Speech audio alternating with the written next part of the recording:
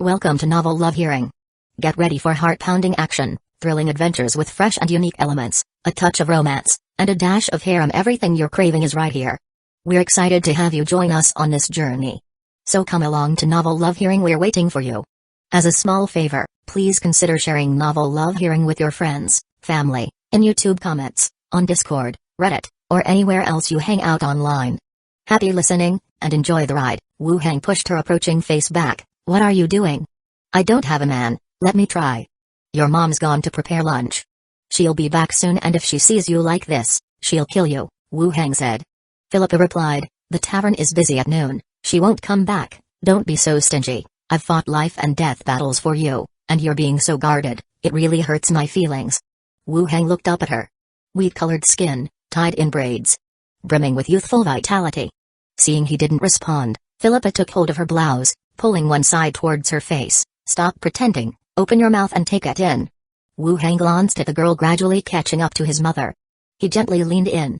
Philippa let out a soft moan from her throat, her gaze became unfocused, her body slightly trembling, and her legs unconsciously clamped around his thighs. Wu Hang lifted her skirt and began to caress her vibrant and firm body. Philippa's cheeks flushed, her eyes glazed. What's next? Shall we go to the bed? Wu Hang picked her up, placed her on the dining table. The gown's bodice was pulled down, gathering at her waist, and the hem rolled up. Philippa suddenly turned timid, covering her privates. Is it okay? Different from the wheat-colored skin outside. The skin underneath the clothes was much paler, the contrast between black and white starkly evident. Wu Hang pulled her back a bit and said, it might hurt a little. Bullshit, I've seen plenty, Philippa pouted. Wu Hang raised an eyebrow, studied her by the waist, their skin touching. Damn! Philippa exclaimed suddenly as her body began to sway. What followed were soft cries of indulgence, interspersed with the occasional curse. Outside the door, Millicent stood motionless with lunch in hand, standing at the doorway. Hearing her daughter's increasingly frantic cries, her face turned red, somewhat at a loss. Carefully she turned and went downstairs. A while later, once there were fewer customers downstairs, she carried the lunch back upstairs and knocked before entering the room. Wu Hang sat on the side, while Philippa absent-mindedly rubbed her bottom. Sir, lunch is ready. She set the table in turn. Let's eat together. The three of them sat down at the table. They ate lunch in silence. In the afternoon, Wu Hang took his team and continued patrolling Lighthouse Street. Along the way, he purchased the alchemy materials he needed from the alchemy material shop. He then returned to his residence. Late into the night, Wu Hang opened his eyes. He went downstairs and entered the room where the ceremony was conducted before. He took out blood and gold powder, drawing an array on the ground. The Spirit Vision abilities array, which he had used on Zhao before, was now much easier for him to draw. With the final stroke completed, the array was closed, and an energy surge spread out vehemently. He rechecked the manuscript to ensure there were no mistakes, then released the two ghosts. Are we doing something today? Zhao asked curiously, looking at the array. Glenda also looked on curiously. Wu Hang explained, the materials are ready for Spirit Vision, just in time to enhance Glenda with this ability as well. Piao envied from the side, that's great, and Glenda will be able to chase and hack high-level enemies with a knife. You make it sound like I'm in the mafia, Glenda said and continued, actually, dealing with ordinary professionals is one thing, but high-level professionals with their vast knowledge and abilities still pose a threat to us. This Wu Hang agreed with. Like the 18th level Island Master Occam, he hadn't shown much combat prowess when alive. But after death, he became a ghost with his original consciousness intact. If he had chosen to attack Wu Hang directly instead of going after Zhao or Glenda, it could have been dangerous. Yeah, Glenda is right, we have to be more careful, Wu Hang agreed. I can't wield a sword anyway, why look at me while saying that? Zhao protested mutteringly. Glenda continued to look at Wu Hang, what about the Island Master's body? It has been transformed, retaining the ability to search for people, but all other abilities were lost, Wu Hang answered while taking out the last few materials. Chapter 465, Research the elixir. Once everything was ready, he directly said, Glenda, follow the normal process, there's no danger. Understood. Glenda flew into the center of the array. Wu Hang placed the materials one by one into it, then activated the array. The materials shattered, turned into energy, and converged towards Glenda. They intertwined with each other, forming an energy vortex. Ghost unlocked skill, Spirit Vision, there were no surprises. It was a direct success. Glenda returned to her original form and flew out from the array. How is it? Wu Hang, sweeping the floor, asked casually. Not bad, I can see your level now, nearly 18. You're indeed no ordinary human, Piao floated over. I'll take you outside to have a look. Glenda nodded, also wanting to see more of the outside world from this perspective. Seeing that the two ghosts were about to leave, Wu Heng cautioned, don't go near the association. That old man Gandalf can see ghosts. All right. After agreeing, the two ghosts flew straight out. Wu Heng tidied up briefly, then went back to his room to rest. The next day, at the association. When Wu Heng entered the office, Andre Willow had already been there for a while. Seeing him come in, she smiled and said, Master, the teams have compiled the pirate flags they collected. There are a total of 372 small pirate group flags, 147 medium pirate group banners, and 13 large banners. Had they killed that many pirate groups? At the time, he was dealing with Occam, only glancing over the port, which indeed was densely packed with many ships. And the higher the level of the pirate group, the more ships they had. Someone like Filippo had 3 ships at the time, not to mention the others. Do they all have merits? Wu Heng sat down to the side. Andre Willow glanced at the documents in her hand. We're still checking, but it seems that many pirate flags don't have merit records with the association. In other words, some pirate groups weren't on the association's wanted list. Either they were discreet in their actions, or they were part-time pirates with little renown, failing to catch the association's attention. Count them carefully, mainly it's those large pirate groups, make sure it's clear, he instructed. Okay. Andre Willow agreed and smiled, but from the looks of it now, this battle probably emptied the Emerald Seas Association's wanted list. Wu Heng's eyes flickered. Then what do you think? Will the coastal areas talk about our deeds of killing pirates? They probably will. You're going to be famous, Master, she replied. Keep it low-key, we still have many enemies. Andre Willow's face was full of smiles. Approaching the afternoon, the teams went out for patrol tasks. With nothing pressing, Wu Heng left the association and found a secluded spot. He put on a hood and a veil and boarded the Phantom train. At the Lopez City, Snake Badge Consortium, Wu Heng entered the lobby and, upon presenting his emblem, was respectfully brought to the VIP room to wait.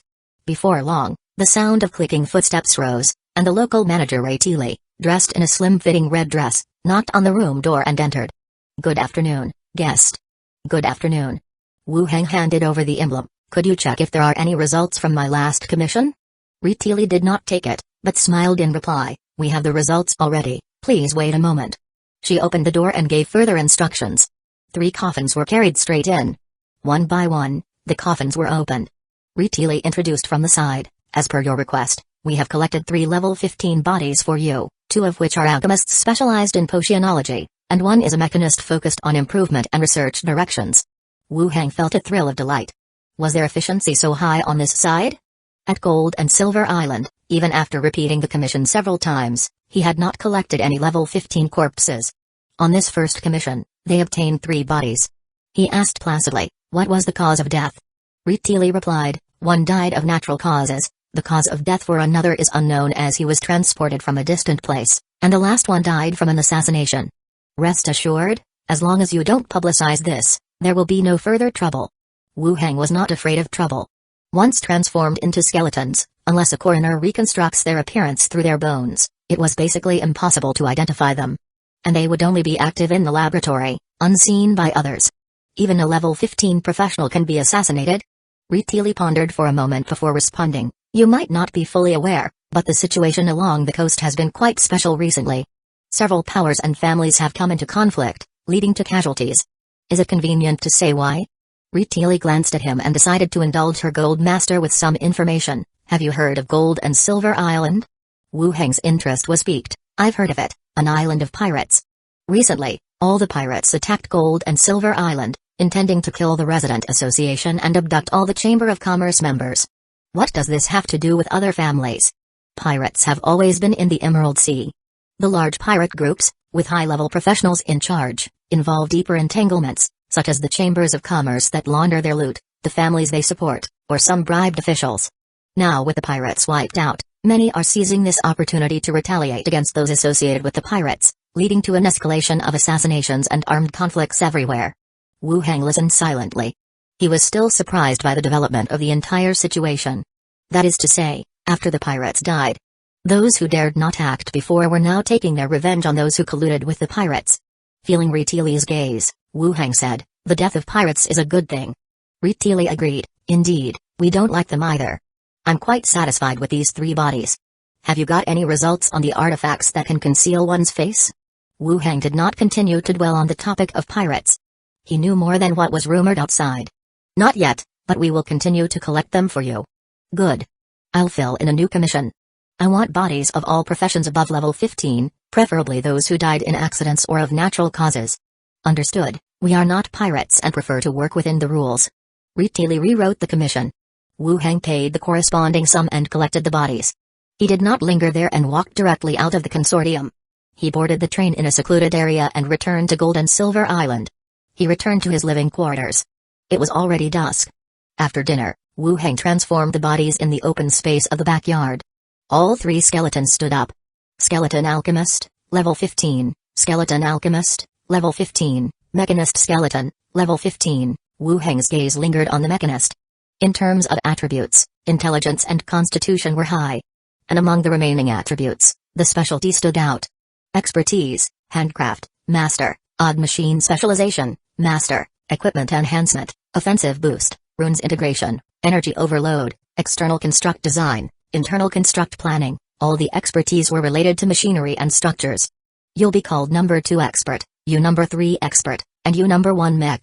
Follow me upstairs. Wu Heng named each one and led the 3 skeletons upstairs. He took the 2 alchemy skeletons to the laboratory and then called over number 1 expert. Taking out a 3rd-level corpse core, he instructed, your primary task is to research this material and produce elixirs that can enhance living bodies. The 3 skeletons made no response, standing still. Right, if you understand, then start on the research. List whatever you need, and I'll prepare it for you. The 3 skeletons immediately turned and began working on the side. Wu Heng closed the door. He took number 1 mech downstairs. Millicent and Philippa lived on the 3rd floor, leaving the room of Minnie and Andre Willow. He decided to set up the workroom for number 1 mech on the 2nd floor. He chose a room on the north side. The room was fully furnished with wooden tables and shelves. From now on, you'll work in this room, Wu Heng said, bringing out 3 thick stacks of schematics. Chapter 466. I don't need the blueprint anymore. Among them, there are blueprints for the Type 56 rifle, hand grenades, and the structural diagrams of ammunition. Gather all these blueprints, especially this one for the bullets, and see if a production line can be made, Wu Heng said to Skeleton. These blueprints were all exchanged from the provincial rescue team. They had never come in handy and had just been sitting there. Wu Heng mainly wanted the blueprint for the ammunition production line, especially for the machine cannon's shells, but the other party kept delaying the exchange. He had brought this up with them several times, and each time they found various reasons to defer. Now, he could only first let the mechanist get familiar with these 3 kinds and see if the work could be completed. If they could build and develop such intricate mechanisms, a production line should surely be no problem. Skeleton picked up the blueprints and started to study them seriously. Wu Heng glanced over, realized he couldn't be of help, and then left the room. The next day, after having breakfast, Wu Heng went straight to Zombie World. Here, the days were short, with the sky just starting to brighten at this time. Wu Heng picked up the walkie-talkie to call Chi Hengkai but got no response. No one? He wondered. He grabbed a down jacket nearby and put it on as he got downstairs. Seeing the survivors on guard, he knew there was no danger here. King. A survivor ran over excitedly. Where's Chi Hengkai? Sister Chi went back to the station yesterday, the survivor answered. Is something the matter? The survivor recalled for a moment. It seems she said they needed to arrange for the train to go back to Xinfu City, and she went to the station during the day to make those arrangements. Xinfu City was their original hometown. The snow had stopped these past few days, even clearing the railway tracks. Prepare a car for me, take me to the station, Wu Heng ordered. Understood. Soon enough, a truck was ready. Wu Heng and Skeleton rode in the truck, rushing to the station's location.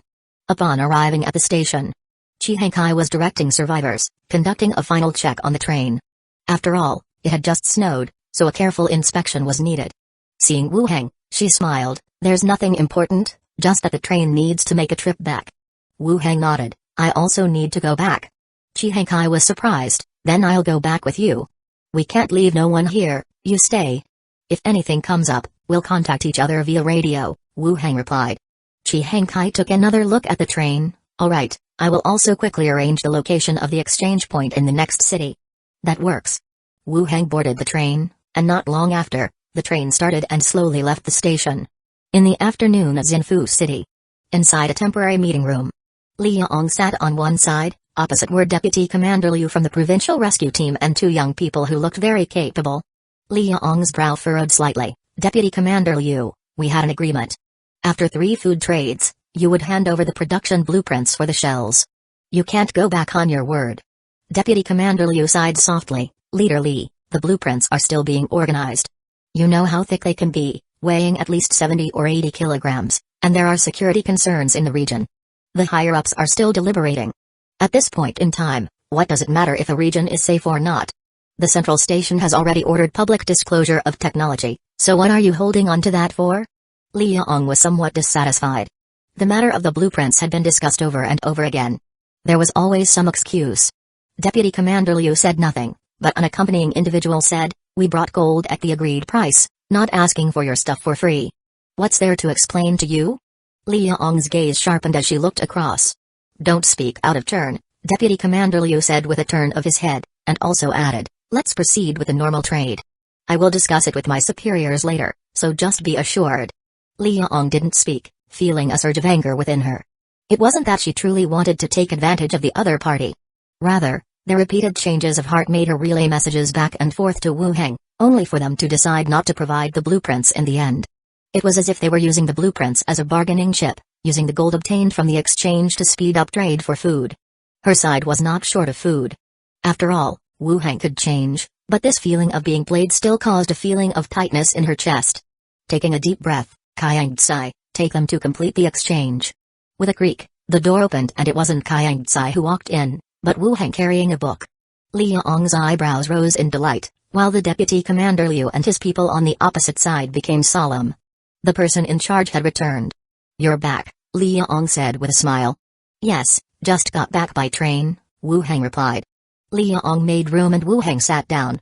Looking at the three opposite, Deputy Commander Liu, is the matter with the blueprints not yet settled? We aren't asking for a handout, we're exchanging food with you. Ah. Deputy Commander Liu sighed, we are preparing. Just wait a bit longer.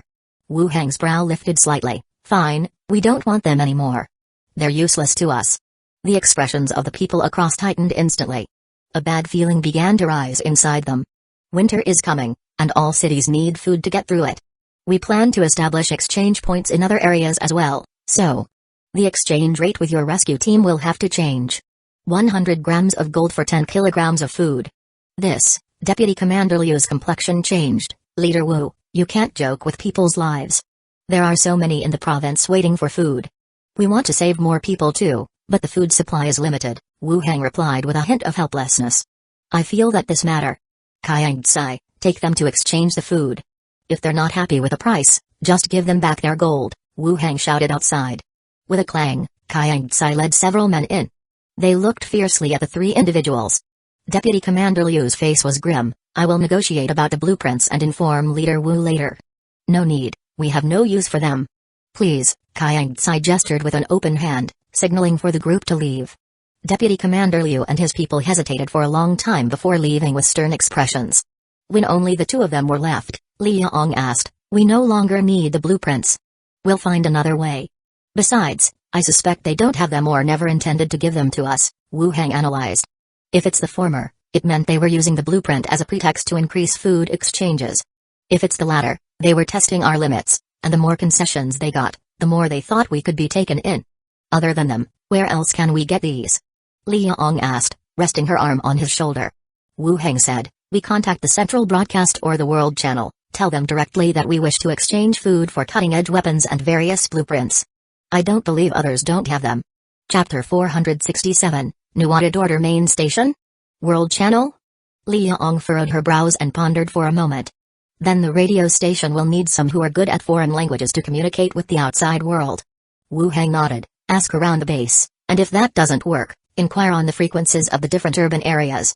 Those with such talents can be directly recruited. Guarding the radio station is indeed a pretty good job at the base. No need to do physical labor, just guard the radio station every day. If you need to contact foreign countries, then foreign languages are an essential skill. I'll ask around when the time comes.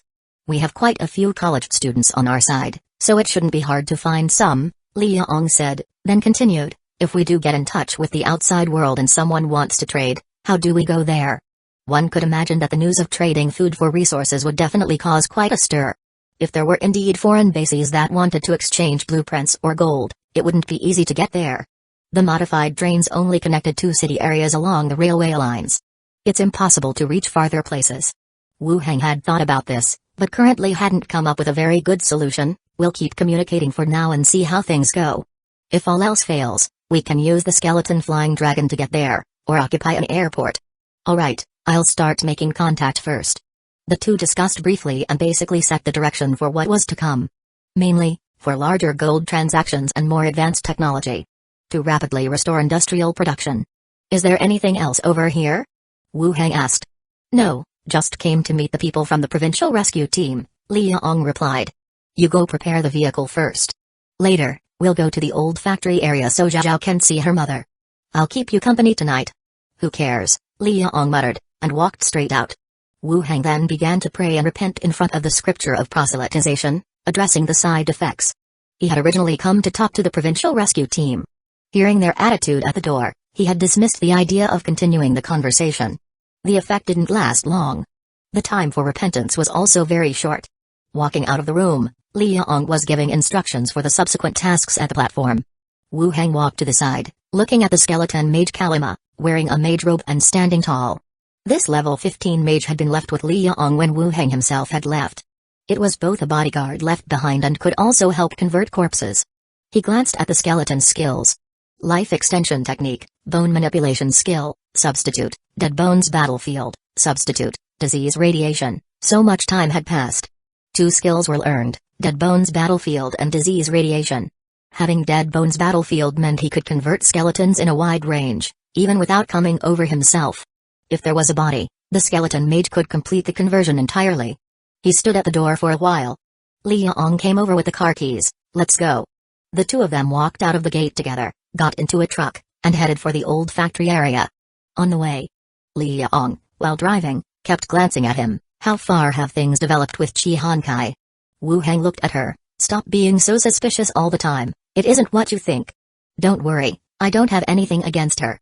We can all be sisters, right? I was the first one here, Li Yong emphasized. The situation now is not like it used to be. Even though everyone held on to their past ideas, they could not change the fact that resources were scarce and the strong held a decisive position. As the leader of such a large base, it's not just about another Chi Honkai, more women would rush over all the same. It depends on whether he's willing or not. Wu Heng looked at her with a bit of amusement. If there ever comes a day, I'll tell you. Really no? Can you hold back? Li Yong looked at him skeptically. They're all saved up for you. Li Yong's cheeks reddened as she muttered, don't go making trouble all night again, I can't handle it. Wu Heng didn't dwell on this matter further. Continuing, he said, wait for the weather to improve, then take Kalima to clear out some of the districts in the city that haven't been cleaned up, or the nearby towns and villages, to take full control of the city. Li Yong raised her eyebrows. Is there any other plan? Later on, I might arrange for some people to move in, and zombies will get stronger over time. It's safer to kill them off earlier. Li Yong nodded. Alright, there aren't many districts left in the city that we've missed. I'll see about clearing the surrounding areas when the time comes. Wu Heng nodded and after pondering, continued, see if there are other refugees who are willing to join us. We could take in some people appropriately. Won't this impact us? The weather isn't too good right now. No problem, later on there will be trade posts added along the railways in various towns. We need more manpower, explained Wu Heng. You make the arrangements, I will go and discuss this with the other shelters. Yes. After discussing serious matters, they casually talked about some amusing things within the base. The snow here wasn't too heavy, and the modified vehicles were stable with good traction. They drove steadily towards the old factory area. Most of the personnel here had been transferred away. The ones remaining were the workers involved in production. After all, the flame furnace was here, which was also the main site for producing solid iron bullets. Having checked around inside the old factory area, he returned to his room and led Zhao out, asking her to accompany Zhao Yanqiu. Wu Heng and Li Yong went back to their original dormitory. Falling into bed, kissing. Early morning, Wu Heng returned to Gold and Silver Island. After breakfast, accompanied by a skeleton, he headed towards the association. With his increasing constitution, it wasn't that he couldn't run out of energy, but dealing with an ordinary person like Li Yong was not an issue at all. After a fierce night, he didn't feel much this morning, the only thing was a bit of drowsiness. Entering the association hall, he saw many mercenaries and association members gathered in front of the notice board. looking at something. Wu Hang followed over as well. Level 18, huh? That's quite a bounty to post.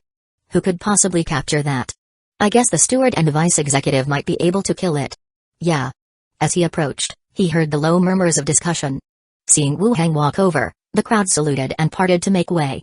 A team member smiled and greeted, "Vice Executive, you're here early today." "Yeah, got up early." Wu Hang asked, "What's everyone looking at?" The team member replied, "A fugitive notice has just been posted, an 18-level professional, with first-class merits." An 18-level professional. First-class merits. Wu Hang looked puzzledly towards the front. The notice board, previously filled with bounties, now had just 6 left, all of which were fugitives who had committed crimes in various places. And the most prominent bounty was a portrait of a woman. Long hair, seductive. Divine Punishment Church Guardian, Viola, 18-level professional, professional witch, bounty of 200 gold coins, first-class merits, Chapter 468, Gathering Intelligence. Divine Punishment Church Guardian. Wu Hang knew who this was. The guardian who helped the pirates block Emilio before seemed to be her. He just hadn't expected it to be a woman, and her profession was that of a witch. The profession of a witch was quite special. It was somewhat similar to that of a sorcerer or a priest. Their power largely came from their patron deity. This could be the divine spirits they believe in, the protection of ancestors, or even powerful spirit monsters that could grant witches their power.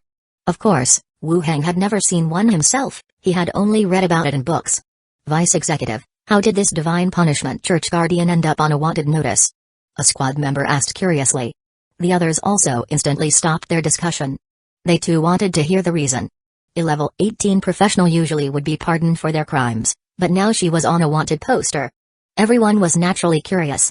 Wu Hang thought for a moment and said, "It must be related to the pirates we encountered last time. Don't just think about the merits, notify the steward when you get back." "We know, a level 18 professional is not something we can deal with," the squad member said with a smile. The others also murmured softly among themselves. The previous pirate attack on Gold and Silver Island was actually related to the Church of Divine Punishment.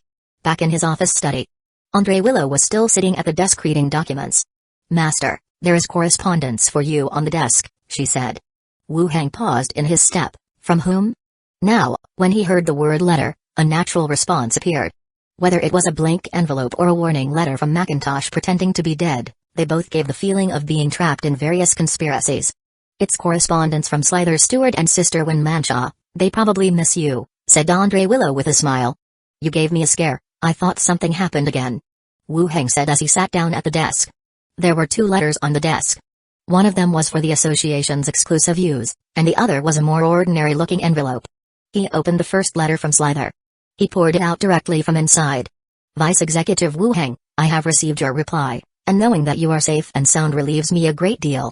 I have lately made the acquaintance of some coastal merchants, who say that the island master of Gold and Silver Island is none other than an 18-level pirate, pardoned and then officially made the island master. Many pirate leaders are above level 15. You must be even more careful in your actions. With your capabilities, it is absolutely possible for you to reach level 15 before the age of 40 and be appointed to a new position as a steward. Remember, do not take any risks. A second money cat has been opened in the western district of London City, the same distribution ratio as before, and your little maid is indeed unyielding. The business is as good as ever, the profit far more than just several times the previous amounts.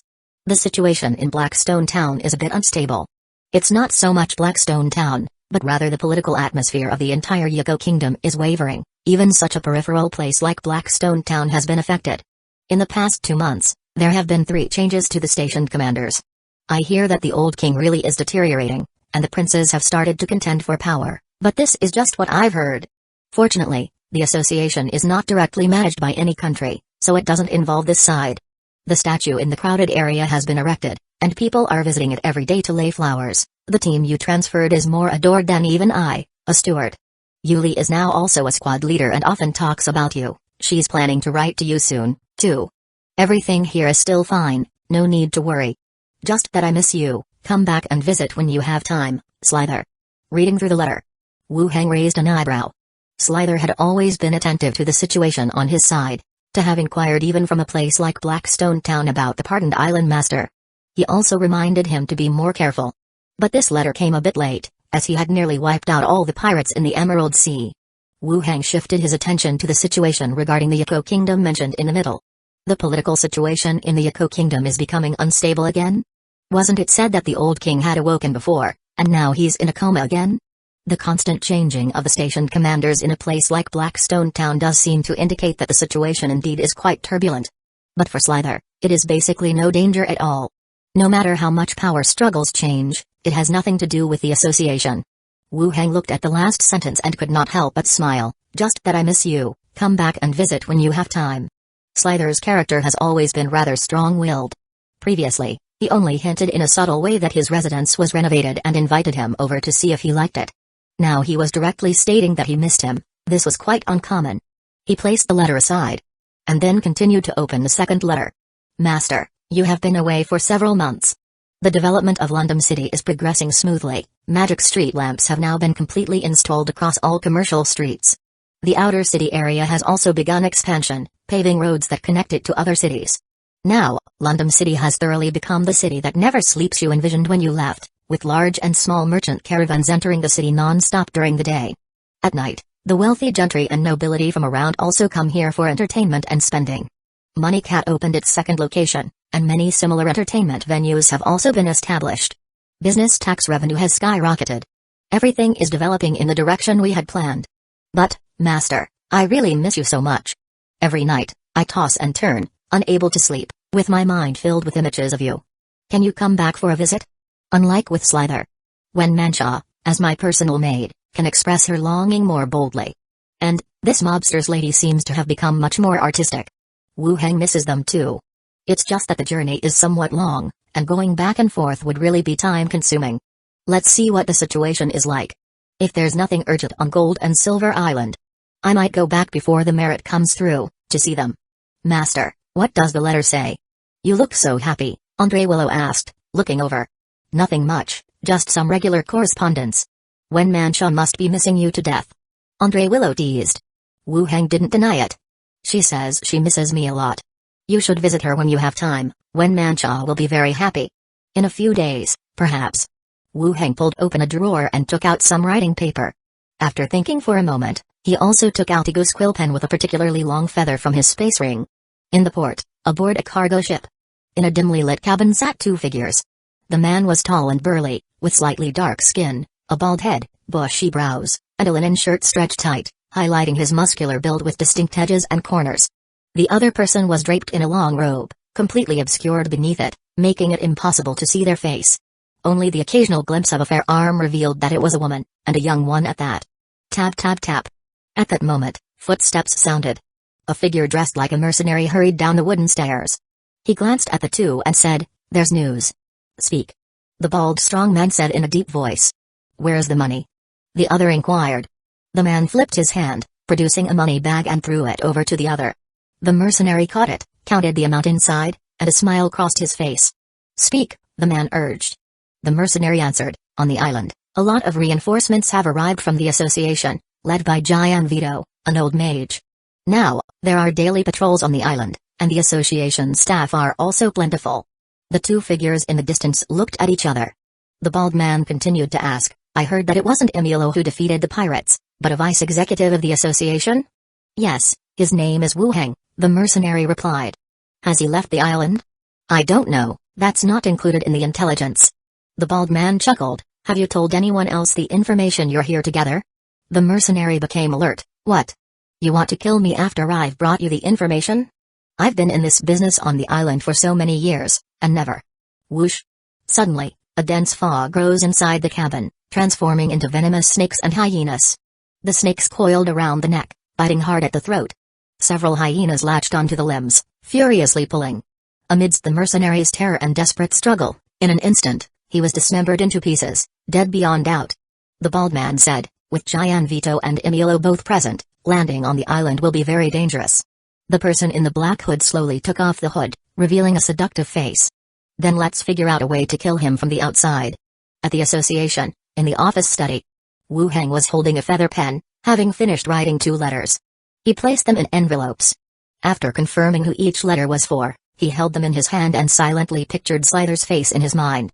The next second, his hand was empty as the letter disappeared. It actually worked. A delight filled Wu Heng's heart. Then he picked up the second letter, thinking of Wen Manch's face. Again, His hand was empty. The letter also vanished. Indeed magical. And not far away, Andre Willow, who saw this, also had her mouth agape. This. Master, did the letters you wrote get sent out? Chapter 469, I can be the beta blank envelope. Upon reflection, Andre Willow thought of the mysterious letter that was sent to the pirates with intelligence. Wire is indeed smart, Wu Hang praised. Not at all. It's mainly because you mentioned this kind of letter too many times before, Andre Willow whispered. Don't talk about this to anyone else, and don't bring it up with anyone. Wu Hang began to tidy up the things on the table. All right, Andre Willow nodded, indicating she understood. Whether it was a prop or a special item, being able to send a letter out of thin air was quite an exaggerated effect. The pirates who knew about this kind of blank envelope were almost all dead. As for the others, no one has mentioned it for the time being, and the best outcome would be for it to slowly fade away. Spreading the word now would only invite more trouble. Wu Hang took a sip of tea and suddenly thought of Andre Willow's fellow elves. Wire, do you need to write a letter to your people? Thank you, Master, it's not necessary at the moment. Sister Wen Mangekyō will take good care of them. Andre Willow came over and kissed his cheek lightly. Next time we go back, we'll just set up a radio station. It would be more convenient to get in touch if anything happens. That's true. It was different from the beginning, whether it was trading or occupying a few military warehouses. They now had an abundance of radios.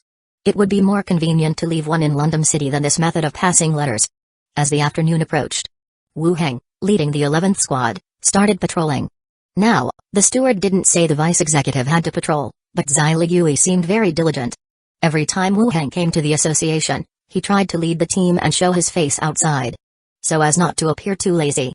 On Lighthouse Street, Kavina squeezed past a skeleton and came over, saying, Steward Slither wrote to me, talking about the situation in Blackstone Town and about the team leader and others. Wu Hang glanced at her sideways. It seems she wrote not only to me. What did she say? Wu Hang asked. The Hueco Kingdom is not very stable, she said. I made the right decision to come here. She also said the island master of Gold and Silver Island is a level 18 pardoned pirate and told us to be careful, Kavina said with a hint of a smile. If she knew you killed a level 18 island master, she'd be utterly surprised. Did you tell Slither about the island? No, I'm waiting for them to get the news and be amazed when they ask me about the truth, Kavina said with a smile. As a witness, she naturally knew the terrifying strength Wu Hang had shown. He had repelled the dense pirate ships off the coast and killed the level 18 island master of Gold and Silver Island. In Blackstone Town, level 18 was a very important figure. No matter the identity behind it. Now, he had died at the hands of Wu Hang. Kavina looked at him carefully, remembering that she was the one who introduced Wu Hang to the association back then. Had she known he had such strong talent, she should have taken him under her wing when he was younger. Now with a female assistant and the elf vice executive, there was always laughter and chatter every day. She had no chance at competition. Can we still find pirates on the island now? Wu Hang casually asked again. Kavina's thoughts returned. What did you say? On the island, are there still pirates or fugitives or something? Wu Hang repeated. The association's efforts in clearing out pirates is already spreading, and it's becoming difficult to see pirates on the island. However, people from the Chamber of Commerce are increasing in number. It seems they are keen on this area, Kavina explained softly. As they passed Kong, Wu Hang looked up toward Millicent's room. It should be a busy time now. He didn't see either mother or daughter. Nor did he plan to go in, just passing by the pub. Dusk. Wu Hang said goodbye to the 11th squad and returned to his place. Back at home, Andre Willow had already returned, and Minnie had prepared dinner. The three sat down to eat together. Minnie picked up some shellfish meat, and put it in Wu Hang's bowl. Master, eat this, it's good for men. It'll help you deal with the little fox tonight. Andre Willow, holding some fish meat, said indifferently, it must be you who can't help yourself again. Not at all, it's just about punishing the bad fox, Minnie emphasized. Wu Hang continued to eat and asked, why haven't we seen Shayla these past few days? Minnie replied, I know about that, she's been busy with Chamber of Commerce business. I went to look for her during the day, and she told me that. Chamber of Commerce, huh? Must be busy, Wu Hang nodded. Neither Minnie nor Andre Willow continued to argue about who was going to be punished. They just ate their meal obediently. After dinner, Wu Hang went straight to the room arranged for the mechanist. Pushing the door open, the skeleton mechanist stood at the drafting table, redoing the drawings and annotations. Wu Hang walked over to have a look. The patterns and content weren't much different, it was just re-annotated with the drafting methods of this world. And on the drawing, Gun barrels, accessories, and other items were redrawn as well. There were also annotations of the material quality and forging requirements. Several of them were separate for human craftsmen and short people craftsmen, which seemed to include species-specific skills. It seemed different from the development path he had in mind. Wu Heng wanted the mechanist to design a mechanical factory that could produce on a mass production assembly line. But the skeleton mechanist planned to outsource these parts to craftsmen of various species and then assemble them later. This was actually one solution. Chapter 469. I can be the bait, but there's also the possibility that someone is collecting information on the parts and will figure out how to create firearms. With the current technological level of this world, firearms can be completely manufactured, it's just that there hasn't been development in this direction. Let the mechanist draw up the designs for now, we'll see what happens later. Leaving the mechanist's room, Wu Heng continued on to the alchemy room. Several level 15 skeleton alchemy warlocks stood before the experiment table, conducting experiments. They were purifying materials or fusing elixirs. Wu Heng glanced over and then returned to his own study. Back in the study, Wu Heng sat behind his desk, beginning to ponder the developments ahead. For now, the mechanist seems capable of remaking modern firearms.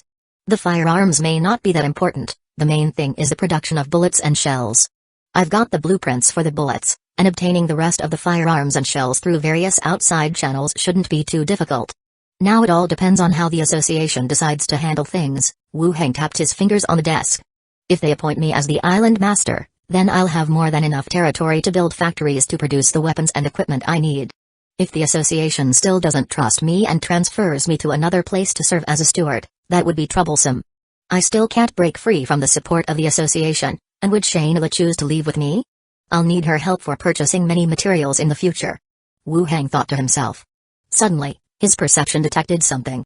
With a flick of his hand, a black cloak that shielded scouting magic appeared on his body, enveloping his entire figure, as he donned the illusion veil again. He took on the appearance of a woman. Almost at the same time, an invisible scouting scroll flew rapidly into the room. It circled around and left the room. Was someone looking for me? With a thought, Wu Heng summoned Glinda and Zhao to fly out. Zhao, curious, asked, "Uncle, do you also dress like this at home?" She seemed quite curious about his heavily cloaked appearance. Wu Heng said, "Someone has released scouting magic here. Glenda, follow and see, maintain distance and don't get caught. Zhao, stand guard, and remember to notify me immediately if there's any danger." Okay. The two ghosts responded in unison. Glenda pursued through the window, while Zhao glided through the roof, beginning to guard the surroundings.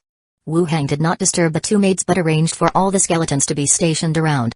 If the ghosts returned with danger, it would not be too late to wake the two maids.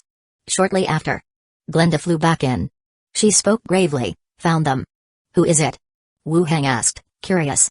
Glenda said, "They were wearing a cloak, and I could only determine they had a substantial build, and they're an 18th level professional." 18th level? Wu Heng's eyelids twitched. Am I really so influential now? There's an 18th level professional coming to scout my place. They're really taking me seriously. Where are they now? Wu Heng asked, his expression serious. Gone. I watched them head toward Lighthouse Street and fearing discovery, I didn't follow. Glenda drifted to the other side. They probably chose to leave without finding me. Wu Heng nodded. You and Zhao, guard around the building, and let me know if there's danger. Alright, don't worry, 18th level professionals stand out like a pillar of light to us. We'll notice them coming close, Glenda reassured. Yeah. Glenda made a half circle and flew out again, joining Zhao to scout the surroundings. Wu Heng sat back down at his desk. He frowned and pondered the identity of the other party. On the island, 18th level professionals include Emilio and that Gandalf old mage. The old mage coming to scout me? It doesn't seem right. We can meet at the association, and the method of a scouting scroll doesn't seem like something a mage could use. Then who else could it be? Wu Heng's mind flashed to the wanted poster he had seen during the day. An 18th level witch. A divine punishment church guardian. The person outside is a woman, huh? Glenda said the person outside was burly. No conclusion had been reached. And she dared not venture into zombie world, lest her pursuers find her and her two maids get involved. So, she simply put on a cloak, donned an illusion veil, and went to bed to rest. Daybreak. In a cabin at the port. The bald, thick-browed guardian of the Divine Punishment Church, arms folded, said, "We don't have that much time to drag this out." Opposite him, a woman's voice rang out, "Then what do you suggest we do? Can you even kill your way onto the island? Tonight, if we still haven't found our chance, let's just kidnap the women around him first." He'll have to show up then, the bald man said. By then, he'll notify Emilio first. Only a fool would go deliver himself to death, the woman scoffed. Then we kill these women and leave this place, explaining the situation to the bishop. You're insane, why do you have to be so ruthless? Killing him brings us no advantage, the woman exclaimed in shock. She had no intention of getting involved in the pirates' affairs. She hadn't taken over Gold and Silver Island and had even gotten herself onto a wanted list. Now, they had to deal with that vice executive. What good would killing him do? Now they had to kill his people too. If they really went through with it, there would truly be no room for conciliation. Even if we can't kill him, he should still pay a price. That's also the bishop's intention, the bald man said as he wiped his head with a towel. If you're scared, just go to Conch Tavern, there's a woman there who's his informant. I'll deal with the others. The woman hesitated to speak but ultimately said, as you wish. The association. Wu Heng had brought Minnie and Andre Willow to the association. He had them stay in the study. He went directly to the steward's office. He knocked on the door lightly and, upon receiving a response, he walked in. Inside the room, besides Emilio, an old mage with a white beard was also in the study, holding a wooden staff in one hand and sipping tea with the other. Steward, Dean, Wu Heng greeted. The old mage nodded. Emilio then asked, is there something you need? Wu Heng glanced at the old mage sitting on the sofa and still spoke up. Steward, last night, a level 18 professional went to my house. He didn't enter but used a scouting scroll to survey my residence from the outside. As soon as he finished speaking, the room fell instantly silent. Emilio turned his head to look at the old mage on the sofa. The old mage's gaze still rested on Wu Heng. Are you sure it was a level 18 professional? I can confirm it, Wu Heng said solemnly. Emilio also followed up with a question. Since you saw him, do you know what he looked like, any distinctive features? At first, when Wu Heng mentioned the level 18 professional, Emilio had a moment of suspicion about the old mage, considering his previous interest in Wu Heng. But, clearly, it wasn't him, and he wouldn't be resorting to such a clumsy method. Now, he was even more curious as to why there was another level 18 professional on the island. And why he came to the island so secretly to scout out the association's vice executive. Wu Heng said, I didn't see a face. It was late at night. The person was wearing a cloak, and by build, he seemed burly.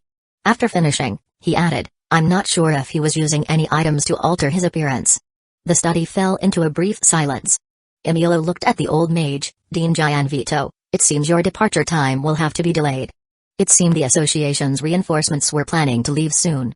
The old mage spoke indifferently, pushing back our departure by a little doesn't matter. We are here to support Gold and Silver Island after all. If it's just one person, the two of us should handle it without a problem.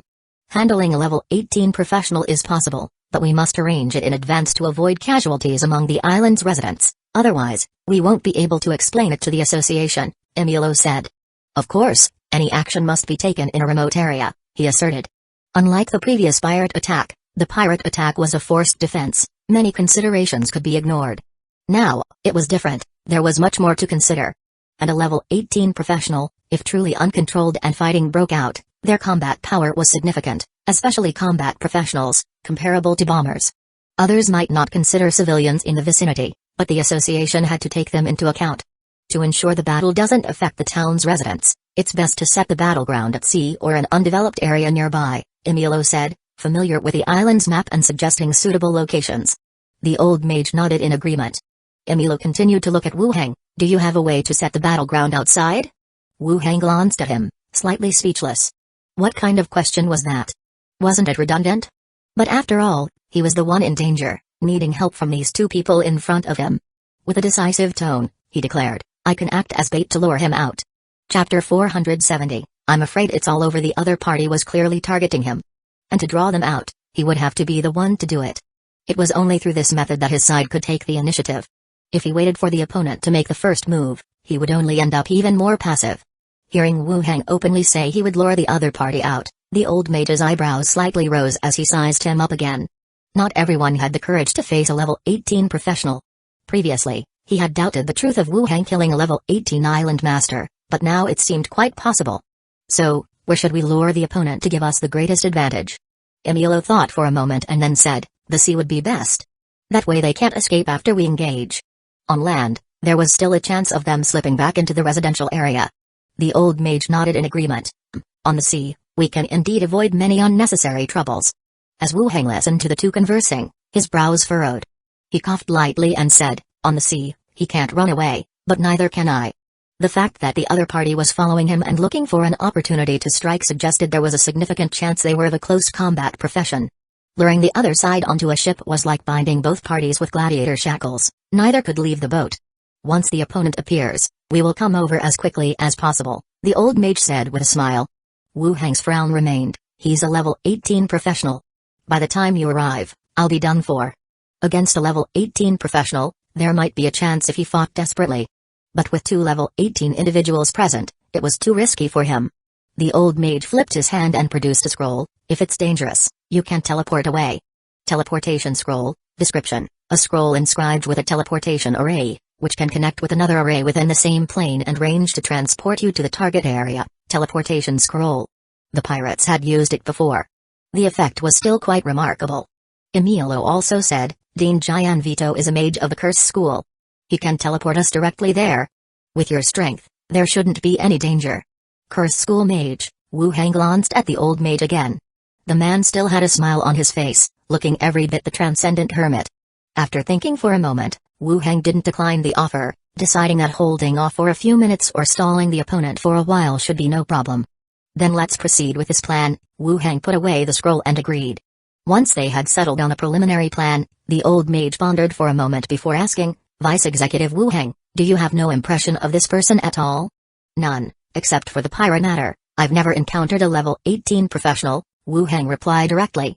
Emilio analyzed. The most likely possibility is someone from the Church of Divine Punishment, but the physique described by Wu Hang doesn't quite match theirs. "Are you referring to the witch on the wanted poster?" the old mage asked as he took a sip of tea. "Witches have many unique abilities. Changing their appearance isn't that difficult for them." Wu Hang shook his head. "I've never met that witch, nor do I have any major grievances with her." The old mage and Emilio both fell silent. Indeed, there was no apparent reason for her to be tracking Wu Hang. If it was about revenge, she would seek out Emilio. All three were unable to come up with any plausible explanation. Emilio then said, "We'll know who it is when the time comes. Wu Hang, go back and prepare. Once everything is arranged, I'll inform you. Remember not to discuss this matter with anyone for now." "Understood, I'll head back now," Wu Hang said as he stood up and left the room. The old mage took another sip of tea and remarked, "Your vice executive has quite the guts." Getting to his feet, Emilio casually said, "He's worried about the 2 maids by his side. Otherwise, he wouldn't have mentioned this and would have dealt with that person himself." The old mage raised an eyebrow in disbelief. "You're putting too much trust in him. The gap between levels is not so easily crossed." Emilio didn't explain further and walked towards the exit. The old mage, holding his magic wand, followed him out of the study. Inside the study, Andre Willow was sitting at the desk organizing documents, while Minnie was by the sofa, feeding a small owl. As she tore the jerky, she said, "You can't grow up to look like Philippa the parrot. We need to be an attractive tame beast, you hear me?" The little owl swallowed the jerky without any response. Hearing the sound of the door, Minnie turned her head and saw Wu Hang returning. She dropped the jerky and leaped into his arms. "Master, has something happened?" Andre Willow and a small owl also looked up.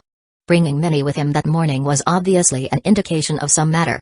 Wu Hang hugged Minnie, who was in his arms, and said, "It's nothing major. I suspected there might be danger on the island, so I brought Minnie over first. Now I've spoken with the steward, and he will handle it." "Then, can I go back later?" Minnie asked directly. "Stay a bit longer for now. Once the steward has everything under control, you can go back," Wu Hang replied. "Okay." Minnie agreed, sitting back on the sofa and began flipping through a comic book with fraying edges. Wu Hang then sat back at the desk and started preparing for the night's battle. He checked all firearms and ammunition one by one. As for skeletons, he now had positioned by his side a level 17 skeleton Ronin named Karim and a level 17 skeleton boxer named Chuulka. These were the same ones who had used gladiator shackles to teleport him to the wilderness during the pirate attack. And the level 18 skeleton prophet, who actually didn't have great combat strength, was not brought along with him. Upon giving it serious thought, if the opponent were truly alone, he might have a chance. He stayed in the study until the afternoon. Thump thump. There was a knock at the door. Minnie sprang up from the sofa like a carp and went to open the door. A staff member peeked in with a smile. "Vice Executive Wu Hang, the steward has requested your presence." "All right, I'll be right there," Wu Hang agreed. It appeared that they were ready. He put on an outer layer of the association's vice executive defense leather armor. Before leaving, he instructed the 2 women, "You two stay at the association's lodging tonight. And don't go too far for dinner. The two women looked at each other. Okay, master, be careful, Andre Willow immediately expressed her concern.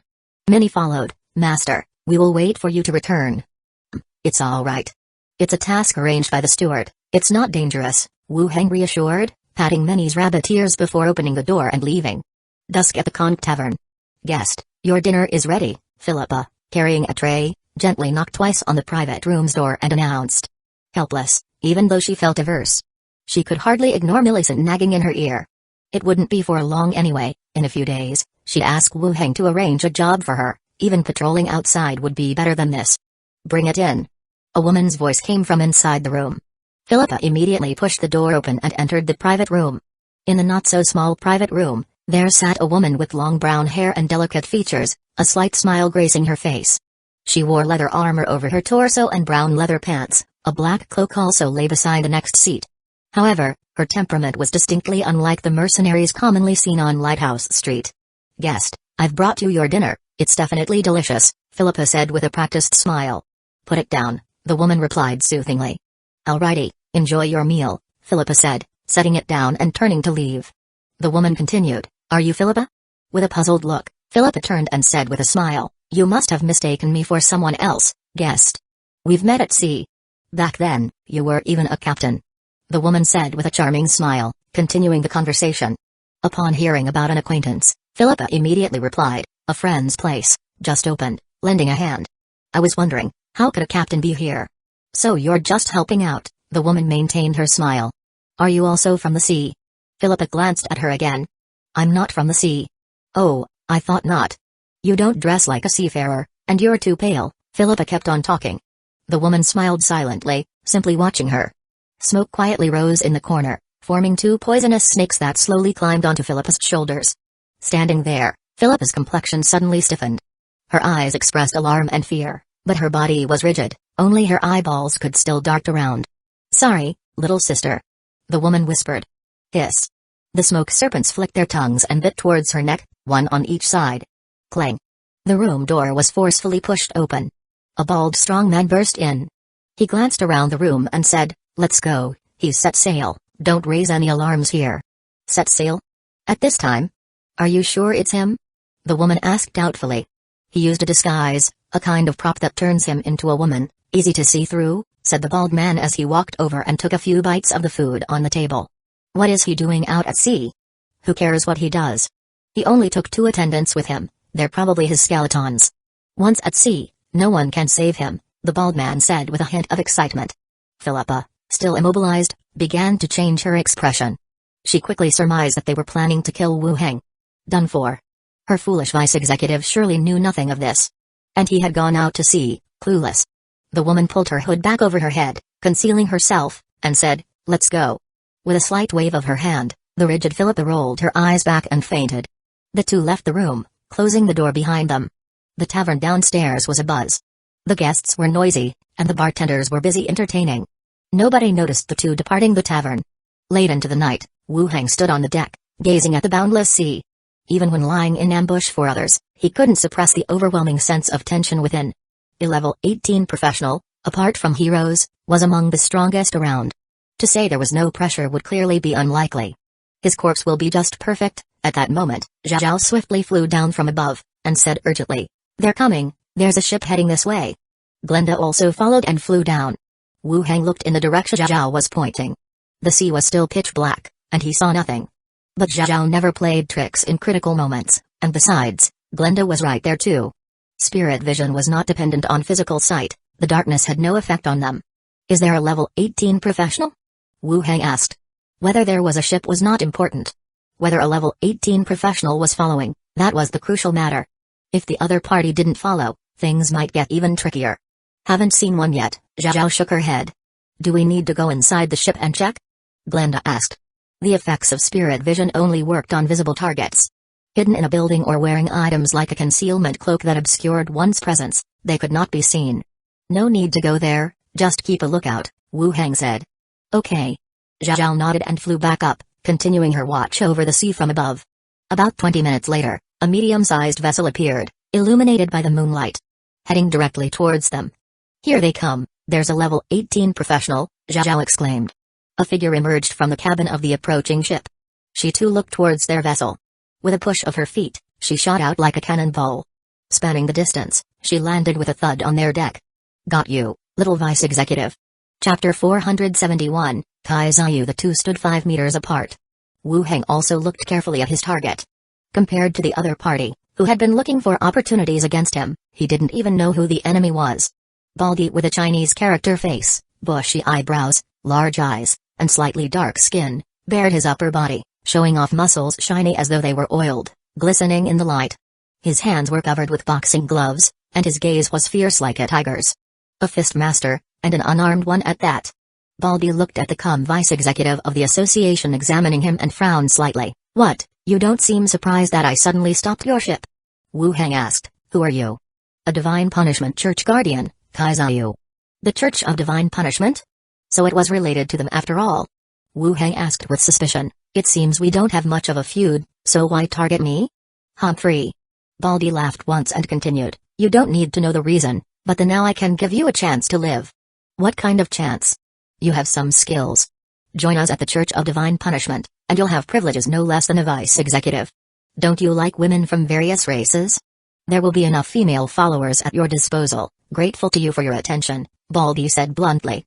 Wu Heng frowned deeper, glanced at the other man, and scoffed, I don't think of myself as a good person, but I won't associate with the likes of you. Whatever the Church of Divine Punishment believes or does is none of my business, but if you're looking for trouble with me, I won't be bullied easily. A cold glint condensed in Baldy's eyes, and a killing intent surged.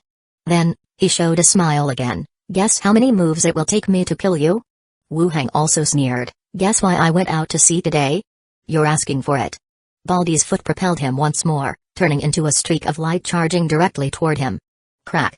Suddenly, a bright bolt of lightning came crashing down from the clouds above, illuminating the night sky. Baldy paused in the middle of his charge, trying to dodge, but was struck by the lightning. His body curled up as the planks under his feet shattered. Silver-white arcs of electricity spread rapidly around him. At the same time, an array rose from the center of the deck, and Emilo, an old mage, and 2 high-level association stewards appeared from within it. Emilo looked toward Baldy opposite him, Divine Punishment Church Guardian, Kaizayu. At the same time, he cautioned, the churches which should be nearby as well, be careful.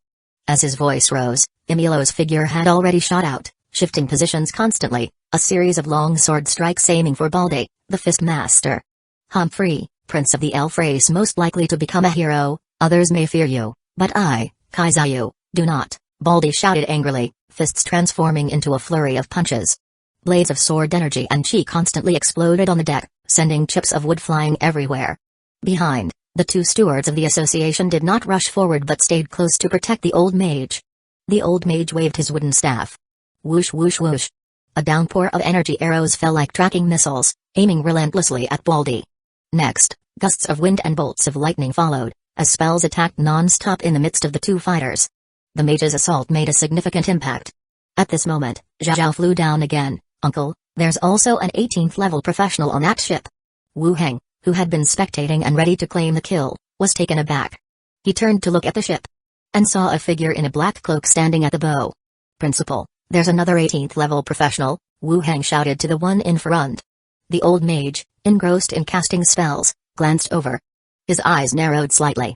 Immediately after, the newly emerged 18th level professional leaped up, riding the rolling fog, and charged directly toward the old mage. It's the Church of Divine Punishment switch. The old mage pointed with his staff. Boom. The roiling fog exploded. The witch extended her hand in another gesture, and the dispersed fog reformed into prowling jackals and leopards, surging back onto the deck. The 2 stewards guarding the old mage stood at the forefront, starting to fend off the beasts with their weapons. Wu Heng also took out his machine gun and sprayed bullets at the black-robed witch. The witch glanced over and her body once again dispersed, reappearing at an even farther location. Wu Heng began firing blindly through the smoke. But the bullets passed through the mist without effect. The old mage completed his spell, his wooden staff fiercely pointing to the sky. Whoosh! A light as bright as day suddenly broke through the darkness, shining down from the sky. The monsters made of smoke began to evaporate as if their bodies were vanishing, disappearing in the blink of an eye. The old mage's gaze turned to the witch. You two join me in dealing with the witch. Wu Heng, have your skeleton go kill Kaizayu. Eliminate one, and the other naturally won't be a threat. Understood. The 2 stewards charged at the witch, while the old mage also began to disperse the fog beasts one by one. Wu Heng's gaze also fell on the distant battle involving Emilo, where sword chi and fist energy alternated non-stop like a demolition crew. Wu Heng's body instantly split into 6 Barrett, sniper rifles, submachine guns all aimed ahead. At the same time, Disease Ray Spell, and Weakening Ray Spell, were fired at the target while Preset Shield added a shield to the clones. The very instant the rays hit, Baldy's throat itched and the wounds on his body cut by Emilo's sword chi began to rapidly decay. But the level 18 professional fist master, with unending chi, showed no sign of weakening. Bang bang bang. The sound of gunfire suddenly erupted. The Baldy entangled with Emilo exploded with a bowl-sized hole at his waist. The color drained from Baldy's face. He didn't expect to be wounded so severely. Wu Heng was also surprised. Barrett had inflicted only this much damage on him. Following that, a barrage of bullets punctured hole after hole in his body. Kaizayu's body was staggered by the impact. Seizing the opportunity, Emilo thrust his sword through the chest. The sword chi stirred inside the body, and a great deal of fresh blood spewed from Baldy's facial orifices. Interesting, that I would fall at your hands. The Church of Divine Punishment will not let you off, he said. Emilo's long sword flicked upward. From the chest, it split the head in two. On the other side, seeing this scene, the witch did not hesitate and turned to leap off into the sea. She turned into a puff of smoke and disappeared from sight. No need to aim anymore, we won't catch her easily, the old mage said to the 2 stewards. The stewards at the edge came back. Seeing Emilo sheathing his sword, Wu Heng also quickly walked over to the body. He fired 2 shots into the corpse. Damn. Nearly missed out on the experience. Dispelling the magic effects, his body instantly merged back into one. The side effects wore off. Wu Heng walked over as well. What should we do with the body? Emilo said, wrap it up, report back to headquarters first, and then deal with it once we receive instructions. Okay, Wu Heng nodded, instructing the skeleton to wrap up the body. The old mage approached. The robe of 100 soldiers, how come it's in your possession? I exchanged it for merit, it's quite useful, Wu Heng said as he put the body into his space ring. After everything was taken care of, the ship began to sail back. By the time it reached the port, the sky had gradually lightened. The body was transported back to the association. Wu Heng picked up 2 maids and returned to his residence. Chapter 472, got the letter ending up in such a plight. The biggest reason was that Kaizayu had underestimated the other party. He simply thought the other party was an ordinary vice executive of low level. As long as he found an appropriate opportunity, he could easily crush the other party. But it turned out that the person capable of killing Island Master Rockham could not be so simple. Even if not high in level, they possessed other strengths. The whole incident was not difficult to deduce. This vice executive, noticing Kaizayu tracking and seeking an opportunity, had arranged this sea voyage in advance. Even if they had started the battle on the island, they would not have lost so embarrassingly. Fist masters really do have muscles for brains. The woman cursed again. Sitting on a rock to continue resting, her face also darkened. Kaizayu's death was his own doing. But after returning, how should she explain this incident? In both battles, she had survived and escaped, while all the level 18 professionals she was cooperating with died on the island. Even though she knew what had happened, it would be difficult to convince others to believe it. Now it depended on what she said, and she also needed to avoid being sent to Gold and Silver Island next time. Thinking this, she still glanced in the direction of Gold and Silver Island. This little island must be cursed for level 18s. Each person who went up there died, and she had almost died there herself. She rested on the rock for a while. In the distance, the outline of a cargo ship slowly emerged. The woman's eyes lit up, and she exhaled softly as a shark formed of gray mist materialized in front of her. Carrying her, it quickly approached the direction of the cargo ship. London City. The city lord's luxuriously decorated bedroom. The sleeping Mangekyō woke up from her dreams, gathered her fiery red hair, and sat up in bed. Having just sat up, her peripheral vision caught sight of an envelope placed by the pillow. Her gaze sharpened, and she cautiously scanned the room. After confirming there were no enemies and no danger, she frowned and reached for the letter. She looked it over, ensuring it was an ordinary letter. When Mangekyō frowned, pondering, she did not recall leaving such an unopened letter at her bedside. And for someone else to deliver the letter here meant they had the capability to kill her at that time. After hesitating for a moment, she still decided to open the envelope and pour out the letter. When the letter unfolded, the bright red handwriting was somewhat glaring. Dear sister-in-law, I am delighted to have received a letter from my most adorable and beautiful maid. It's been months since we last met, and I miss you too. The world outside is vast and colorful, yet still does not impart the warmth and joy I felt when you were around. Thinking back on how we met, it seems like a dream, entering each other's lives. To this day, I still remember the little wild cat begging to be spanked, and our passionate encounters in the alleyway. We really were quite crazy back then. I'm well here, and continuously improving myself, you need not worry. I've heard that the political situation in the Hueco kingdom is quite tense. Being closer to it, you must be prepared. If any danger arises, or conflict is likely, abandon the city and seek protection from the association. I will come to fetch you, and your safety takes precedence above all. As for the tax revenue, use it for the development plan, don't save any for me, you can manage it as you see fit. In a while, I will come back to see you. I have seafood here, and beautiful, delicate accessories, which I will bring back for you, your loving master. As she read, a smile appeared at the corners of Wenmanche's mouth. There was no signature, and no names or titles mentioned inside, but she knew from the content of the letter who it was from. It was probably the first time this method of delivering a letter was used, uncertain if it would succeed, hence no name or title was written. Stop it, you didn't call me sister-in-law at that time. And seeing the little wild cat throwing a tantrum to be spanked, Wenmancheō felt her face flush and her body start to heat up. In her mind, she recalled wearing the overly tight kitten lingerie, crouching on the ground, and meowing. Teasing him, being roughly tossed onto the bed, and entangled with each other. Back then, Master really liked that outfit. As for the intimacies in the alley, during the time when both were in a heated romance, they had tried it in alleys, tavern booths, and the like. Really, you're making me miss you even more.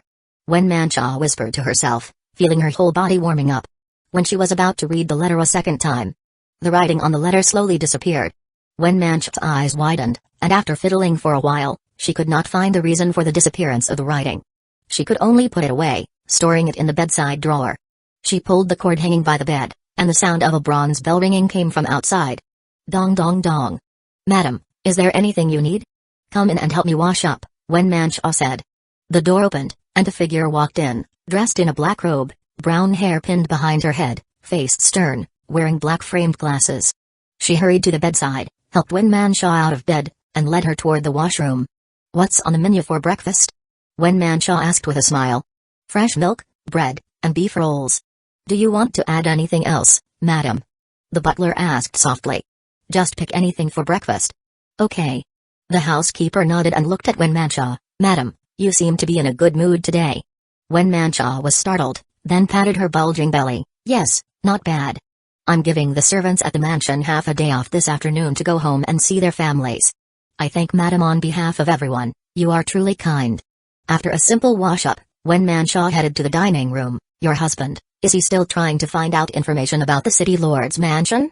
The housekeeper's expression turned serious. He's still inquiring, and I replied to him as per madam's instructions. Just handle it that way for now, there's no rush. I will follow madam's orders. Blackstone Town, the steward's residence. Slither was woken up by the birdsong outside the window. He glanced over and saw his niece, leaning against a headboard and looking at something. You're looking at these things early in the morning. Wu Heng has become the deputy steward and you're still just a squad leader. How come you're not worried at all? Slither sat up, gently lecturing. Yuli, this time, did not backtalk but turned her head to look at her aunt while still holding the letter. Slither touched her own face. What's wrong? What are you looking at?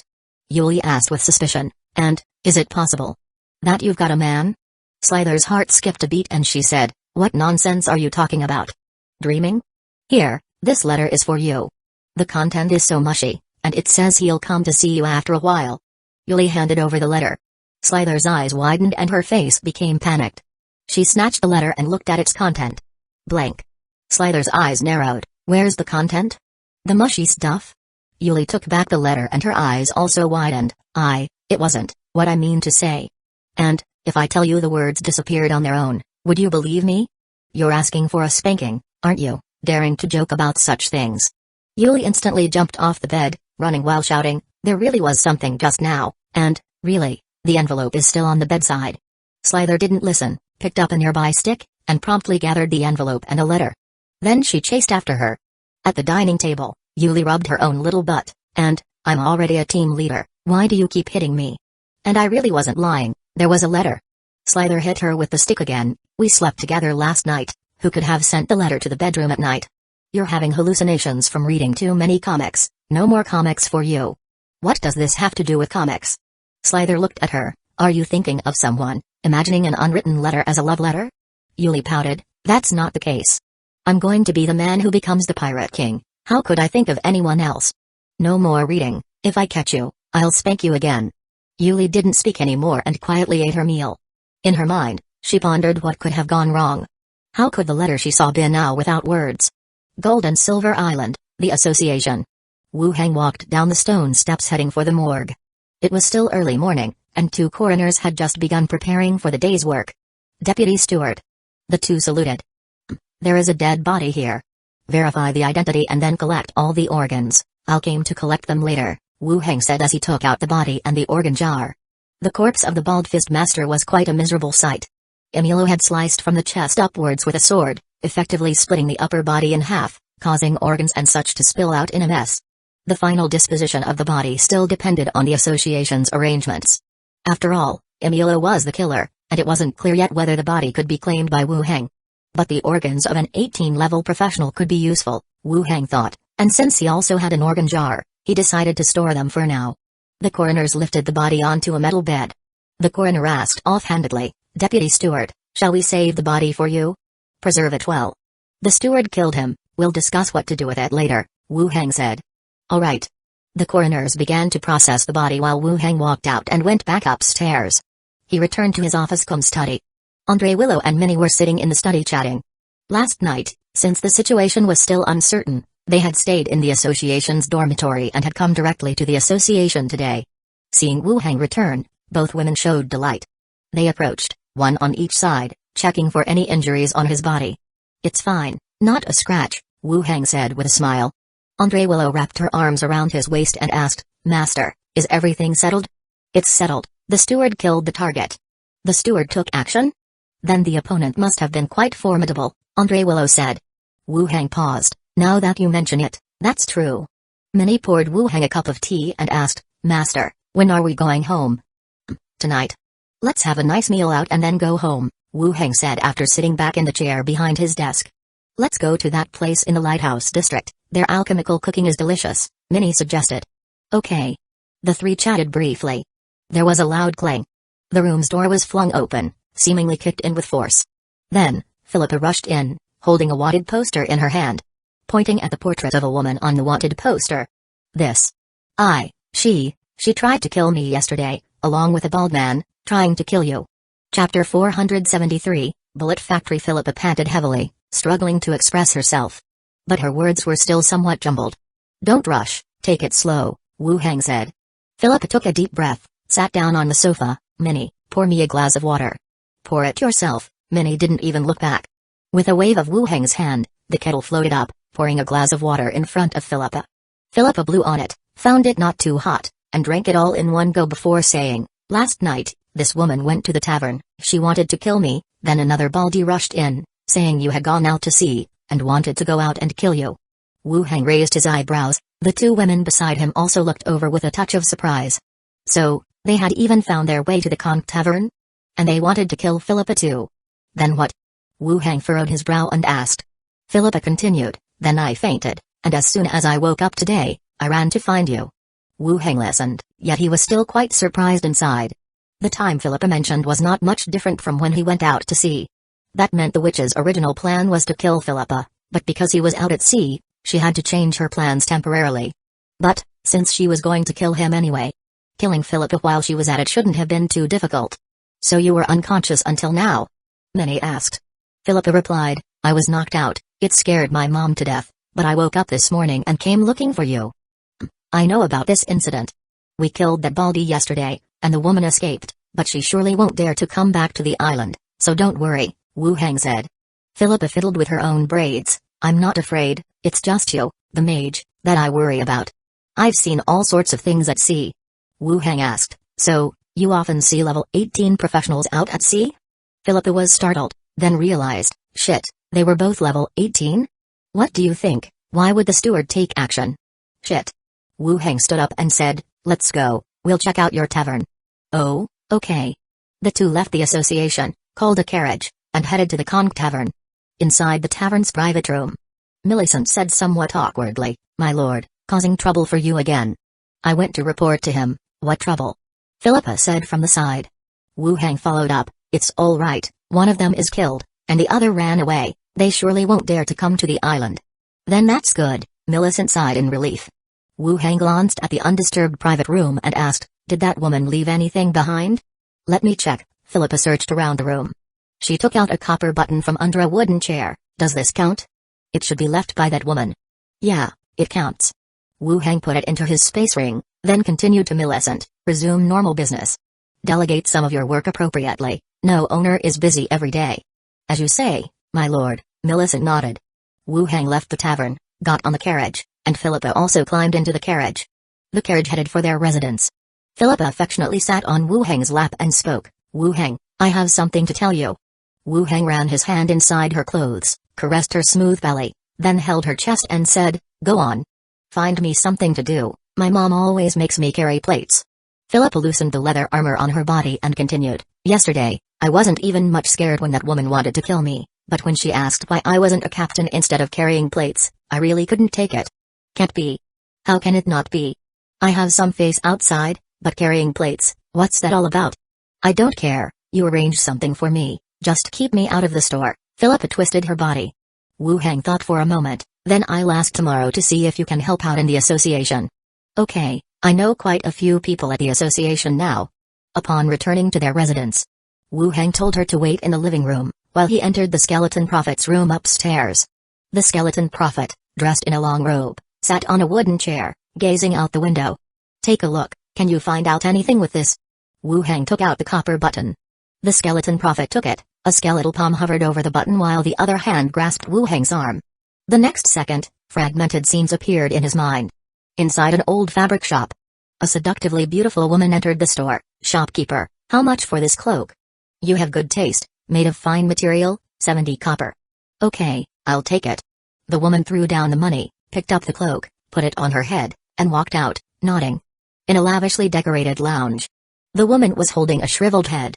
The head stared fiercely, wait until another sect guardian arrives nearby, then kill that boy before the association assigns a new one. A vice executive? Isn't that unnecessary? Do as I say.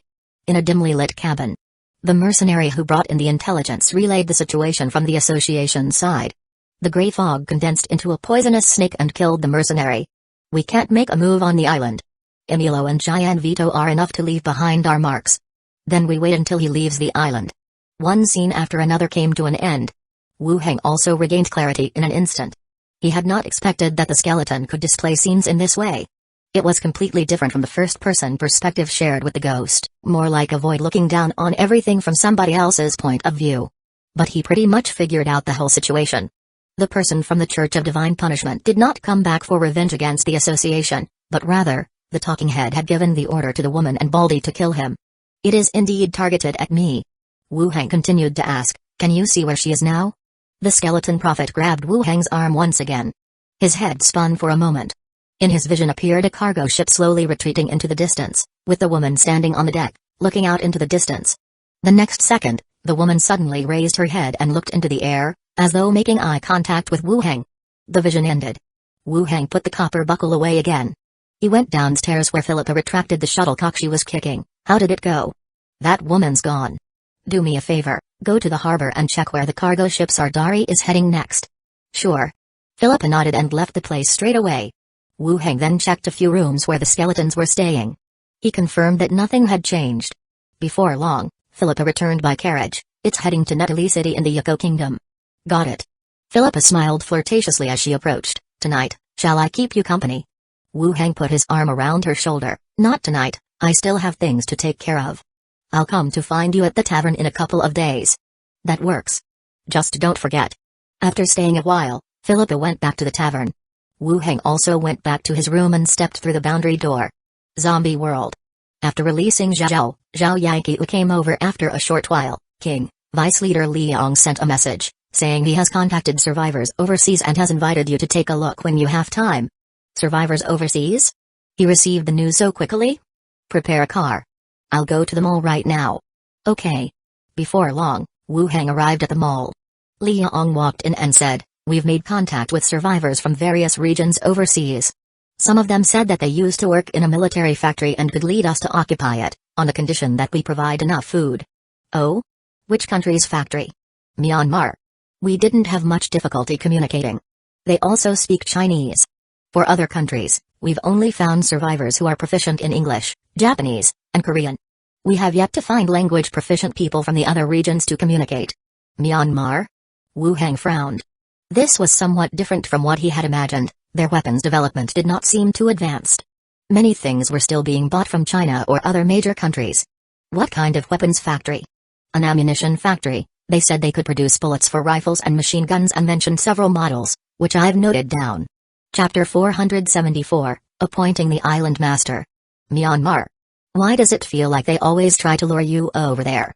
I arranged for someone to contact the outside, and they were the first to respond. Before the virus outbreak, you could always catch updates from over there. Seems like there were the government military, independent military, and the alliance military. Each controlled a region, and it was rather chaotic. How about the scale of the factory? Wu Hang continued. Li Yong thought for a moment. They didn't go into details, but from what they implied, it probably isn't too formal, something like a small factory. Producing bullets is indeed a direction for future development. But given their stage of development, the so-called factory scale might just be a small local military factory, or even more likely a workshop. When the time comes, we'll travel there on the Flying Dragon.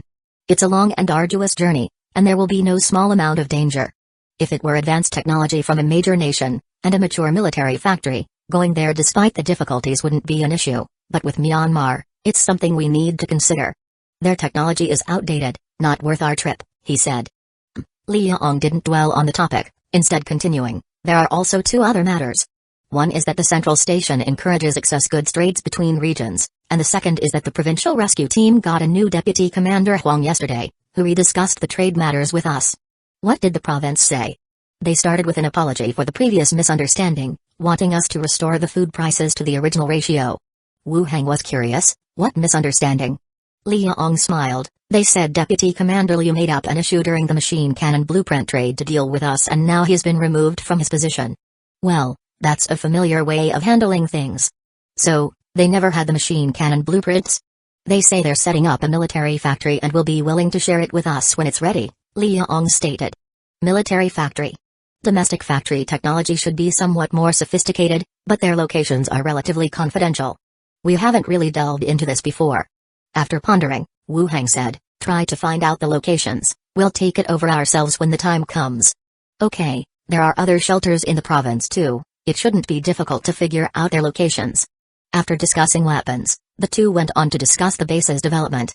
The pace of the base's development was a bit slow for Wu Hang's liking. And these days, it has been further delayed by heavy snowfall. More manpower and resources will be allocated to building new exchange points in cities beyond our territory, to exchange for more gold and supplies. After talking for a while, Wu Hang chose not to stay overnight. He returned to his dormitory, opened the boundary door, and stepped through. Gold and Silver Island. At dinner time, Shainila, dressed in a long dress, was also seated at the table. Eating in small bites, she glanced at the side. Why was no one at home yesterday? Wu Hang explained, an enemy came to the island yesterday, so during the daytime, I took Minnie with me to the association. Hearing about the enemy, Shainila's expression became instantly serious. After all, the pirate issue hadn't completely passed, and now an enemy had appeared. Did you catch the person? It's okay, he's been killed, there's no more danger now, Wu Hang said with a smile. Shainila gave him a reproachful look, you didn't even tell me. Wu Hang took her hand from under the table, I didn't want to worry you, and since the enemy was of a high level and mainly targeting me, I was concerned that if I arranged for someone to find you, it might drag you into the fray as well. As if I'd believe that. The steward had to take action, it was quite dangerous at the time, I really feared for your safety, Wu Hang explained. Hearing that Emilio had to take action, Shainila realized the gravity of the matter. This meant the enemy was above level 15, at least near or above level 18. It's this serious, remember to tell me next time there's danger, maybe I can help, she said. Okay. They continued to hold hands under the table while only one hand was free to eat. Has the association's appointment come through yet? Not yet, it should in the next day or two. Then I might not be able to wait, Shainila said, sipping her fruit wine. Tomorrow the Starflower fleet will reach the port, your last order is on it, I'll be leaving with the fleet.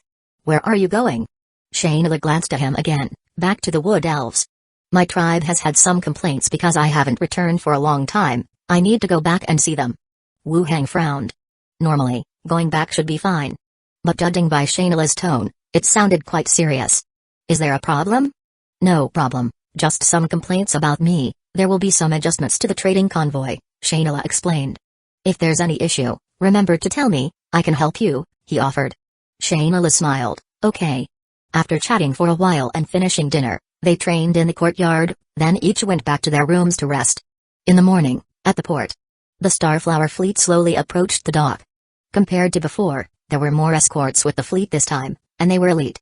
Inside the ship's hold, Wu Heng did a quick check of the goods. Then he stored them directly in his space ring. As he killed more pirates, he acquired more large-capacity space rings. Using several, he managed to pack up all the ordered goods. In a private cabin, Shayna sighed softly, I'll be leaving with the ship today. Please look after my residence while I'm gone. Wu Heng nodded and took out a fixed-frequency radio and a portable solar-powered charger from his space ring. Take these two, charge in the sunlight, then connect to this frequency, and you can contact me. If there's any danger, remember to notify me. Chapter 474, Appointing the Island Master Solar Panels. Shayna had seen them before. After all, for a while, the two of them walked on rooftops every day and had to be careful to avoid them. Wu Heng had even taken the time to explain what they were for, so she had some understanding.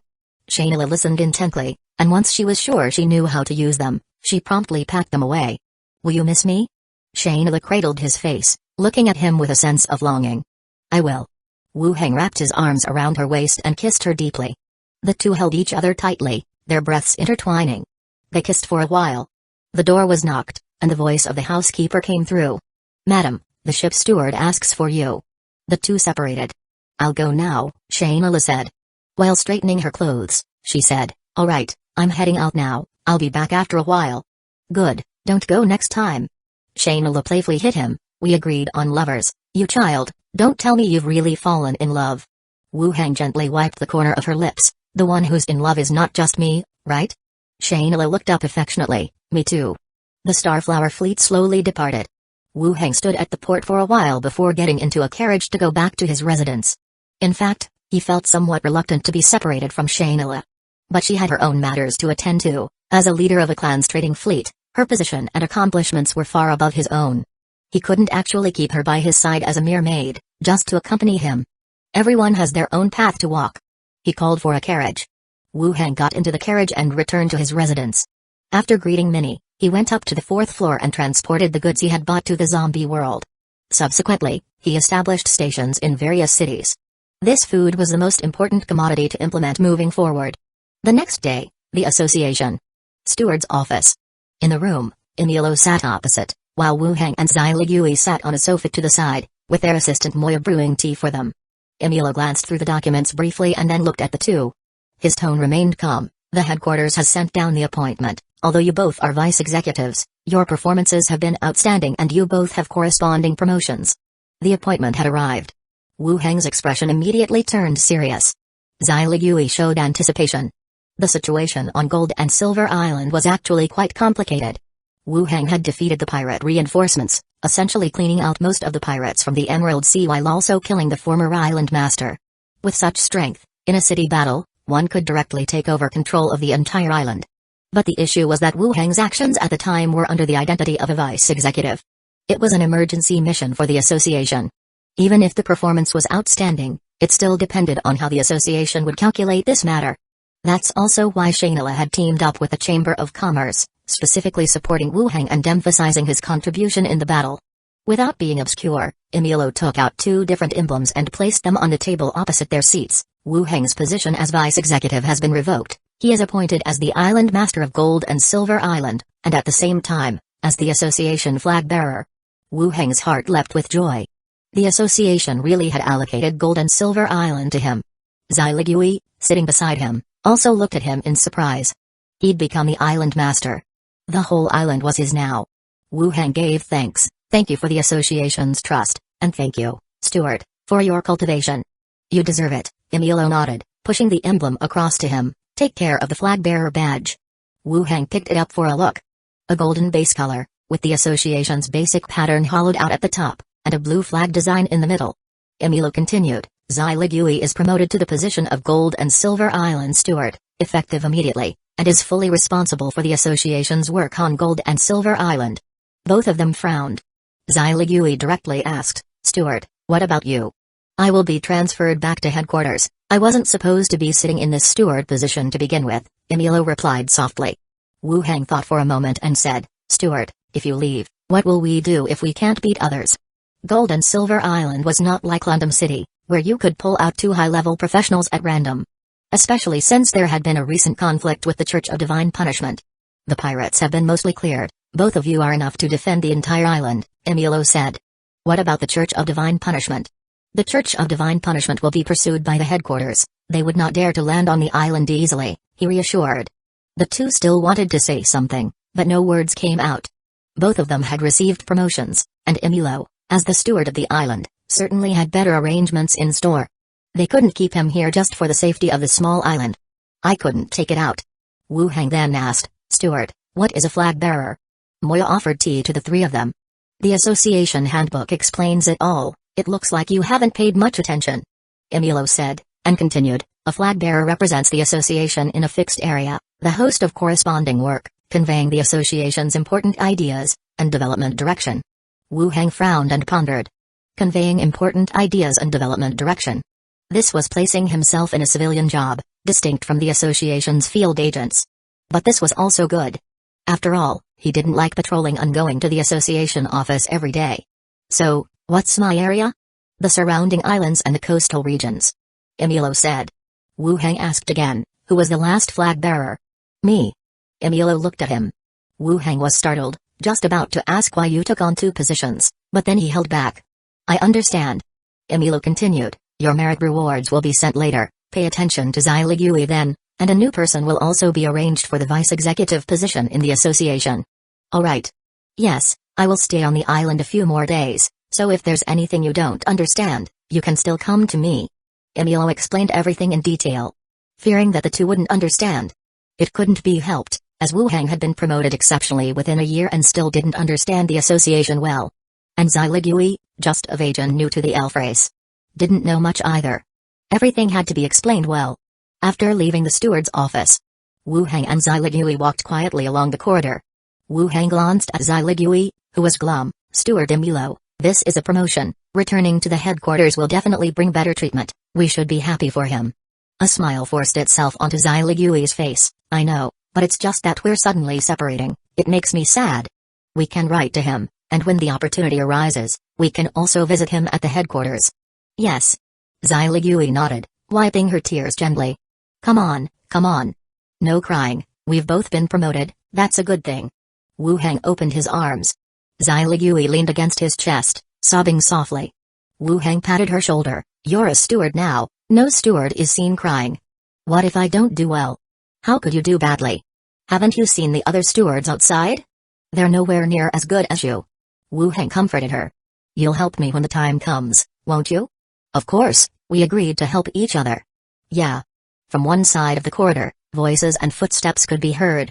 Xyligui dried her tears and slipped into her own office. Wu Hang also walked to his office. Back in the office, Andre Willow was organizing the files. Seeing Wu Hang come in, she smiled and said, "Master. Wire, pack up, we're going home." "Pack up? Going home?" "The association's appointment has come down. I'm now the island master, so I don't need to come to the association for work anymore," Wu Hang said. Andre Willow was stunned, then joy appeared on her face. "You really became the island master?" Sister Shayla's plan was still useful. Wu Hang continued, "Pack up, we're heading back today." "All right." Andre Willow packed up all their belongings. Then they both exited the association. They picked up many. The 3 of them went to the island master's manor together. The place couldn't be called deserted, but it was guarded by the guard team with no residents. Around the manor was a circle of tall, thick stone walls with a black iron gate in the middle, carved with exquisite patterns and ornamentation, making it look like a miniature city wall. After a word with the guard, he brought the maid into the manor, where a spacious courtyard lay ahead, a huge, elongated fountain stretching out in front of the stone castle. "Wow, the island master sure knows how to live it up. This place is nicer than our clan leader's abode," Minnie exclaimed loudly as she looked around. Andre Willow added, "How many levels does your clan leader have again?" Comparing him with an 18th level professional, of course they can't compare. Minnie's expression stiffened and she retaliated, "You were still a junior clan leader yourself. Now that the master is living here, you are moving in too." "It's also because I'm following the master that I move in." Wu Hang put his arms around the two quarreling people. Let's go, let's have a look inside, we might need to redecorate. The group headed toward the interior of the old castle. Chapter 475, Development Direction. Entering the stone castle. Firstly, the spacious and towering hall is revealed, with its exquisite carpets, ornately carved wall reliefs, and the massive chandelier dripping from the ceiling, adorned with plenty of illuminating stones. Valuable paintings and gold and silver utensils are placed around the area. The impression it gives is one of magnificence and solemnity. Wow! This must be a palace. Minnie couldn't help but exclaim. At that moment, Andre Willow didn't argue with her, echoing the sentiment. How much money did this cost? Wu Hang was also surprised. This pirate leader really saw himself as a king. He had adorned his residence in such a way. Thinking about it differently, on Gold and Silver Island he really was like an emperor of the land. Let's go upstairs and have a look. Remember which room you like, this place is quite big, Wu Hang whispered. Yay! Minnie cheered, grabbing Andre Willow and running towards the upper floors. There are many rooms here, counting from the outside. There are 6 windows, which should correspond to 6 floors. With a few people they had now, it felt rather empty. Wu Hang took a look on the first floor. On one side of the hall was a separate dining room, connected to the kitchen. The other side was a massive training room. Inside, a lot of training weapons and equipment were placed. It seemed quite complete. Ta. Minnie ran down from the rooms again. Master, there are so many floors. Which one will you choose? Should we take the one beneath yours? Wu Hang thought for a moment. The 4th floor, too high is not convenient for going up and down. Okay, then we'll take the 3rd floor, Minnie said excitedly, hanging onto his arm. The bedrooms inside are so big, and there's a study and bathroom. No need to go outside for a bath and then go back to the room. Anyway, it's just the 3 of us, you can take turns if you like. Sure. Minnie nodded. Andre Willow also came down from upstairs. Master, are we moving in today? Wu Hang thought for a moment and said, let's do it tomorrow. We'll have the skeletons move some equipment over early and set up the solar panels and devices ahead of time. Makes sense. The trio took a quick look around and walked outside together. Willow, had the renovation team come tomorrow to do some repairs? Right, is the last team we used okay? Asked Andre Willow. Yes, for some repair work. The array pattern on the fountain probably needs to be redrawn, we can have them find someone to do it at that time. Understood. The inside of the building was well preserved, and items had not been much disturbed. But in the courtyard, many traces of the fight could still be seen, especially the sword marks tearing through the stone tiles of the central fountain. That must have been caused by Emilo's sword chi. There were also broken stone sculptures, and trees uprooted and fallen to the ground. It was evident that the battle had been fierce. After walking out of the mansion, Wu Hang glanced at the time. It was still early to return, so he casually said, Minnie, you go back first. I'll take Willow to the city hall. Okay. The trio separated at the entrance. They went their different ways. City Hall. Built in the 2nd row of buildings in the central district.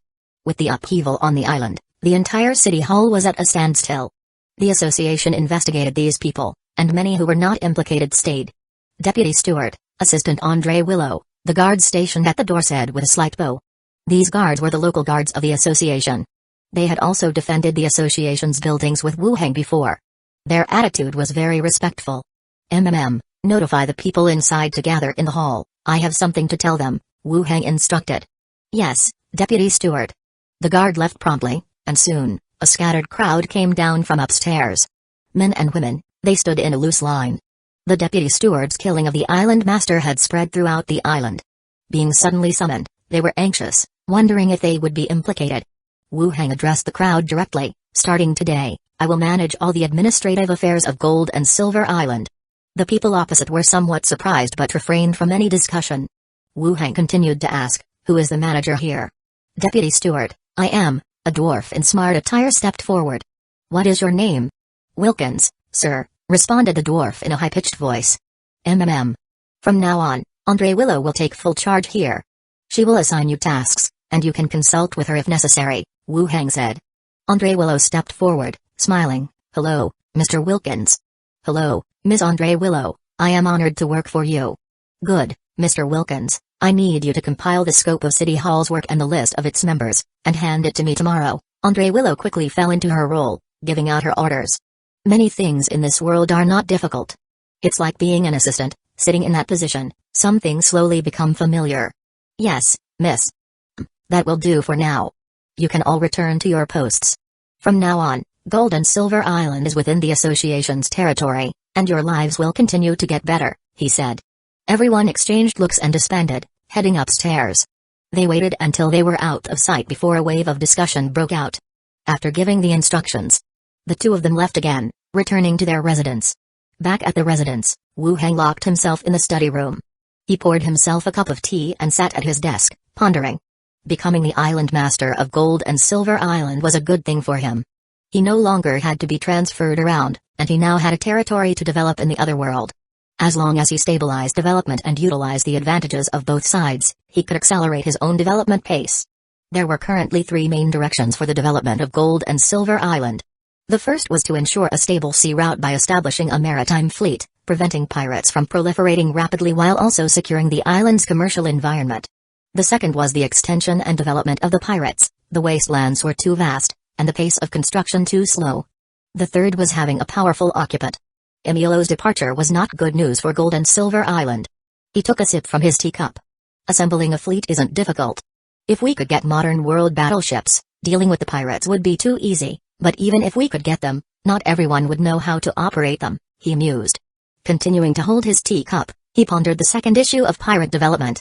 We could bring over excavators and bulldozers, and with the skeletons working day and night, the construction speed should greatly increase. That shouldn't be a problem. As for a powerful figure to preside over the island, getting the 18th level Fist Master's corpse from the Church of Divine Punishment is a must. He fell into thought again. I can also open another money cat branch. I've promised to exempt my own trade group from taxation for 3 years, which definitely can't be retracted. I'll need to find ways to recoup the costs through some avenues. While thinking about this, the concepts of farming and building a military factory also came to mind. Now that he had his own territory, he could consider allocating space for some facilities that previously lacked placement. Knock, knock, knock. At that moment, there was a knock on the door. Minnie's voice came through. Master, your bath is ready. Wu Heng finished his tea in one gulp, opened the door, and walked out. Let's go.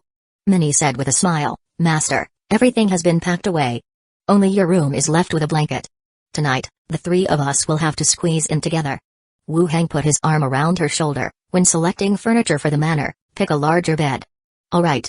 The 2 of them entered the bathroom where the white-haired, fox-eared Zhao was already waiting eagerly.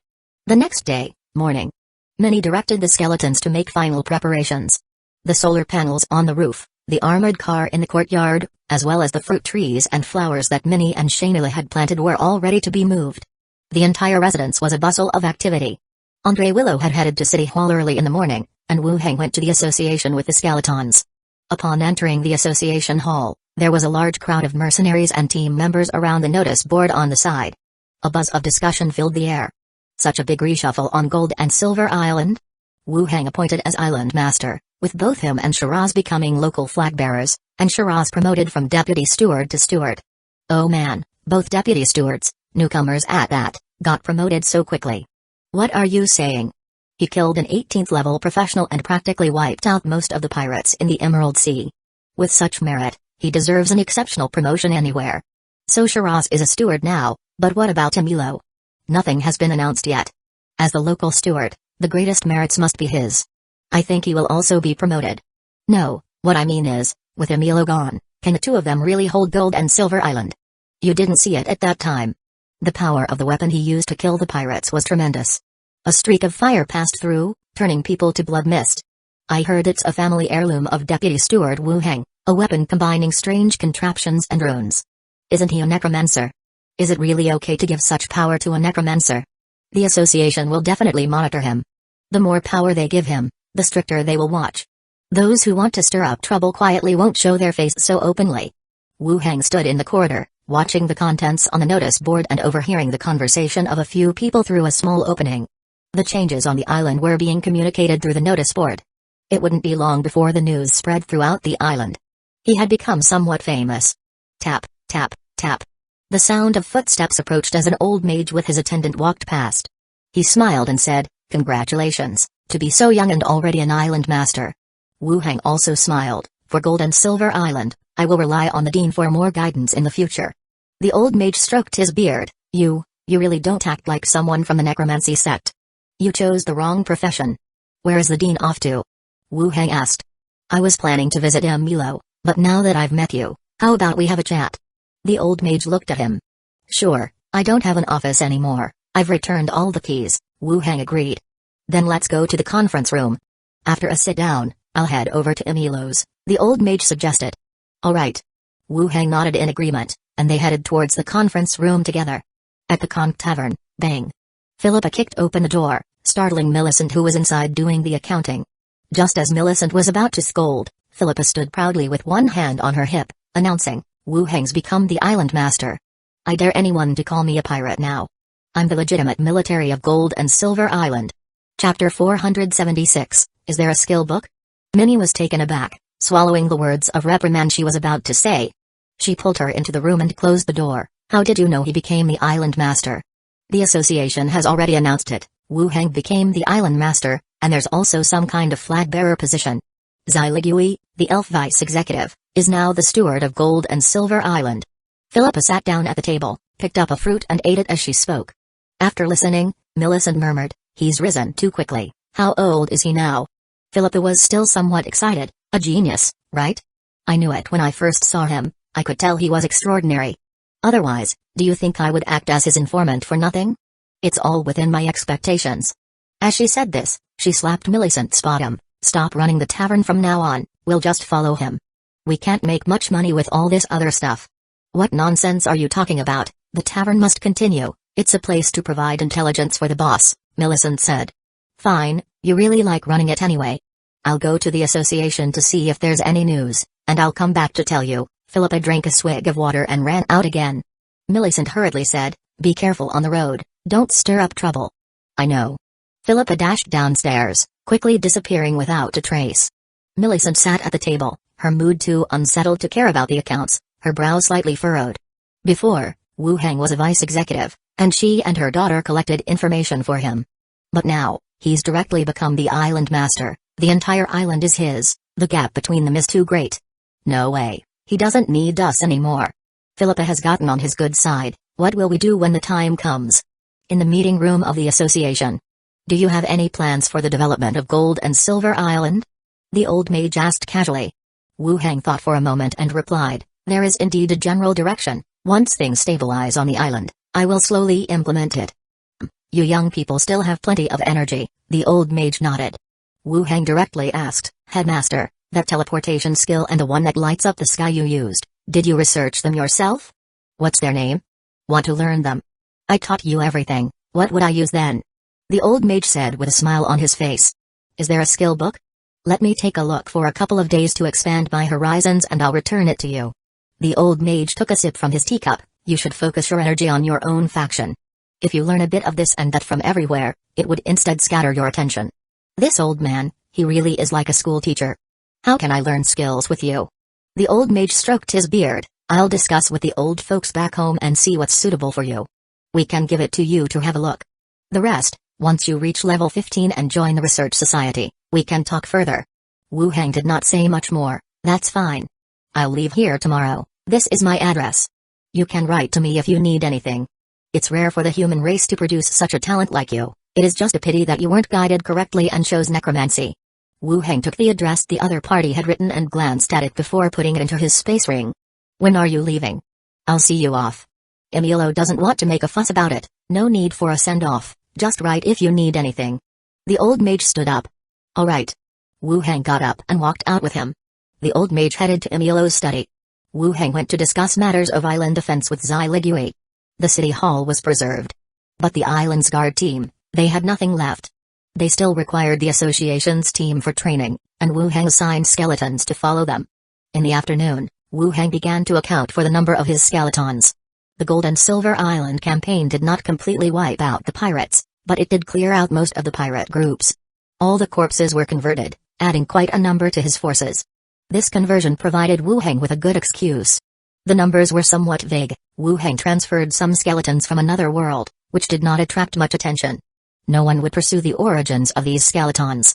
The skeletons were allocated to different positions by Wu Hang. It could be said that most of the island's defense tasks were now undertaken by these skeletons.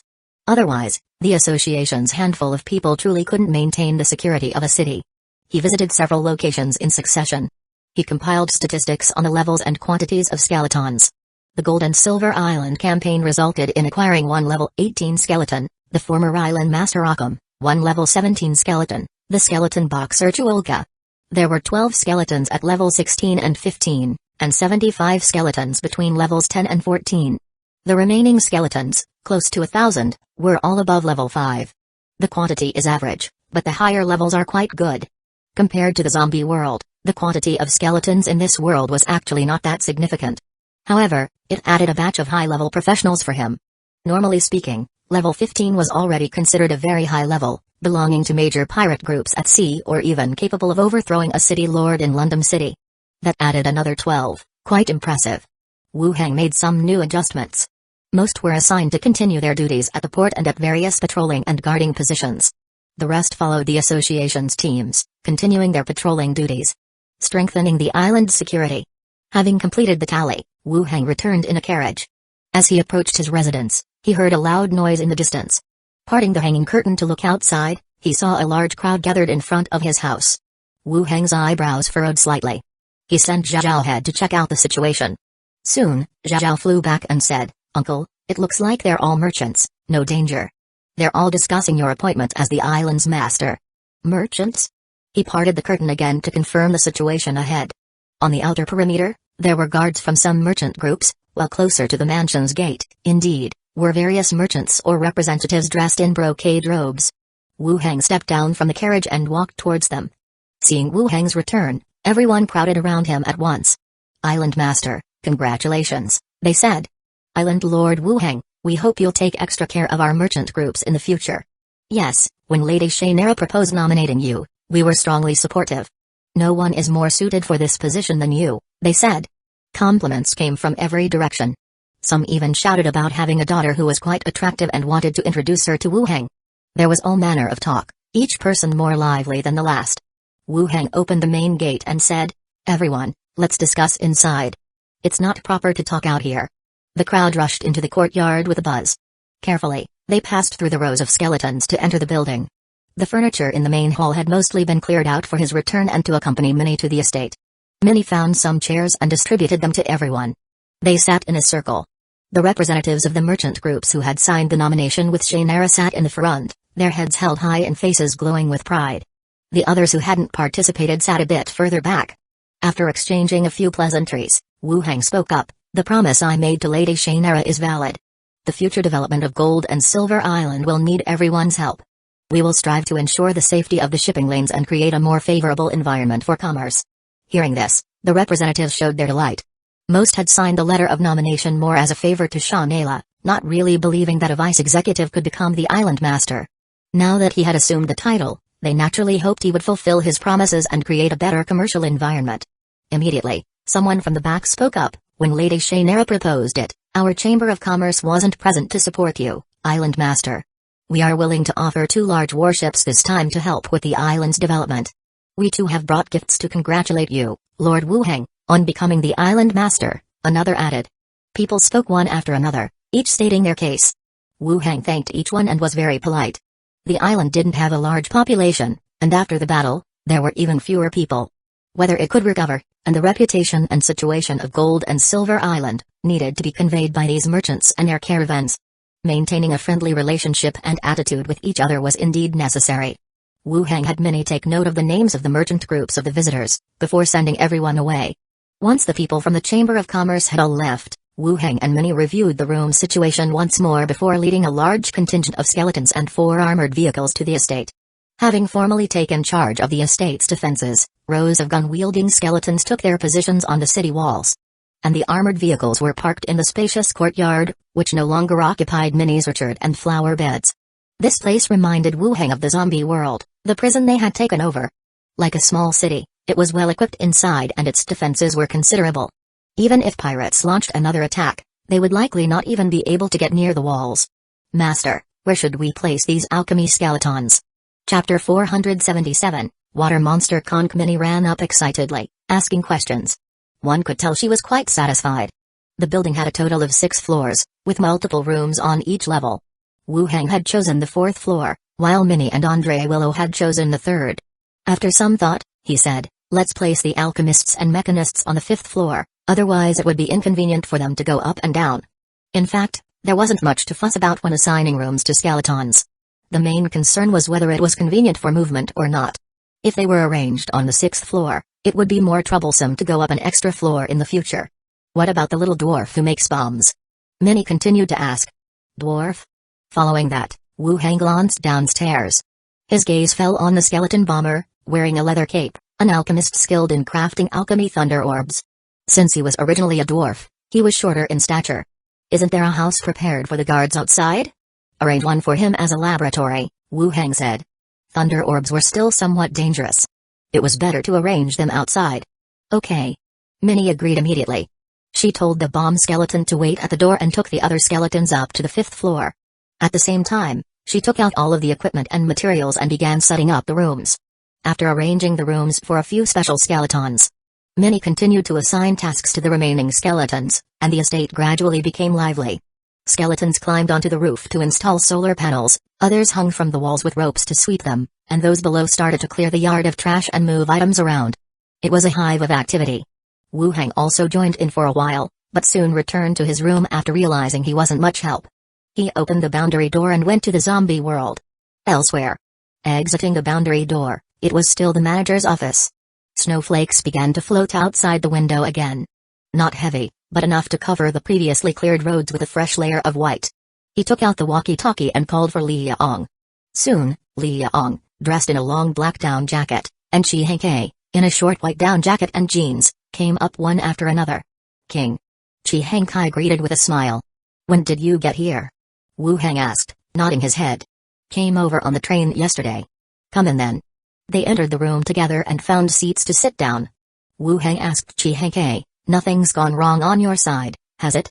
Now, the two ladies managed different areas. Li Yaong was in charge of Xinfu City, which was their own city. Considered the foundation. Chi Heng-kai managed Anhui City, the first adjacent city they had taken over. No problem. I arranged all tasks before I left, Chi Heng-kai said, adding, we were supposed to head to the next city to establish a trading post, but then it started snowing again. The establishment of the next trading post had been decided for some time. But in the north, the frequent snowfall had delayed the plan until now. And Wu Hang, due to the affairs of Gold and Silver Island, hadn't had time to move to the next site. No rush, Wu Hang said. Chi Heng-kai nodded. Wu Hang then looked at Li Yaong, any issues on this side? Li Yaong replied, no issues. I've checked within the base, and the remaining foreign languages are quite niche, not many people know them. We'll see if we can recruit from outside. Some small or obscure languages weren't that important. After all, if you wanted some advanced technology or equipment, it was the big powerful countries that had them. If even the language of a small place is obscure, then it's even less likely to have anything advanced. At most, it could be for trading gold. Of course, gold was also important. Having heard them out, seeing that neither had any issues, he continued, I need you to collect some things, arrange it as soon as possible. The two women looked serious, paying close attention. Wu Hang went on, first are construction vehicles like loaders, excavators and the like. A variety of types would be good to collect, and afterwards, we can arrange for some skeletons to learn how to use them.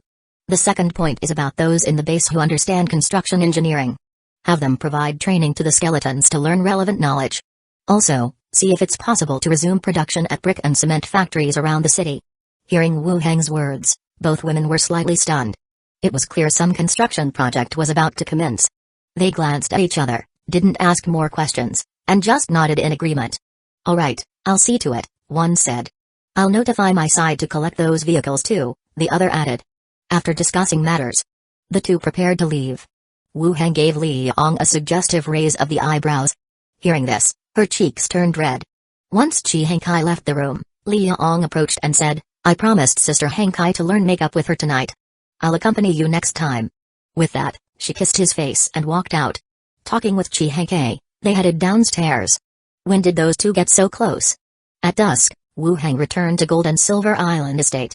Coming down from upstairs, Minnie was explaining the room assignments to Andre Willow. Seeing Wu Hang come down, she immediately smiled. Master, dinner is ready. You don't have to wait for me, especially if I haven't come down, Wu Hang said, putting his arm around Minnie's shoulder as they walked towards the dining room. Today is our first meal in our new home, of course you'll eat with us, Minnie said with a smile. Right. They reached the dining room together. The long dining table was set with 12 chairs. The three of them sat on one side. Despite there being more food than usual, it still seemed a bit sparse on the large table. After eating for a bit, Wu Heng looked up at Andre Willow. Any issues at the city hall? Not really, everyone's quite cooperative. Andre Willow looked up and replied. If anyone bothers you, remember to tell me. Andre Willow showed a smile. With Master around, who dares to bully us? Sitting down at the dining table, Wu Heng looked towards Andre Willow. Why, everything okay at the city hall? Nothing much, everyone was quite cooperative, no issues. Andre Willow looked up and over. Good, that's good. If anyone gives you trouble, let me know. Wu Heng said. Alright, Master. Andre Willow smiled. Minnie also spoke up. Master, just now your sister said your bedroom bed is so big, she wants to try if it's comfortable. Wu Heng looked at Andre Willow, who pinched the blabbering Minnie. But she didn't deny it, bowing her head to drink her soup, she softly whined, Can I? Master. Then let's do it together tonight, to celebrate our move to the new home. Yay! Minnie shouted joyfully. After dinner, the three went to the training room for practice. After finishing, they bathed and went to the bedroom to rest together. The next day, early morning, Wu Heng woke up from his dreams. Opening his eyes, he saw Andre Willow sitting on the edge of the bed, getting dressed. The smooth, white back and the fluffy fox tail. He reached out to touch the soft tail, and Andre Willow also turned her head to look over. Master, did I wake you? No, it's just about time to get up anyway. Andre Willow glanced at the soundly sleeping Minnie, bent down again, and extended her tender red tongue to him. Wu Heng embraced her, gently stroking her smooth hips. After a short moment of intimacy, Minnie yawned and opened her eyes. Andre Willow sat back up, urging Minnie to get up and prepare breakfast. After they ate breakfast, Minnie, looking at Wu Heng who was dressed in armor, asked, Master, are you going out today too? Yes, I'll be returning the old house, we won't be going back there anymore. The original mansion was rented from the Snake Badge Consortium. Now, it was no longer needed and had to be returned. He also planned to settle the commission he had booked previously with the Snake Badge Consortium. Oh, okay then. Minnie said. After packing up, Wu Heng and Andre Willow left the house together. Upon reaching the central district, Andre Willow entered the city hall, while Wu Heng went to the Snake Badge Consortium. Inside the VIP room, the door opened, and a man dressed in a purple suit came in with a smile. He saw Wu Heng in the room and bowed. Rostand, the person in charge of the Snake Badge Consortium on Gold and Silver Island, greets the Island Master. The local person in charge of Gold and Silver Island. Wu Heng also took a look at him, tall and thin with upturned eyebrows and slender eyes. He looked to be a rather shrewd person. Wu Heng had seen him before but not in a meeting for himself, he was meeting with some of the island's merchants. After a quick scan, he took out the emblem and handed it to the man. I've come to settle the previous house rental and the commission I posted. Are they ready? Yes. The man took the emblem, opened the door, and directly handed it to the staff outside. He himself then sat back down. He began to speak. These past few days, I plan to bring a gift to visit you, but I've been too busy with work to find the time. After the new year, the consortium also plans to expand business and increase trading volume around the neighboring seas. For that, we will have to trouble the island master for land matters. Wu Heng listened for a while and then said indifferently, when the time comes, the city hall will have a unified plan, as long as it complies with the process, there will be no problem. The man paused briefly before continuing. The development of the consortium involves cooperation in many aspects. We plan to offer 5% of the local revenue to the island lord's mansion as funds for construction on the island. Now they've started offering money directly. Wu Heng understood the implication very well. It was to establish a good relationship and tie the local consortium to himself. There's no need, normal cooperation when necessary is fine, Wu Heng said. The man's eyebrows twitched slightly, seemingly not expecting his offer of money to be rejected. He looked at Wu Heng, wondering if the latter had learned through some channels that the consortium had restricted the level of corpses it collected. That shouldn't be possible. It couldn't have leaked out. Musing over it, he heard a knock on the door. 3 coffins were brought in and placed on the ground. Open them up, the man said. The coffins were opened one by one, revealing the corpses inside. Looking at the records, the man said, 3 corpses, 2 level 12 blacksmiths, and 1 level 13 mechanist. As for this, Wu Heng didn't harbor any expectations. He had killed so many pirates, yet the bodies offered here were still of such level. Cover them back up and let's settle the final payment, Wu Heng said directly. The coffins were closed again, and Wu Heng stored them all in the space ring. The staff on the side calculated the final payment, while the person in charge continued, Lord Island Master, you can submit a new commission, and we will do our utmost to collect the bodies you desire. No need, I don't require them anymore, Wu Hang said directly. It's not like the cooperation was going particularly smoothly to begin with. Besides, he was now a flag bearer of the association, carrying a certain status. Purchasing corpses from the consortium would not be a rational act. Even if he had done so before, it was no longer something he could continue. Of course, he would continue to collect corpses, but through Lopez City instead. Hearing Wu Hang's refusal again, the man quickly said, Lord Island Master, previously pirate activities were rampant at sea, making it difficult for many goods to be delivered. Wu Hang glanced at him. It seemed the man was aware of the issue with high-level bodies. We'll continue our cooperation when there's a need, Wu Hang said. The casual expression on the man's face disappeared. He tried to speak several times but couldn't figure out what to say. So, he had no choice but to close his mouth and refrain from speaking any further. The staff member, calculating on the side, had also finalized the price. Wu Hang paid the final payment. Leaving the room, the man followed by his side, Lord Island Master, if you have any needs in the future, you can come directly to us. The consortium is willing to go all out to provide services for you. Wu Hang continued walking out without responding further. However, as he passed by the bulletin board, he saw many people gathered around, apparently looking at something. Following their gaze, he glanced over. Wu Hang's eyes narrowed slightly. Special item Water Monster Conk, effect provided, it can condense into a sea shark made of water elements and charge at the target, causing biting and water toxin damage. Exchange condition, 2 bottles of elixirs that alter constitution. Exchange location, Hueco Kingdom, Netali City, Chapter 478, lost his head such a familiar method of exchange. Wu Hang glanced over and, without stopping, walked straight out. The man stood at the door, his attitude still respectful, welcome to come again next time. Wu Hang nodded. He called for a carriage at the door and went straight back to the manor. On the way, Glenda flew back. She went directly into his body. The shared image appeared, reconfirming the commission he had just seen. The format and the elixirs required for the exchange were the same as the ones he had seen last time, and he could almost confirm it was posted by the same person. Last time, he exchanged an elixir for a wand which, by whipping the body, could remove negative effects such as mental manipulation and hypnosis. It had been effective since the time at Pirate Village, and it had also played a certain role when rescuing Millicent afterward. The effects were still quite satisfactory. This time it was also a special item. It sounded very promising as well. The carriage stopped at the entrance to the manor. The guarding skeleton opened the gate, and Wu Hang walked straight in. He greeted Minnie, who was waiting, and then put on the train captain's hat, in a spacious area. The train whistle sounded, and the phantom train stopped in front of him. Wu Hang boarded the train and filled in Netali City on the itinerary. The whistle sounded again, and the train dived into the void, vanishing from sight. It was getting close to noon. The train appeared in the countryside outside Netali City. Wu Hang got off, donned his cloak, and headed straight into the city. The political state of Hueco Kingdom could be gleaned from here. His first visit, the entire city had been bustling, with the streets full of people and many individuals from other races visible. Now, the streets seemed somewhat deserted. There was an inexplicable sense of solemnity pervading the air. After entering the city, he went straight to the Snake Badge Consortium beneath the tavern. There weren't many people inside. Wu Hang glanced at the bulletin board and found the same commission. He took it down directly. Approaching the counter, he said, I'll take this commission.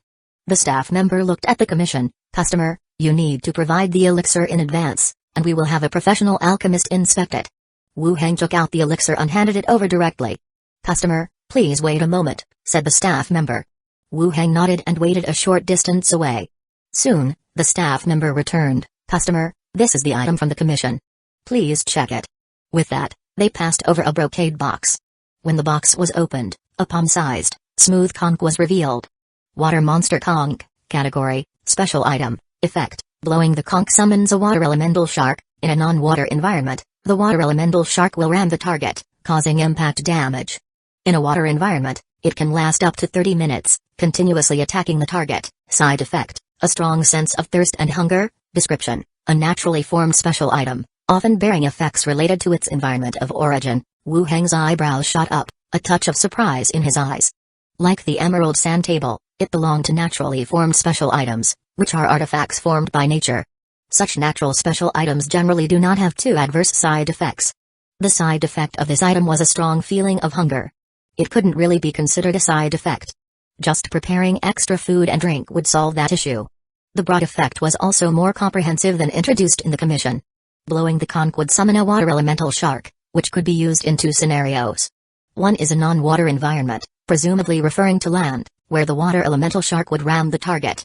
In a water environment, it could last for 30 minutes, continuously attacking the target. And outside Gold and Silver Island lay the vast sea. It could definitely be useful. No problem at all, Wu Hang said. The staff member smiled and bowed, then returned to the front desk. Wu Hang was about to rise and leave when a figure stepped directly in front of him. Also draped in a cloak, one could vaguely see golden strands of hair. Sir, I posted the commission. This time I think we should have a proper chat, a cool female voice emanated from within. It was the same person who had spoken to him after their last transaction. Sure, where shall we talk? Wu Hang said. I've already booked a room. Please come this way, the woman said, leading him into one of the rooms. Inside the room. This was the consortium's VIP room. Since it was a basement, several illuminating stones were set up as the light source. The woman looked at the person across from her. She took off her hood, revealing golden long hair and eyes as blue as sapphires. Wu Hang, somewhat surprised by her actions, still took a careful look at her. Her features were delicate, her skin fair, her blue eyes bright and clear. Even though she was dressed like a mercenary, she was certainly not one. She seemed more like a young lady nurtured in luxury. Not very old, she would be about 18 or 19 in human race years. Won't you take off your hood, sir? I have shown my face, the woman said with a hint of dissatisfaction. Wu Hang spoke indifferently, let's talk business. The woman was taken aback before she directly said, I would like to hire you as my alchemist. The compensation will be equivalent to that of a top alchemist, whether it be treasures or women, I can provide them for you. You want me to help you concoct an elixir to change one's constitution? The woman did not deny it. Yes, name your conditions. Wu Hang glanced at her again, quite the bold statement. It seemed that the young lady came from no humble origins, speaking with enough confidence.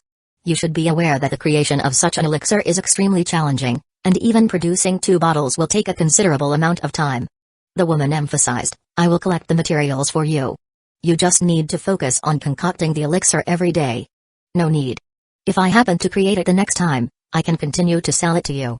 Wu Hang directly stated. The woman looked serious and glanced at him. I can offer you protection, so you won't have to hide under a black cloak. This was treating him like a fugitive. Wu Hang's tone remained calm. Is there anything else? If not, we can meet again next time when there's a chance. The woman's expression changed rapidly, and even reached for the weapon at her waist twice.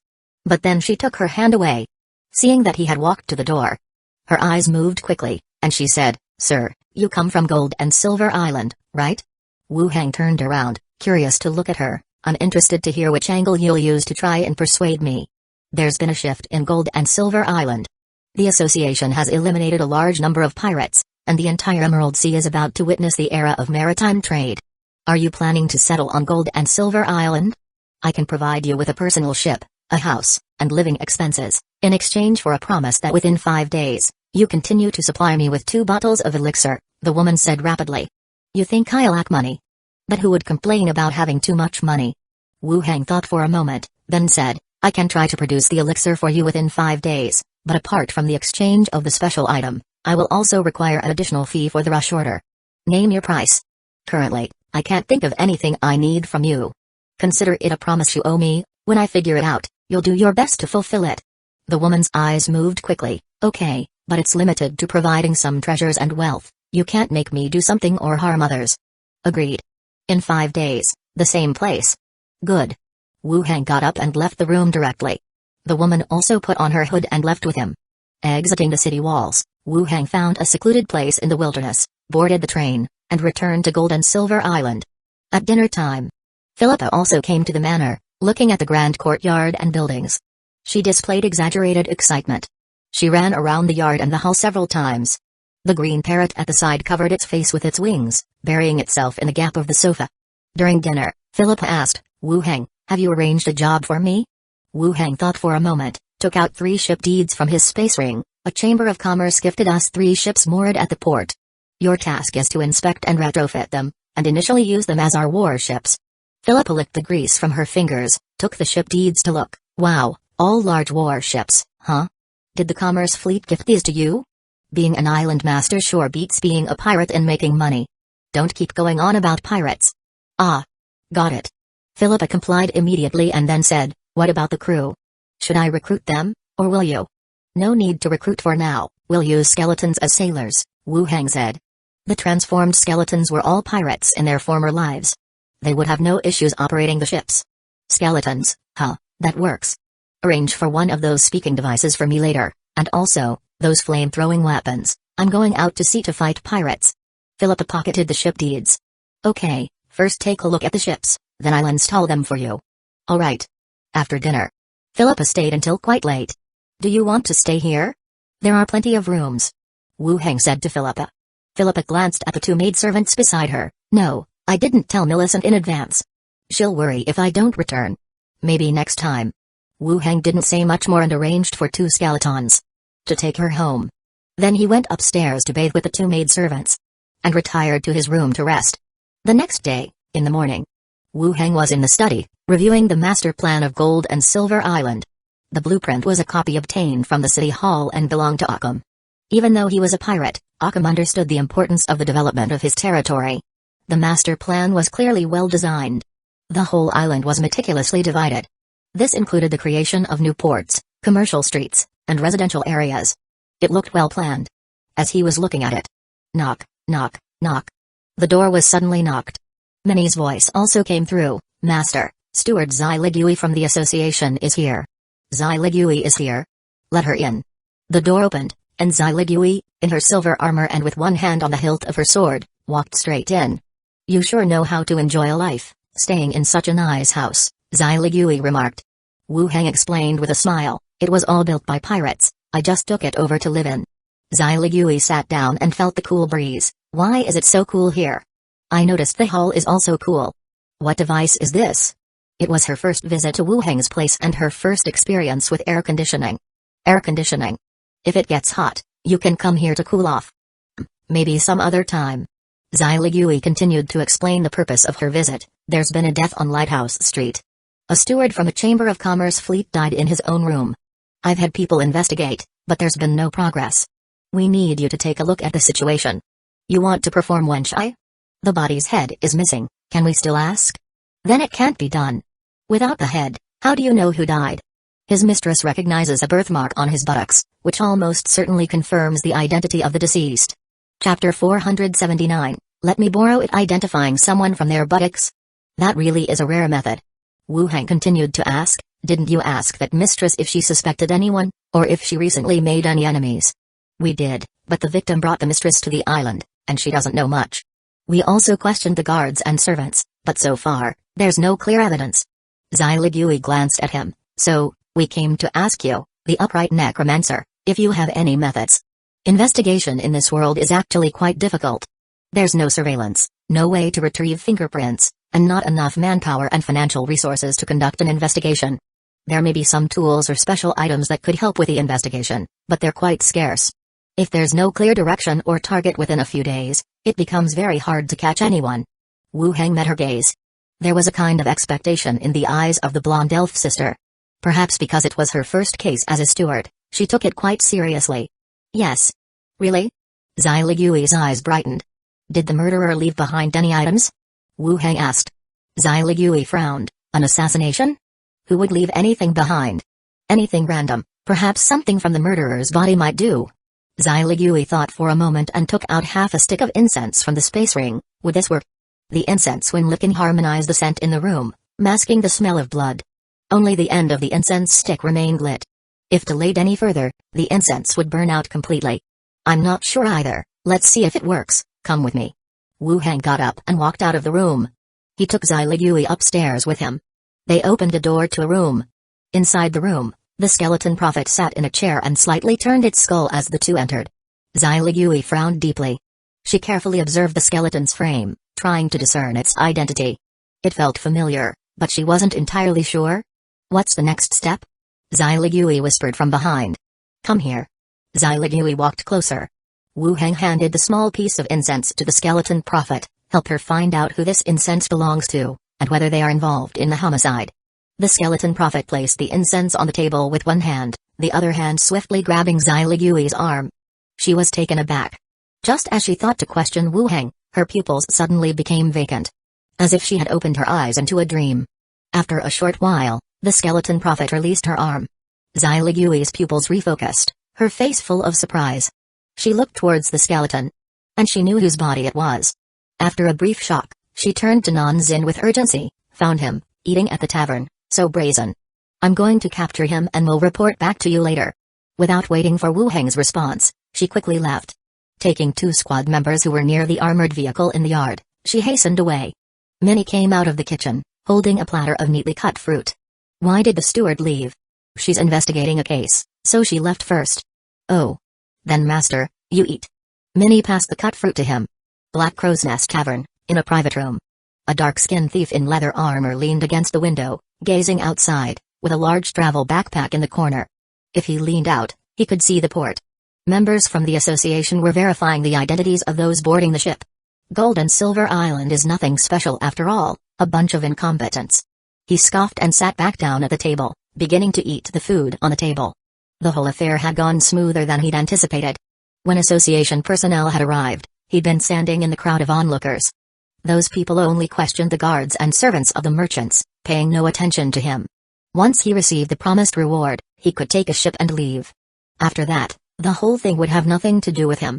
Bloody Emulo, bloody Necromancer. If I'd known it was this easy, I wouldn't have spent so long preparing. He muttered to himself while eating. Outside, the place was built up to be more dangerous than it was, which had made him hesitate to act. Now, thinking about it, he found the whole thing somewhat laughable. Pat pat pat. Suddenly, rapid footsteps could be heard approaching the door. The man immediately became alert and bolted towards the window. Bang. The door to the private room got kicked in. Without a second glance, he grabbed his backpack and leaped out the window. As he landed, several figures pounced on him from all sides. Before he could regain his footing, they tackled him to the ground, removing all his weapons and backpack. Xylegui glanced down from the window. Team members below shouted, "We've got him, there's a head in the backpack. Tie him up, bring him back," she ordered. The team members bound the man. When Xylegui came out of the tavern with others, they all headed in the direction of the association together. "Steward, the head is indeed that of the Chamber of Commerce delegate, I can recognize him. The arrest went down too quickly this time, it hasn't even been half a day." "Yeah." Vice Executive Xylegui's deduction was so accurate, even figuring out from where they would try to escape. Xylegui sat in the carriage, listening to the conversation of several people. In the afternoon, Xylegui once again visited the manor. She said, "The man has been caught." According to his confession, it was the mistress's husband who hired him to commit the murder, and now the husband has been arrested too. Wu Heng was startled. Is it the mistress who provided the information about the birthmark on her buttocks? That's her. Once this merchant representative came to the island, the mistress stopped returning home, and her husband, unable to bear it, hired an assassin, Xylegui explained. After hearing the whole background of the case, Wu Heng didn't know what to say. It was quite dramatic, feeling a bit like a plot from a movie. Xylegui nodded. She also found it quite unexpected when she came up with that answer during the interrogation. After looking into it, the murder turned out to be the result of a complicated love affair. With the case details taken care of, Xylegui's expression turned more serious and said, "Now that you're the island master, you won't usually deal with these kinds of cases. I want to discuss with you about handing over that prophet skeleton to me to help the association handle some cases." Hearing this, Wu Heng slightly raised his eyebrows. Currently, he possessed only that one level 18 skeleton. It was also a treasure. But what Xylegui suggested was also reasonable. In terms of utilization rate, he would have fewer opportunities to deal with such cases in the future, while the association handled a greater variety of issues. However, Wu Heng had his enemies too. The secret cultivation hall, the Church of Divine Punishment. Moreover, the prophet skeleton should not be exposed, and it would be better kept secret. He quickly pondered in his mind and said, "I don't think it's appropriate. The skeleton will still be yours, just lend it to us," Xylegui said, looking at him with wide eyes. Every time she asked for a favor, she wore a hopeful expression. Combined with her youthful appearance, it indeed had some impact. "Don't rush, let me explain." Wu Heng used his magic to refill the cup Xylegui had drunk from with tea and continued, "Did you notice that the cases that have been cropping up recently often involve decapitation, tongue-pulling?" Xylegui's eyebrows twitched, and after recalling for a moment, she nodded her head. Indeed, that had been happening. Wu Heng explained, "This is because necromancers can inquire about matters from corpses, which has become common knowledge across the island. Everyone knows that taking away the head or making the corpse unable to speak will prevent direct questioning about detailed matters. This. Zai Ligui was slightly surprised. Indeed, that was the case. The fact that the island master was a necromancer had spread throughout the entire island.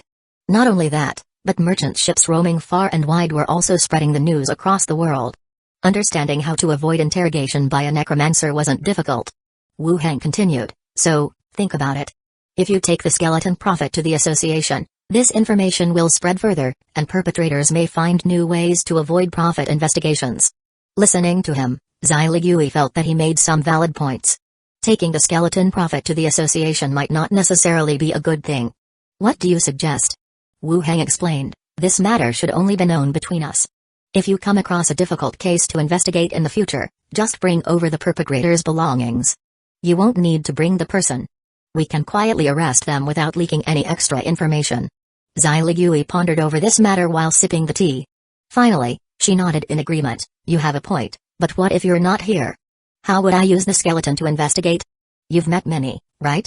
From now on, when you come, I'll have her take you up, Wu Heng said before adding, you're an executive, why are you personally leading the capture teams anyway? The new vice executive hasn't been transferred over yet. I'll no longer be in charge afterwards. Zai Ligui leaned back in her chair. They finished discussing the case and the skeleton prophet. Wu Heng then looked at her and said, I have an idea. Is it possible to have the association and the island's guard team jointly responsible for public security? What do you mean? There's no patrolling guard team on the island right now, and it's somewhat difficult to recruit people immediately. Could we have the association's guards and squadron members undertake training first? I can provide a certain number of skeletons for coordination. Wu Heng shared his idea. Indeed, recruiting a guard team from the island was not something that could be solved quickly. They would still need to rely on the association to temporarily maintain order on the island. I have no objections. If you need, I can arrange for patrols. As for your skeletons, you can decide whether to deploy them. Zai Ligui thought for a moment before agreeing directly. Okay, let's settle on that then. Let's start patrolling tomorrow. This murder case has also served as a wake-up call for us, Wu Heng concluded. Fine, I'll make arrangements when I get back. Wu Heng smiled, thanks. You're such a goof. Zai Ligui gave him a glance and stretched languidly, her figure amply revealed. Alright, I got up early today, so I'm heading back first. Sure, come over whenever you have time. I know. Zai Ligui smiled, gave him a look, and leisurely descended the stairs. She also greeted Minnie. Then she left the manor. Wu Heng checked the time, it was 1:20 in the afternoon. He had nothing to do that afternoon. He still planned to go check out the zombie world since he hadn't visited in 2 days. From the study, he opened the boundary door and walked straight in. Upon stepping out of the boundary door, Wu Heng called Liang while descending the stairs. Before long, Liang came over and took him to see the collection of engineering vehicles. Rows of engineering vehicles were neatly parked, most of them brand new. And on one side, stood skeleton warriors who had unlocked the knowledge of driving. The mailboxes are all full. Liang commented from the side. Wu Heng praised, you've thought of everything, I'm most at ease when you handle things. Liang blinked, what can I say, I'm also a vice leader now. The two of them were talking. Liang's walkie-talkie crackled with a voice, Sister Hong, the radio room reports that Chi Heng Kai has sent a message. The train responsible for scouting and clearing obstructions has lost contact, they're seeking the king. A train losing contact? The two exchanged puzzled looks. Let's go to the radio room.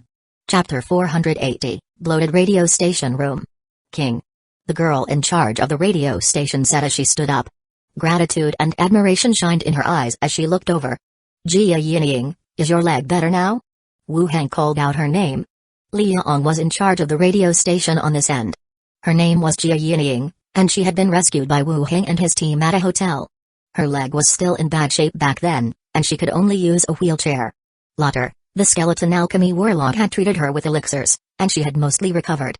Even if she couldn't move as nimbly as a normal person, she could now walk normally. It's good, there's basically no issue now, Jia Yinying said with a beaming smile, even running in place a little.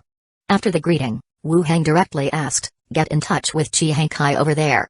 Chi Heng Kai had come over here last time.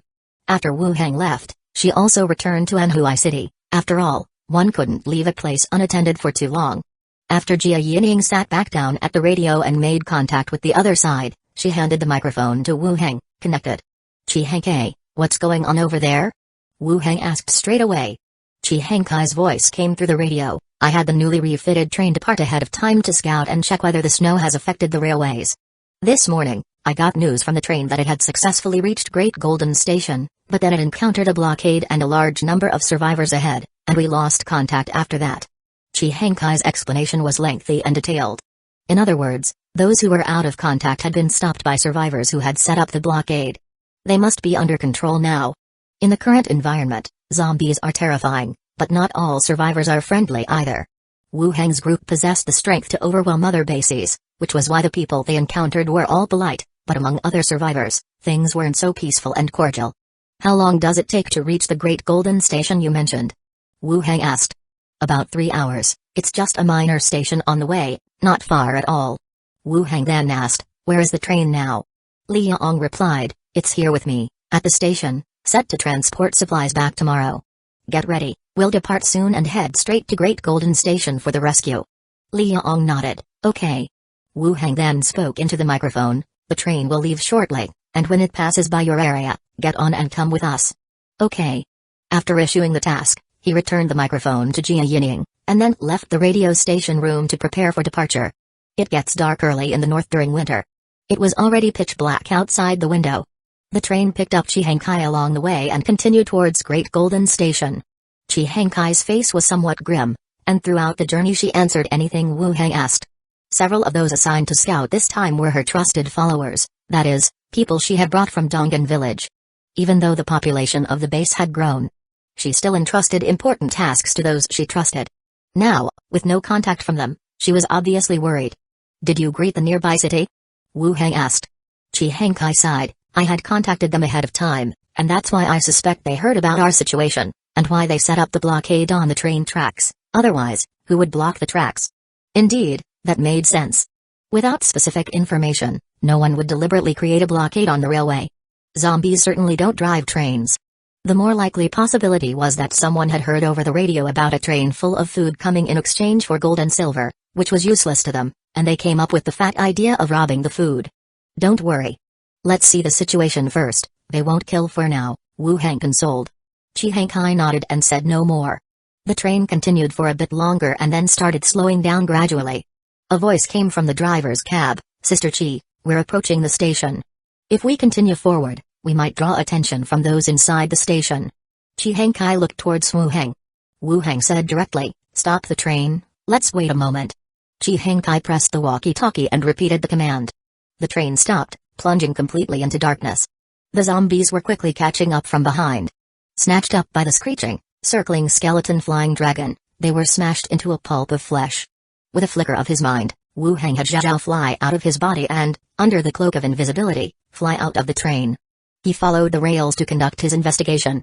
Soon, he found a station and flew straight in. Brother Hu, those two must be the leaders, several people said, dragging two figures and tossing them over. On the other side, a bloated figure sat in a chair, eyes fixed on the pair. Motherfucker, kneel before me, the fat so-called Brother Hu bellowed. A foot kicked their knees, and both figures fell to the ground, kneeling. The bloated Brother Hu stood up, his fat flesh like a small hill, blocking out the light behind it.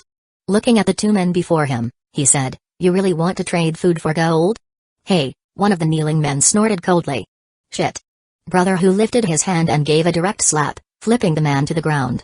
He continued to ask, how many of you are there? Enough to flatten this place, the other man said. Quite the smart mouth, Brother Hu sneered, stretching out his massive palm and grabbing the other man's shoulder. With a slight effort, the sound of creaking could be heard. Brother Hu, don't kill them. A lackey on the side quickly interjected. Brother Hu's eyes snapped open, a fierce light flashing within. The lackey promptly explained, Brother Hu, whether they're actually trading or not, let them contact their base for food to ransom them. If they're not planning to ransom them, you can still kill them later. Brother Hu suddenly smiled, withdrew his hand, and even gave a pat to the lackey beside him. You're right. Take them down, let them contact the base, and demand food for ransom. Otherwise, feed them to the zombies, he ordered. Sure thing, Brother Hu. Wu Heng sat in the carriage and waited. Zhao returned and burrowed back into his body, sharing the visual information. There were indeed survivors inside the station, along with makeshift lighting. About 11 or 12 people had combat capability, several of them women, who seemed like slaves kept in captivity, quite disheveled. Those with combat ability were mostly armed with machetes and iron spears, and a few had compound bows, which looked like the bows seen in TV contests. All of Wu Heng's people were alive. The majority were tied up and locked in a room, while 2 had been taken out for questioning. "How is it?" Chi Hengkai asked, seeing Wu Heng stand up. "Nothing serious, they aren't numerous." "Wait for my signal." Wu Heng tightened the leather armor he wore. Out of curiosity, Chi Hengkai asked, "Don't you need skeletons to break in?" "No need to attract attention. Our people would be in danger too." Aside from Chi Henkai's people, there were others who knew how to operate the train, all special talents in the base. If things turned chaotic and they were killed, it would be the end. "All right," Chi Hengkai nodded, bowed, and said, "I'm counting on you." "Yeah." Wu Heng descended from the train, summoning the flying dragon from the sky. Accompanied by the skeleton attendants, he climbed aboard and disappeared into the night sky. He approached the station and landed directly on the rooftop. Prying open the iron door locked on the roof, he slowly made his way down. First, he found the room where his people were being held. Karim and Hyuga bypassed Wu Heng's position and charged out directly. Instantly, screams and the sound of fighting erupted in the station's main hall. "Damn, these cursed monsters." The bloated figure charged out like a tank. Whoosh! Lightning flickered. Silver-white lightning struck the bloated belly, exploding flesh and blood splattering everywhere. "You!" With a thud, the bloated man lay on his back on the ground. Chapter 481, Blueprint. The compound bow I saw this time. Still, it was somewhat beyond Wu Heng's expectations. It was slightly different from the bows and arrows from the other world that he had brought with him before. These ordinary survivors could easily shoot the bow, and they were very accurate at that. The power was also considerable. Perhaps it could replace the traditional longbows of the other world. Wu Heng continued to ask, "Tell me the exact address, or how to find that place." The body went silent for a moment, then answered, "Leave the train station and head east about 5 kilometers, and you'll see the factory." 5 kilometers to the east. Wu Heng repeated it silently in his mind to reinforce his memory. There were still 2 questions left. Looking at the corpse's bloated figure, he asked, "You're so fat, were you like this before, or is there a reason?" Under the current circumstances, even getting enough to eat was a problem. If he had ample food supplies, he wouldn't have taken the risk of ambushing the railway. And this fat guy named Brother Hu could take a beating as well. A punch from the level 17 Hyuga could kill a man outright, but when it hit him, he just flew backward and wailed on the ground for a while. Then he charged back towards him again. The corpse replied, "It should be related to the corpse core, but I'm not sure." "Did you consume a corpse core?" The corpse answered, "No, I didn't dare to eat it directly. I cleaned it and soaked it in a whiskey barrel, drinking a little every day." After the 5 questions were answered, the heavy body just fell down. Wu Heng was somewhat surprised by the last question. Soaking it in a whiskey barrel. Could such a method induce changes in a person? Was the effect of the corpse core diluted by the alcohol? Or was there some other reason? Wu Heng couldn't figure it out. Karim collected several compound bows, and Wu Heng immediately stored them in the space ring. Then, standing in the middle of the hall, he activated Corpse Battlefield, and as the ring of light spread, the bodies on the ground rose. They slowly stood behind him. Wu Heng checked the room where the person had lived. There was some stored food and a radio that was still broadcasting information from the outside world. Tap tap tap. Before long, the sound of dense footsteps arose. Chi Hengkai, leading a large contingent of skeletons, charged straight into the train station hall. She glanced at the bloodstains and torn flesh on the ground. She quickly walked towards Wu Heng. "Are you okay?" "I'm fine. Everyone has been rescued. There are a few women inside. Ask them whether they want to come with us or if they have their own base. Get the people on the train down to move the stuff here onto our train," Wu Heng said. "Okay." Chi Hengkai replied. While walking to the room next to her, she used the walkie-talkie to arrange for people to come and transfer items. Soon enough, the survivors who had come with the train walked in briskly and moved all the supplies here onto the train. Chi Hengkai also brought back the rescued people and several numb-faced women. She had them help with moving the supplies. She then approached and said, 5 women, all locked up by these people, have nowhere to go and are willing to come with us. Then take them back with us, they won't survive long here," Wu Heng said. "Even leaving food for the women in the current weather. It would be hard for them to survive." "Yeah." Chi Hengkai nodded and then asked, "Are we going to wait for daybreak or head to Enzu City overnight?" "Wait for daylight. There's a factory outside that makes bows and arrows. Let's go there first," Wu Heng said. The original plan was to head directly to the next city after rescuing the people. But now, they planned to first check out the compound bow factory. A factory that makes bows and arrows? Isn't that illegal? Chi Hankai frowned and asked. Before, these things were strictly managed. It might be for competitions, we'll know when we see it, Wu Heng speculated. Whether it was a black factory, or one that produced for competitions, it didn't matter anymore. What mattered was the end result, whether or not it could be utilized by Wu Heng's side. I'll have someone arrange a room for you. Rest in the car for a while. It's almost dawn. Let everyone finish up their work and rest in the car, too. We can leave the skeletons to guard here. Wu Heng walked towards the direction of the train. Chi Hankai followed behind, using the walkie-talkie to tell everyone to come back to the car to rest after moving the supplies. The next day, in the morning, the skeleton army was assembling outside the train station. In addition to the skeletons brought over by the train, they also found bodies previously killed by survivors nearby the station. After converting them, they added over 100 more skeletons to their numbers. Everything is arranged, Chi Hankai said. Several skeleton flying dragons that came with them had their magazines fully loaded with solid iron bullets. Wu Heng nodded and said, "Let's go." He continued to issue orders to the skeletons, and the army began to advance eastward along the road. As they traveled some distance, the number of zombies in the vicinity gradually started to increase. Growls and footsteps could be heard from a distance and from both sides. Dense groups of zombies, like black torrents, rushed out from roads in the distance and alleys on both sides. They surged towards them along the road. The mass of zombies grew larger and larger, filling their field of vision. Wu Heng glanced at them and then ordered directly, "Send out the skeleton flying dragons to drop the iron bombs." Whoosh whoosh. The skeleton flying dragons took off and opened their bomb bays above the heads of the zombies. Dense iron bullets fell like torrential rain. Because of the accumulation of snow on the ground, there wasn't much dust kicked up. But the streets where the zombies once were instantly cleared. They turned into a ground littered with corpses. After dropping the bombs, the skeleton flying dragons returned. Wu Heng continued to command, "Advance." Rustle rustle. The skeleton army moved forward, killing all the remaining zombies along the way. They continued to advance for 5 kilometers. On both sides were various shops, with many repair shops among them. Zhao entered a body and shared a view of a building. The sign at the door read, "Sanda Archery Equipment and Sports Goods Co., Ltd." It really did exist, and the scale was not small. "It's over there, we've passed it," Wu Heng called out to Chi Hankai in the distance. Chi Hankai walked over. The army left the main road and proceeded down the right fork. After about 5 minutes, they saw the factory area shared in the image. "Go in," Wu Heng ordered. The skeleton army rushed in, filling the entire courtyard instantly. Inside the factory, there was an office building on one side and a sizable workshop on the other. Wu Heng was the first to enter the workshop to check it out. Glass shattered, the interior looked as if it had been half exploded, with large areas smashed to pieces and scorched black all around. It must have been those people who found more zombies in the workshop and used explosives, Chi Hankai speculated. "Right, let's go to the office building." The equipment inside was definitely unusable. What remained to be seen was whether they could find any blueprints. Entering the office building, the two of them checked each room one by one. "Over here," Chi Hankai called out. Wu Heng walked over. This was a place like a data station. The wall-mounted safe was opened wide, revealing numerous blueprints inside. Wu Heng picked up the top one and unfolded it, his eyes lighting up in an instant. Blueprints for a compound bow. They listed the names and specs of the materials, along with precise dimensions and requirements. It was exactly what he needed. Opening the second one, it was written with bow handle 6061 aluminum material and processing specifications. Such detailed blueprints. "How is it?" Chi Hankai asked.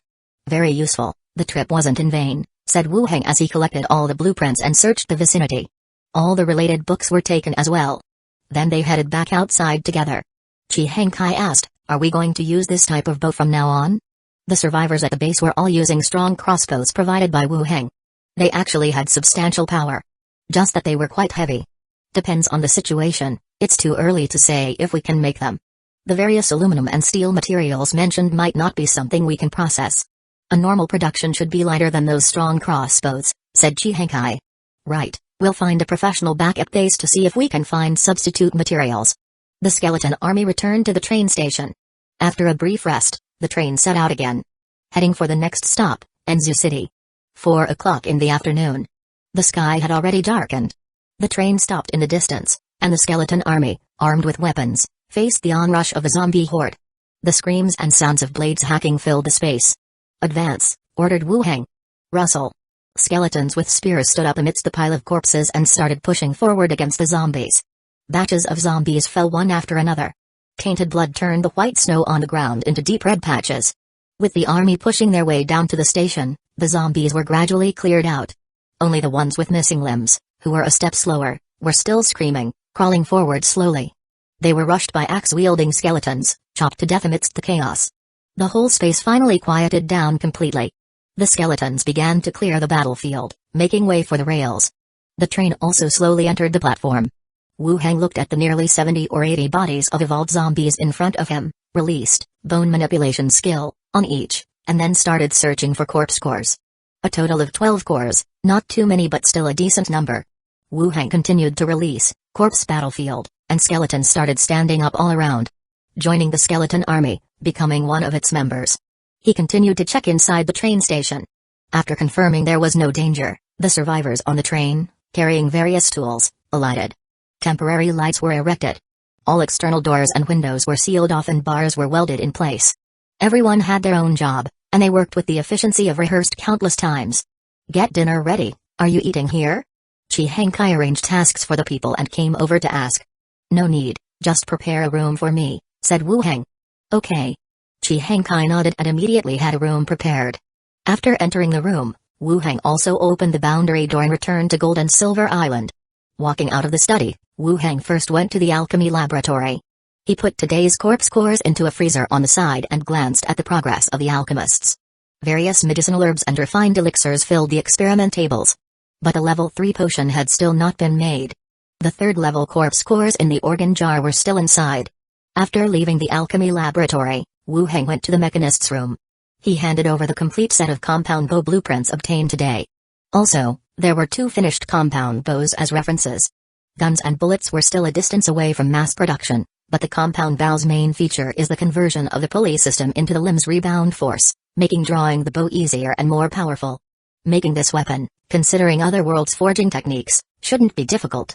It could be issued to both the survivors at the base and the guard team here. The potential uses were quite extensive. After leaving the mechanist's room, he headed downstairs. Upon seeing Wu Hang come down, dinnerware was immediately prepared. Wu Hang sat down and started eating. Minnie, eating beside and said, Master, during the day, Steward Zai Ligui came by. Did another case come up? No, she inquired about how the preparations for your fleet were going and mentioned that ships docked at the harbor have again spotted pirate activity, Minnie said. Wu Hang frowned. Pirates had appeared again. Whether it was a newly formed pirate group or some pirates who had previously escaped, they needed to be dealt with sooner rather than later, otherwise, with no one to manage, more and more people would join the pirates. I'll take a look at the harbor tomorrow. After dinner, the 3 trained in the training room. As the sky grew dark, they retired to their rooms to rest. The next day, at the harbor was bustling with life, much like before. Numerous trading groups docked, and a vast number of workers began moving materials at the port. Different from before, the skeleton army guarded the harbor, and the workers' conflicts had diminished. Even in disputes, as soon as the skeleton approached, both parties went their separate ways. Very conscious. At the docking area for the association's fleet, Philippa took Wu Hang aboard the deck of a large warship, excitedly saying, You folks on Gold and Silver Island are really generous, reinforcing this ship without asking me for money. Being an island master is awesome, huh? Wu Hang asked, Did you give them any money? They didn't want it, how could I give it? Chapter 482, Millicent. Wu Hang gave her a blank look. They didn't ask you for money because they knew you were from the Island Lord's mansion. They'll definitely ask for your help with something in the future, which will be even more troublesome. Later, take the money to them. Philippa scratched her neck and nodded seriously. Fine, I'll listen to you and deliver the money later. After saying that, she mumbled, I was wondering why these vampires were being so nice. Wu Hang replied, It's no big deal. Philippa smiled and continued to discuss the reinforcement and some improvements made to the entire ship. Once the topic turned to ships, she became much more professional. What parts were likely to be attacked and where the weak points of the ship's body were. She spoke in detail about these matters and the effects after the modifications. These were not things that ordinary pirates could come up with. She did indeed have some knowledge reserves. After listening for a while, Wu Hang complimented her. Philippa beamed with pride. Wu Hang then asked, When can we set sail? In the past few days, the merchant fleet reported that pirates have been lurking again. After thinking for a moment, Philippa replied, The ship's reinforcement is done, now it's just a matter of getting some equipment and armaments on board, then we'll be ready to sail. When can you finish with the things you mentioned? They are all set. The assembly is tomorrow, Philippa said, and then, as if remembering something, she looked up at him. What about the things you promised me? The talking prop and that thick one that can shoot fire? She was referring to the radio and the machine cannon. Wu Heng had indeed promised her those. Let's go to the cabin, suggested Wu Heng. Following him into the cabin, Philippa saw Wu Heng take out a twin-barreled machine gun. Yes, that's it. So cool. Philippa exclaimed, her face lighting up with excitement. This was something she had been coveting for a long time, but it had never been given to her until now. Having finally gotten her hands on it, she carefully touched it all over before asking, what's this thing called? Machine cannon. Oh, the name's not bad. So, does that mean it's mine from now on? Philippa asked as she looked up at him. Yours now. Just keep it in your space ring normally. Damn, that's awesome. Philippa clenched her fist with excitement. Wu Heng continued, you know this kind of weapon needs ammunition, right? I know, like the gun you gave me.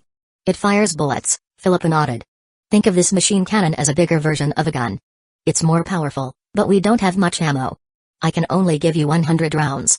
Use the ballistae on the ship to attack others normally, and reserve the machine cannon for critical moments. Got it? I understand. Wu Heng added, if you cannot defend the machine cannon, destroy it rather than let someone else get it. If others acquire such a weapon, it will be dangerous for us.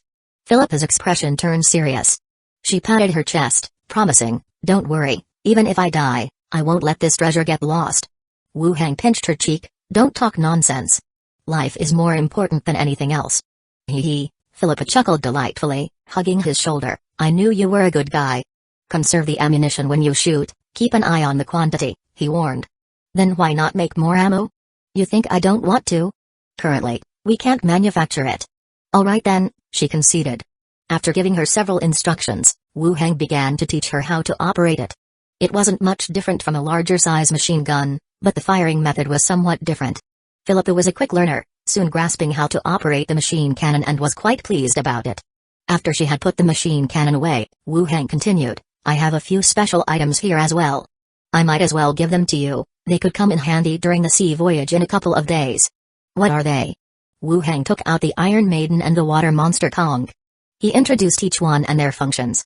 Philippa's face lit up with astonishment, her eyes filled with surprise and delight.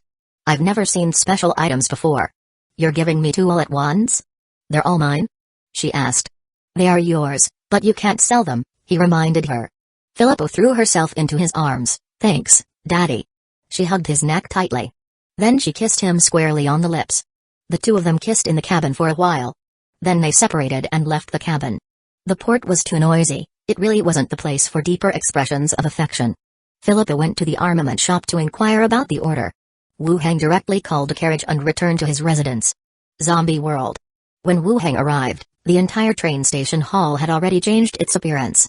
Debris and filth that littered the ground were cleaned up, and welding and cutting were underway in different areas. It was like a factory, abnormally busy. Wu Heng released the ghosts to scope out the zombies in the entrance area. Then he led the skeleton army. He walked out of the station and cleaned up the zombies at the entrance, to prevent aimless wandering zombies from coming over and attracting more of them. The fight went very smoothly. Nearing dusk, Wu Heng led the skeleton army back. The skeletons stood by once again. Wu Heng also returned to the inside of the station. Chi Hengkai hurried over. Today, you didn't ask me to accompany you. Just cleaning up at the entrance, didn't go any further out.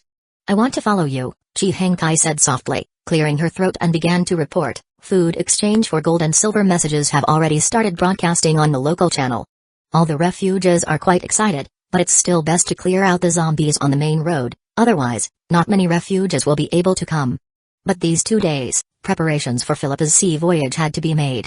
In the next 2 days, first convert this place into an exchange point. By then, I'll clean up with the skeletons. Okay. Chi Hengkai continued, the train has gone back. Tonight, it will bring more people and skeletons. The few women we rescued yesterday have also been assigned jobs, all without any issues. You handle things properly, I'm reassured about that. Chi Hengkai smiled, glad I could help you. Alright, I'll leave this side to you. Okay. Wu Heng went back to his room, opened the space ring, and stepped in. The next day, in the morning. Conch Tavern. Philippa sat at his waist, gently swaying her hips. With her hands on his chest, her face flushed red. Wu Heng reached out and held Philippa's firm and soft breasts. Feel good? Am I not amazing? Philippa increased her movements while saying so. Wu Hang slapped her on the buttocks. Can't you keep quiet? Philippa indignant, isn't that what you're supposed to say? You don't say it, and you won't let anyone else say it? That's a man's line. Then you say it. What's there for me to say? Wu Hang said and then gestured with his hand, come here. Philippa obediently bent down and offered her lips. Then, she quietly settled down. Philippa's movements became faster, her body tensed, and her eyes grew more fervent. With a soft moan, a wetness spread from where they joined. I'm worn out, your turn. Philippa said, collapsing to one side. Wu Hang laid her flat on the bed and held her waist. Thump thump thump. Philippa, the dock's owner has sent someone to find you, come out quick, don't keep people waiting. Outside the door, Millicent's voice called out. Philippa, who had collapsed on the bed, suddenly stopped, sat up, and said, I forgot, I had an appointment. Then, she hurriedly dressed. You're just leaving like this? Wu Hang looked at her. Philippa glanced at him and gave him a kiss on the face. Good daddy, wait for me to come back, don't be anxious. After that, she dashed out the door. Millicent, where's the person? Also, I want soup tonight. Then her voice softened to a gentle murmur. Wu Hang felt a bit helpless. Only Philippa could take off in the middle of something like that. Creak. The door reopened. Wu Hang looked up, and saw Millicent walk in. Her eyes widened in surprise at the sight of Wu Hang on the bed, naked. Sir, I had no idea you were here. Millicent's voice was flustered, somewhat at a loss. Her steps involuntarily retreated 2 paces. Then she stopped in her tracks. Wu Hang looked at Millicent standing there, her head low, occasionally sneaking cautious glances at him. He asked softly, do you know about Philippa and me? Millicent trembled and answered softly, yes, I do. It's her good fortune. Wu Hang still looked at her. After a moment of hesitation, he still asked, would you like that? Chapter 483, Emilio left the question was somewhat vague, but both understood what was meant. Millicent stood in place uncomfortably, her face growing even redder. Still looking down, I don't know. Wu Hang, seeing her hesitation, said directly, all right, take off your clothes. Millicent's body stiffened, and the redness on her face quickly spread to her neck. Stunned for 2 or 3 seconds, she slowly raised her hands to untie the red sash around her waist, set it aside, and continued to unbutton the top at the neckline.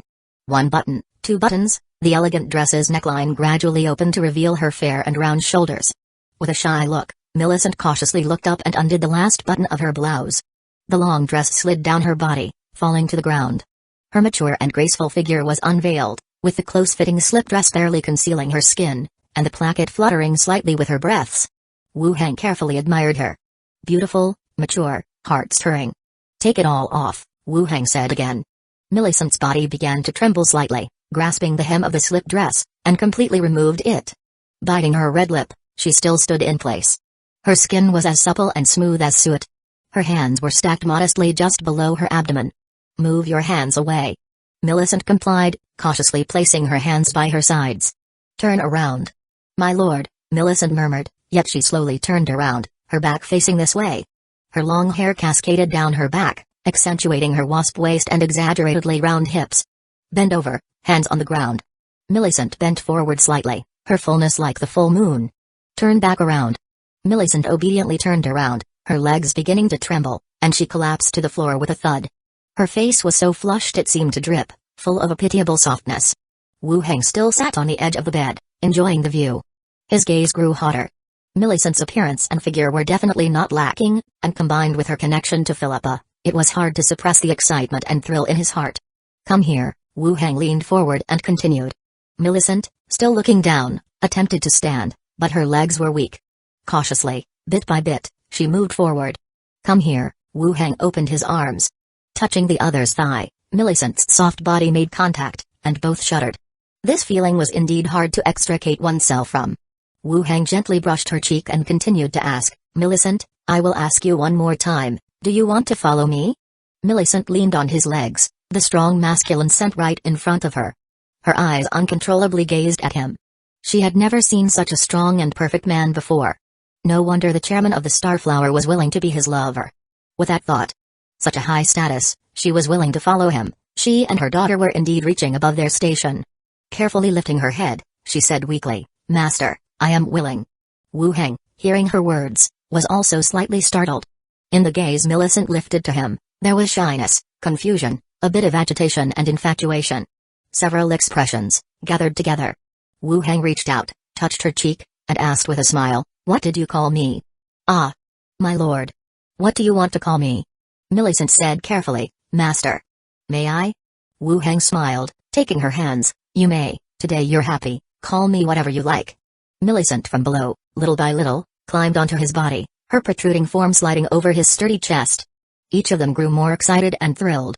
Wu Hang lay back down on the bed, with a plump and mature Millicent taking her daughter's place. "Master, you're so strong." "You're beautiful too." "Thank you, Master." In the afternoon, the whole area started to bustle. Noises of passers-by and cries of street vendors came through the window. Inside the room, Millicent was straddling him. Wu Hang held her waist and caressed the smooth skin. Thud, thud, thud. There was a knock at the door, accompanied by the bartender's voice, "Boss, there's a dispute downstairs, please come take a look." At this time, the tavern's crowd began to grow. After drinking, conflict sometimes arose. Someone needed to mediate, usually everyone just stated their case, and then dispersed. Millicent gently looked up, her complexion rosy. "Let Semi handle it, I'll be down shortly." "Okay," the bartender replied. The footsteps gradually receded. Millicent turned her gaze back to the man before her, her eyes still betrayed a helpless timidity, and she asked quietly, "Master, am I still acceptable?" "Very good, you did well," Wu Hang praised. "Thank you, Master, I'm not as young and beautiful as Minnie and the others, I'm just glad you don't find me lacking," Millicent spoke again. "I like you as you are now." "Thank you, Master," Millicent smiled, put in more effort, and quickened their pace. Not until both were satisfied, did they part and sit aside, catching their breath slightly. "Master, later when the tavern gets busier and the others are too busy, I still need to go down and help." "Next time I will come again." Millicent began to help him dress, then said, "Master, please don't tell Philippa about this." Wu Hang's brow raised slightly. "You're making conditions now?" "No, I'll serve you discreetly." Wu Hang said, "I think Philippa would accept this." "Please," she implored. Wu Hang nodded. "All right, I'll listen to you." "Thank you, Master." While helping Wu Hang get dressed, Millicent, too, managed to get dressed amidst the chaos of groping hands. After a quick tidy up and covering the kiss marks on the neck near the collarbone, she left the room directly. She smiled and greeted a few drinkers. Went to mediate between two arguing guests. It was quite normal for disputes to happen in a tavern, and they even became a spectacle for the other patrons. Millicent talked with the two of them. Wu Hang also came down from upstairs, glanced around the tavern, and walked straight out. He hailed a carriage at the street corner and headed to the association. Steward's office. Wu Hang knocked on the door gently and, hearing a voice from inside, pushed the door open and walked in. Zailigui sat behind the desk, sorting through the documents in her hands. Seeing that it was him who entered, she curiously asked, "Grand Island Master, what brings you here?" "Came to see how you're doing." Wu Hang sat down nearby. "Why haven't you hired an assistant yet? You're a steward now, and it's too much for you to handle alone." As a vice executive, Zailigui didn't have an assistant. The majority of the civilian work was also pushed onto Andre Willow, Wu Hang's alias. Now that Zailigui had become the local steward, some tasks simply couldn't be delegated elsewhere. Hiring an assistant was inevitable. "I already wrote to my family about it, they should be arriving soon," Zailigui said directly. A steward's assistant, although a personal aide, could gain access to many core matters, so they had to be someone the steward completely trusted. Wu Hang nodded then asked, "Have you arranged the guard team matters?" Zailigui set aside what she was holding and responded, "It's all been arranged. The patrol areas for both the small squads and the association guard have been planned. If you want to include skeletons, just bring the smarter ones here to the association, and make sure they don't cause any trouble." "Okay, I'll select some skeletons to come over tomorrow." Forming small squads on Gold and Silver Island wasn't easy. In the short term, it was still necessary to rely on the association to maintain order. At least, those who could join the association still adhered to certain moral standards and were less likely to cause problems. After discussing the patrol matters briefly, Zailigui added, "Oh, by the way, Steward Emilio has left the island. He didn't want to draw others' attention and risk causing trouble for us, so he didn't notify you. If something comes up, you can write to him and send it to the headquarters." Wu Hang raised an eyebrow, somewhat surprised. Emilio had actually left as well. That meant on Gold and Silver Island, the strongest person was now himself and his skeleton attendants. It wasn't that machine cannons and the skeleton army weren't a match for Emilio. But in terms of prestige, Emilio's presence on Gold and Silver Island certainly could deter the vast majority of enemies. Machine cannons and a skeleton army, when facing an enemy head-on, could unleash enormous power. However, if high-level professionals were to attempt a sneak attack or charge directly into the city for close combat, it would still require high-level professionals to counter them. Emilio had left without much fanfare. He likely also considered these issues. Still, once Emilio appeared at the association headquarters, the news would eventually get out. Formally, he said, now we have a backer at the headquarters, and Steward Emilio can also continue pursuing his own path. So eloquent, completely unlike a necromancer. Wu Heng went on to ask, how do you plan to deal with the body of the 18th level fist master from the Church of Divine Punishment? Zai Ligui glanced at him with a smile. Why, do you want it? Wu Heng didn't deny it. Can't help it, the Church of Divine Punishment is still eyeing Gold and Silver Island. Without high-level professionals, we are all in danger. Your machinery and skeletons should be able to handle it. That's in a head-to-head fight, but if someone sneaks into the city alone, or comes directly after the two of us, it's still very dangerous, Wu Heng said. Zai Ligui nodded, took out paper and a pen, and quickly wrote a certificate.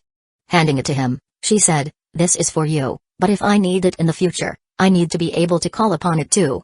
It seemed that the body was intended for him from the start. She was just waiting for him to make the request. Wu Heng looked over the certificate and replied, you say that as if I wouldn't listen to you anyway, let alone with skeletons. Zai Ligui's eyes narrowed slightly, and she gave him a sidelong glance. I'm going to check on the body, Wu Heng said. Go ahead. Leaving the steward's office, he went straight to the morgue. The island had been rather peaceful lately. The two coroners had little to do and were chatting by the entrance. Seeing Wu Heng approach, they promptly saluted. Greetings, Island Master. Wu Heng handed them the certificate. The 18th level body? The steward has assigned me to deal with it. After checking the document, one of them gestured and said, it's inside, I'll take you there. They walked to the far end of the morgue. On a steel bed lay a body wrapped in a grass mat. He opened the covering at the face and saw the bald, thick-browed head of the 18th level fist master. I'll take the body, Wu Heng said, placing it in his space ring. All right, the coroner nodded. With the body obtained and the patrol arrangements in place, Wu Heng didn't bother Zai Ligui any further. He hailed a carriage and returned to his residence. Within a manor, the fountain had been completely repaired. The slash marks left by the sword chi had been fixed, and the damaged array patterns had been re-engraved. Array patterns were truly fascinating. They required no water pipes or water sources. By absorbing the surrounding water elements and condensing them into water, which then sprayed from the sky, they created the effect of a fountain while consuming much less energy than modern ones. After greeting Minnie, Wu Heng took the 18th level body out at a spot in the manor. He unwrapped the grass mat, revealing the stitched-up corpse beneath. Without a second thought, he released bone manipulation skill. Necromancy magic slowly enveloped the corpse. A skeleton rose from the ground. Skeleton Grand Boxer, Level 18, Chapter 484, Zombie King, Skeleton Grand Boxer, Level 18, Attributes, Constitution 48, Strength 45, Agility 50, Intelligence 14, Perception 31, Charm 5, Characteristics, Hollow Skeleton, Intermediate Soul, Chi, Vajra Soul, Ethereal Body, Expertise, Unarmored Mastery, Master, Unarmored Movement, Master, Tiger Finger Mastery, Master, Fist Weapon Mastery, Advanced, Abilities, Shock Fist, Light Body Fall, Capture Flying Arrow, Gale Step, Penetrating Force, Domain Fist Intent, Vajra Soul, the soul is steadfast and unaffected by any psychic or soul type effects or influences. Ethereal Body, can render one's own actions invisible. Gale Step, break through abnormal terrain, rapidly closing in on the target. Penetrating Force, the chi force generated from attacks can penetrate into the enemy's body, ignoring exterior defenses and attacking the organs. Domain Fist Intent, the mastery of physical skills has reached a sublime standard, creating a personal domain around you, where fist intent is sharp and momentum unending. Wu Heng looked at the skeleton's attributes and slightly frowned. The name had changed to Great Fist Master. A single word's difference symbolizes the gap between level 17 and level 18. With attributes, Constitution reached 48 points, Strength 45, Agility 50. It indeed arrived at a terrifying level. No wonder it was so unstoppable then. These attributes were not something many could contend with. Charm automatically falls after the transformation into a skeleton, nothing much to speak of. A perception of 31 is still decent. But an intelligence of only 14 points is way too low compared to the previous 3 attributes. Even lower than some low-level magic professions. No wonder you went straight into battle, your intelligence isn't up to par, he said. In terms of expertise and abilities, it had several more than the previous Fist Master. Each one of them was not bad. Especially, Penetrating Force, and Domain Fist Intent. Penetrating Force can drive the chi force into the enemy's body, ignoring exterior defenses. This means, it doesn't matter whether you wear armor or not. You can be beaten to death outright. Domain Fist Intent forms a personal domain in the vicinity, with sharp fist intent and relentless momentum. This should mean that the attack power is stronger within the domain. When converting to a level 18 Skeleton Prophet, the other party also had a domain ability that could completely foresee enemy attacks within their domain. Different from the Great Fist Master, this domain ability should be a level 18 feature.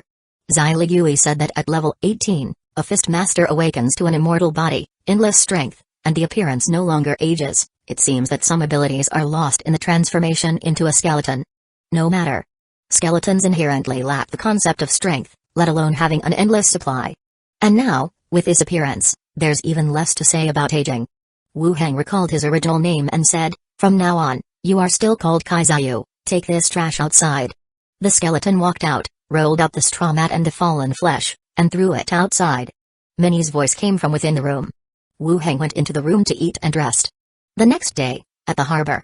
On the ships flying the Association's and Gold and Silver Islands flags, Wu Heng instructed Philippa, "You're only going to drive away some pirates, come back as soon as you're done, and don't wander off to drink again." Philippa nodded, "Got it, I'll bring back a few pirates' heads for you."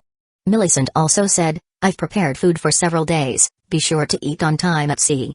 When you see pirates, be careful, safety comes first." "I know, you've told me plenty of times," Philippa replied, annoyed. At this moment, Xyligui came over with 3 squad members. "I've taken care of my side." "I don't have anything else either," Wu Heng nodded. Xyligui declared, "Then let's set sail, the weather is good today." Wu Heng glanced at Philippa, "Stay in touch at sea." "Understood." Several people got off the boat. Leaving Philippa, the accompanying association squad, and a large number of skeleton soldiers. Then, under the watchful eyes of many residents and trade groups, the 3 ships slowly left the harbor. Philippa stood on the side of the ship, grasping the ropes of the mast, head held high and chest out. Enjoying the cheers of the crowd watching from the port. Gradually drifting away. "She doesn't seem to be of a high level, is it really okay to assign her as the captain of the ship?" Xyligui whispered as she watched the departing vessel. Philippa's personality was a bit boisterous and seemingly unreliable at first glance. However, the tasks entrusted to her were always completed quite well in the end. "No problem. I have arranged for 3 level 15 pirate skeletons to control 3 ships, there shouldn't be any issues," Wu Heng said directly. In sea battles, level isn't that important. Wu Heng would also use the radio to command Philippa's movements. "As long as you've arranged everything, that's fine," Xyligui didn't say much more. "Don't worry, everything will be fine." As the ship sailed into the distance, they started to head back. Xyligui got onto a carriage to return to the association. Wu Heng also found a carriage, and after getting on, he said, "Millicent, I'll take you back to the tavern." Millicent's cheeks turned slightly red as she lifted her skirt and stepped into the carriage. After the carriage door closed, Millicent called out softly, "Master." Wu Heng nodded. He knocked on the carriage wall, and the carriage headed for the Conch Tavern. After taking Millicent back, Wu Heng also returned to the mansion. He went upstairs into the radio room. From the space ring, he directly took out the emerald sand table. In the center of the luminous sand table, models of 3 ships bearing the Gold and Silver Island flag came into view. Besides these, there were many other types of ships with different flags, wandering the seas. Wu Heng picked up the radio microphone. "Philippa, can you hear me?" "Yes. Very clearly, it feels even clearer than that tool you gave me last time," Philippa's voice came through. Wu Heng said, "Not feeling homesick yet, are you?" "What kind of question is that?" "Sounds like I'm a baby missing its mother," Philippa grumbled dissatisfied. Wu Heng continued, "Proceed to the Druzuk route and clear out the 2 groups of small pirate ships directly when you get there." "Understood, small pirate groups, I never even considered them a challenge," Philippa responded. "Be safe. Wait for my good news." The 2 of them briefly chatted, and then Wu Heng hung the microphone back up. The skeleton investigator was still arranged at the desk, ready to record any intelligence. Exiting the radio room, Wu Heng returned to his study. After looking outside at the sky, he opened the boundary door and walked through. Zombie World, the main road outside the train station. Skeleton flying dragons swooped overhead. Solid iron bullets rained down like a torrential downpour to the ground. Amidst the roaring and the trembling of the ground, experience points also rapidly increased. After the bombardment with iron bombs, The skeleton army began to advance down the road, annihilating the remaining zombies. System prompts soon followed. Level increased to 17, Constitution +1, Intelligence +2, Charm +1, finally reached level 17. It was indeed quite difficult to level up. Wu Heng opened the panel to see the experience required for level 18. Level 17, 1,327 out of 265,000. To reach level 18, 265,000 experience points were needed. Definitely not a small amount. As the skeletons cleaned up the battlefield, the bodies of evolved zombies were thrown in front of them. Time passed. The number of evolved zombies had increased again. There were at least 500 or 600 in front of him now, significantly more than before. The corpses were converted, and the corpse cores were collected. Wu Heng led the skeleton army back. Once back at the station, Chi Hengkai came over and said, "There are two things I want to tell you." "Go ahead." "One is that the headquarters has found a level 4 zombie they've named the Zombie King, and the second is Yaong's sister has gotten the map location of the provincial military factory." Chapter 485, Are there any other ways? Level 4 Mutated Zombies. Zombie King? Each level of mutated zombies corresponds to the levels of professionals in the other world. Level 2 mutated zombies correspond to level 10 professionals, and level 3 to level 15 professionals. And this newly appeared level 4 Zombie King. It should correspond to an even higher level, but whether it's level 18, or if it jumps up by 5 levels and directly corresponds to a level 20, akin to a hero, is unknown. What are the characteristics of this kind of Zombie King? Wu Heng asked. Chi Hengkai recalled some information and said, the headquarter only gave a brief description, saying that it's more humanoid in shape, different in appearance from humans, able to control even more corpse tides, and possesses a stronger contamination ability. Wu Heng listened on the side. Yet, this description reminded him of the corpse ghost Necromancer that was jointly killed by the association at Blackstone Town. It sounded somewhat similar. Is that all? Wu Heng saw she didn't continue and turned his head to look at her. That's all. They say it's just intelligence gathered up, and the authenticity can't be verified yet. The headquarters collects information from all over the place, some of which is even international news. They summarize it and then continue to pass it on to others. The level 4 Zombie King should be real, given the current situation, who would be idle enough to make up such things? However, the information is too vague. In fact, thinking about the level 4 zombies, they don't have much impact on him. In terms of strength and military force, they are not inferior to the opposition. Such level zombies are hard to come across. He hasn't even researched a potion for the 3rd level corpse core on his side, so there's no rush to find level 4 zombies. Let's talk about the factory matters, Wu Heng said as he sat down beside her. Chi Hengkai nodded and continued, Sister Yaong has found out the location of the military factory, which is said to be involved in the production of artillery components, sand casting, and weapon accessories. It sounds quite comprehensive. Through the provincial rescue team? No, she found out through a different channel. It's said that the person who provided the information used to work there, Chi Hengkai explained. That is to say, intelligence obtained by other shelters in the province. Is it reliable? We've compared it to the map, and there should be no problem.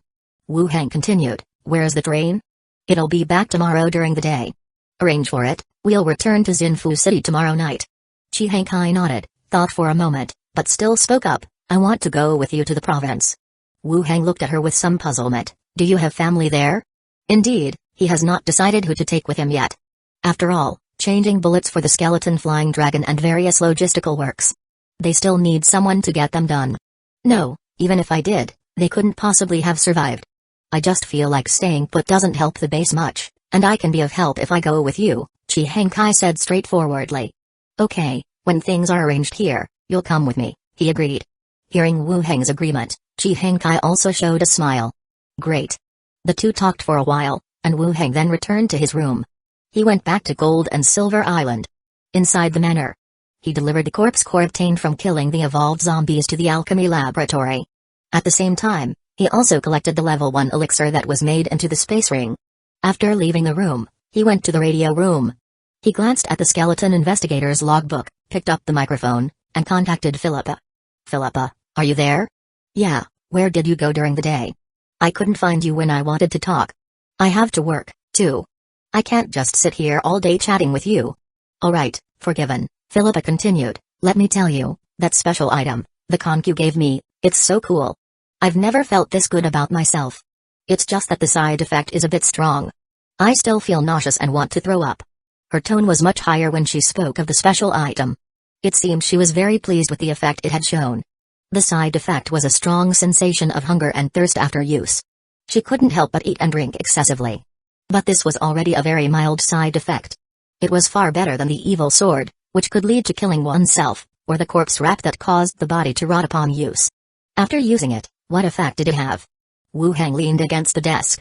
A fairly big water shark appeared and kept ramming into the pirates' ships. Some who fell into the sea were bitten to death on the spot, and the most important thing is, arrows and ballista bolts have no effect on it. It's very useful, Philippa said loudly. The water shark was formed of water elements. It could last for 30 minutes in water. Listening to Philippa's introduction, if it could ram ships, then its size must be considerable. The special items exchanged from Netalicity were of rather high quality. If you like it, that's good. There's no need to use it sparingly. Binge eating and drinking aren't good for your health, though. Hee, you're the best, Daddy, Philippa said softly, acting coy. Wu Heng continued, so, you've fought today? We did. We cleared out 2 small pirate groups and also escorted a merchant group for a part of the journey, Philippa reported. 2 pirate groups in one day? Yeah, they were both small pirate groups. We checked against the wanted lists, they weren't on them, probably newly formed, Philippa said with a hint of regret, then continued, where do we head to now? We don't have any targets at the moment. Hold on. Wu Heng took out the emerald sand table, glanced at the ships within the sea area, found Philippa's ship, and noticed that 2 more ships had joined the original 3. It seemed like they indeed had a considerable gain. Upon searching the vicinity, his eyes landed on a trio of pirate ships docked at a small island within the shipping lane. Continue heading east to a small island, there are 3 pirate ships docked there. You can go straight for it. Turtleback Island, I know that place, Philippa immediately identified the small island's name. Right, that's the one. Then I'm going out to set the course. Anything else? Philippa asked. No. Just stay safe. Don't worry, I'm terrifyingly strong now. With that, she ended the chat abruptly. At sea, very few could threaten Philippa's fleet. Not to mention the machine cannon he provided and numerous skeletons armed with guns. There were 3 level 15 skeleton captains accompanying the ship. Such an array of forces would even dominate the Emerald Sea in the past. Ordinary pirates stood no chance against Philippa and her team. Wu Heng hung up the microphone as well. His gaze shifted to another piece of wireless communication equipment at his side. This one was tuned to the same frequency as the radio from Shanela. Shanela had left the island for a few days now, and although it was agreed to maintain contact, there had been no news at all. His eyes swept over the position of the Starflower Merchant Group's fleet. They were already approaching the edge of the Emerald Sea. As long as the fleet was safe, that was good. Won't even try the device and say a word to me, he muttered as he left the room. When he came downstairs, dinner was already prepared. The 3 of them sat at the dining table, chatting and eating dinner. After dinner, the sky had already dimmed. Wu Heng sat in his study, contemplating his next plans. He had now reached level 17, just 1 step shy of level 18. The experience required was 265,000, which was not a significant problem, it was merely a matter of several zombie waves. As long as he was diligent, he could reach level 18 within a week. After level 18, I'll have to consider the hero shaping that Emilio mentioned. During his last chat with Emilio about level 18 professionals, he was told about the concept of hero shaping. Reaching this level meant that leveling up was not just about accumulating experience points. It also involved hero shaping, needing widespread fame and a certain level of influence. I wonder if my renown in the zombie world after reaching level 18 will meet the requirements for hero shaping. It seems I still have some reputation back on Earth, he mused. The name of King Yama was, due to certain events, quite well spread. I wonder if that counts as hero shaping. If it does, then that would be very convenient. As for Gold and Silver Island, Wu Heng folded his arms behind his head and leaned back in his chair. Securing the ammunition production chain as quickly as possible would allow for the construction of factories on Gold and Silver Island and resumption of production. After all, gunpowder and some special metals could be purchased in large quantities here. There was also the development of the islands. It was necessary to bring various construction machinery over and continue the expansion. He quickly reviewed his plans in his mind. He turned off the air conditioning in the room. Then he opened the door, went out, and returned to his room to rest. The next day, early morning. After eating breakfast, Wu Heng, wearing the train captain's hat, was in the courtyard where, upon sounding the whistle, the phantom train appeared out of thin air. Wu Heng boarded the train and directly input Netalicity as the destination. Shortly after, the train vanished, burrowing into the void. Several hours later, the train arrived near Natali City, just outside its 5-mile boundary. Wu Heng, cloaked in his cape, headed straight for the Snake Badge Consortium within the city. Upon entering the gate, he stopped in front of the bulletin board for a look. A staff member immediately came over. "Guest, someone in the VIP room is asking for you," she said. Wu Heng turned his head and saw a figure wearing a cloak at the VIP room door.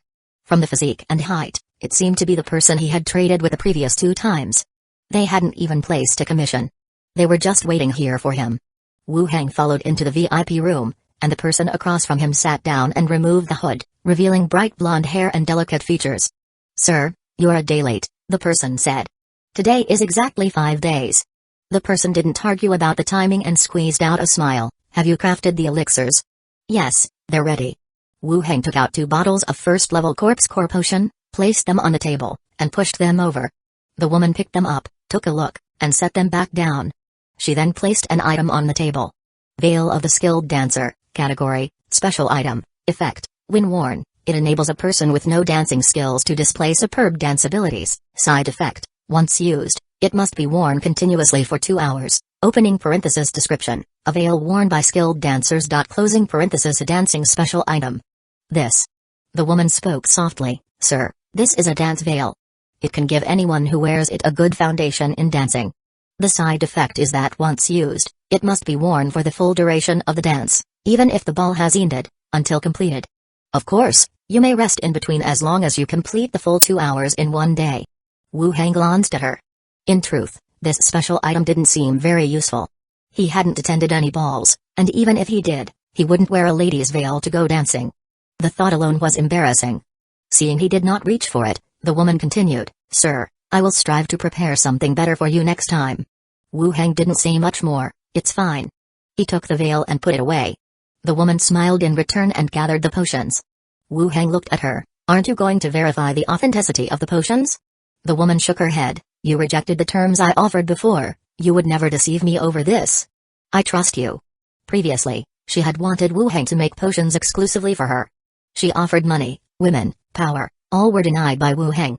In her view, Wu Heng lacked for nothing, so naturally, there was no need for him to deceive her over potions. Wu Heng nodded slightly. It seemed she wasn't so bad after all. The woman sat contemplatively, then slowly began to speak. "Sir, do you have any other kinds of potions? Ones that can wake someone from a coma or extend their lifespan?" Chapter 486, Skeleton Cavalry Troop. During his time on Gold and Silver Island, Wu Heng had also done a simple investigation into the identity of this blonde girl. Even without definite evidence, his guesses were probably quite close. The old king of Hueco Kingdom had fallen into a coma again, stirring unrest within the country as ministers and the military each supported different princes. Upon the old king's death, Hueco Kingdom would plunge into civil war. Unlike others who sought power, the person before him seemed more intent on prolonging the old king's life. Wu Heng pondered for a moment, then said, "Blood clan, corpse ghost, any of these would be more effective than mere medication." The woman sighed. "None of these options are acceptable, they're not permitted." Wu Heng continued, "Medication will only keep things at bay temporarily, and with increased usage, a limit will be reached, ultimately changing nothing. Then could you develop an elixir more potent? I'll continue to help you collect special items." The woman looked at him directly, somewhat hopeful. "If there's a new elixir, I'll inform you." "Thank you. Shall we meet again in 5 days?" the woman tentatively asked. After all, she was aware that the special items she brought this time were somewhat ineffective. Wu Heng thought for a moment, then replied, "That's fine, I'll still be here." "Great." The two ended their conversation. Wu Heng opened the door and walked straight out. After leaving the city and donning the train captain's hat, he continued to mark Lopaz City on his itinerary. Lopaz City, Snake Badge Consortium. Inside the VIP room, 4 coffins were carried in. One by one, they were opened to reveal the bodies inside. The beautiful elf lady in charge, Ritili, sat opposite, her skirt revealing her straight, fair legs. She softly said, 2 level 15 blacksmiths, 1 level 15 mechanist, and 1 level 15 chef, all died from accidents or of natural causes, you can rest assured of that. Last time, Wu Heng's request was for all level 15 specialized professionals. The efficiency was evident, and much higher than that of Gold and Silver Island. It seemed that Ritili's abilities were somewhat superior to those of the person in charge on Gold and Silver Island. The consortium's auction was held so close to Gold and Silver Island. It was Retili and an old man who presided over the auction, not the person in charge from Gold and Silver Island.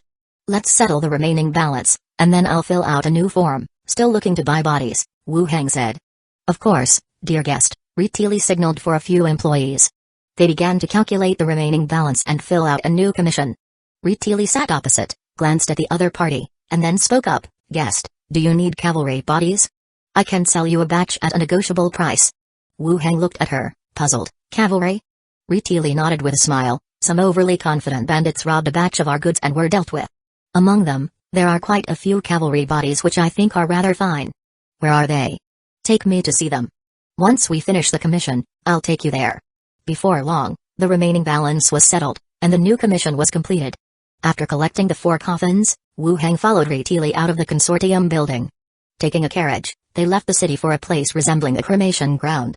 The corpses of humans and horses lay scattered across the ground. A considerable number of people had been killed. Rumors always circulated that the Snake Badge Consortium was involved in grey market industries, with power no less than that of the associations.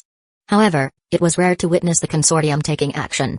Now, having killed so many in one stroke, those rumors were becoming believable. Their methods were harsher than those of the associations.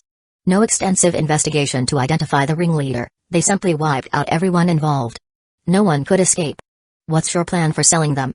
For each level 15 body, 600 silver stealth, 4 level 10 bodies for 300 silver stealth, and for the rest of the bodies and horse carcasses, a total of 200 silver. What do you think? Retili asked with a smile. Wu Heng looked at her. No need to fill out a commission form. Let us make a little extra on the side. Retili leaned forward slightly. Oh, I see. These were meant to be cremated, now being sold to him directly. Fine, you do deserve some compensation for your hard work, Wu Heng agreed. Retili was delighted and immediately commanded, get some mats to wrap up all the bodies. The others spread out to arrange the corpses. Wu Heng, as agreed upon, gave them the money. Then he gathered all the corpses into the space satchel. After completing the trade, they rode the carriage back together. Retili returned to the consortium, while Wu Heng circled around the town, buying some food to store. He also found an isolated place to take the train back to Gold and Silver Island. Back at the residence, the 4 level 15 special profession corpses were transformed on Gold and Silver Island. The mechanist was arranged in a 5th floor room, the chef entered the kitchen, and the 2 remaining blacksmiths were left on standby without any assignments. He dined with Minnie and the others. Then he went straight to Zombie World. Taking the return train, he traveled overnight to Xinfu City, ready to head to the province and occupy the military factory. The provincial highway. Within a rest stop, barbed wire was hung on the walls, and pairs of eyes, wary, peeked through the upper end of the wall, looking out into the distance. The zombies on the highway were not as aggregated as in the city, so some survivors had established a settlement here. At this moment, in the distance on the road, the zombies' roars kept coming. On the snow-white road, a dense horde of zombies was slowly moving forward. And ahead was their territory. Have these zombies found us? Doesn't seem like it. If they had, they would have charged straight over. They must be wandering around. There's an evolved zombie, it brought them here. I counted, there could be hundreds of them. If they attack, we don't have enough people to even put up a fight. Shall we retreat then, quietly make an exit? Bullshit, without this wall, we'd die even faster. Plus, with this weather, we'd freeze or starve to death outside. What about Brother Chang? What does Brother Chang say? Brother Chang told us to keep watch, and to attack if there's danger. Roar. While they were talking, the leading evolved zombie in the distance seemed to notice something and roared towards the location of the wall. And the aimlessly wandering zombies behind it abruptly halted and also started screaming and howling. It was deafening. Damn, we've been spotted. It's over, we're done for. Tap tap tap. The horde of corpses began their charge, hurling themselves towards the wall. And the survivors, also in a panic, grabbed their weapons to prepare for the final fight. But just as the horde was less than 200 meters away from the wall, their headlong charge stumbled to a halt. Heads turned in unison, lifting their gaze to the sky. The survivors were also startled and looked up as well. All at once, they witnessed pale skeletal flying dragons appear in their line of sight. They quickly arrived above the horde. Something within their ribcages seemed to open, scattering a vast amount of something from the sky. Boom boom boom. Thunderous blasts sounded out. The ground shook, it was earth-shattering.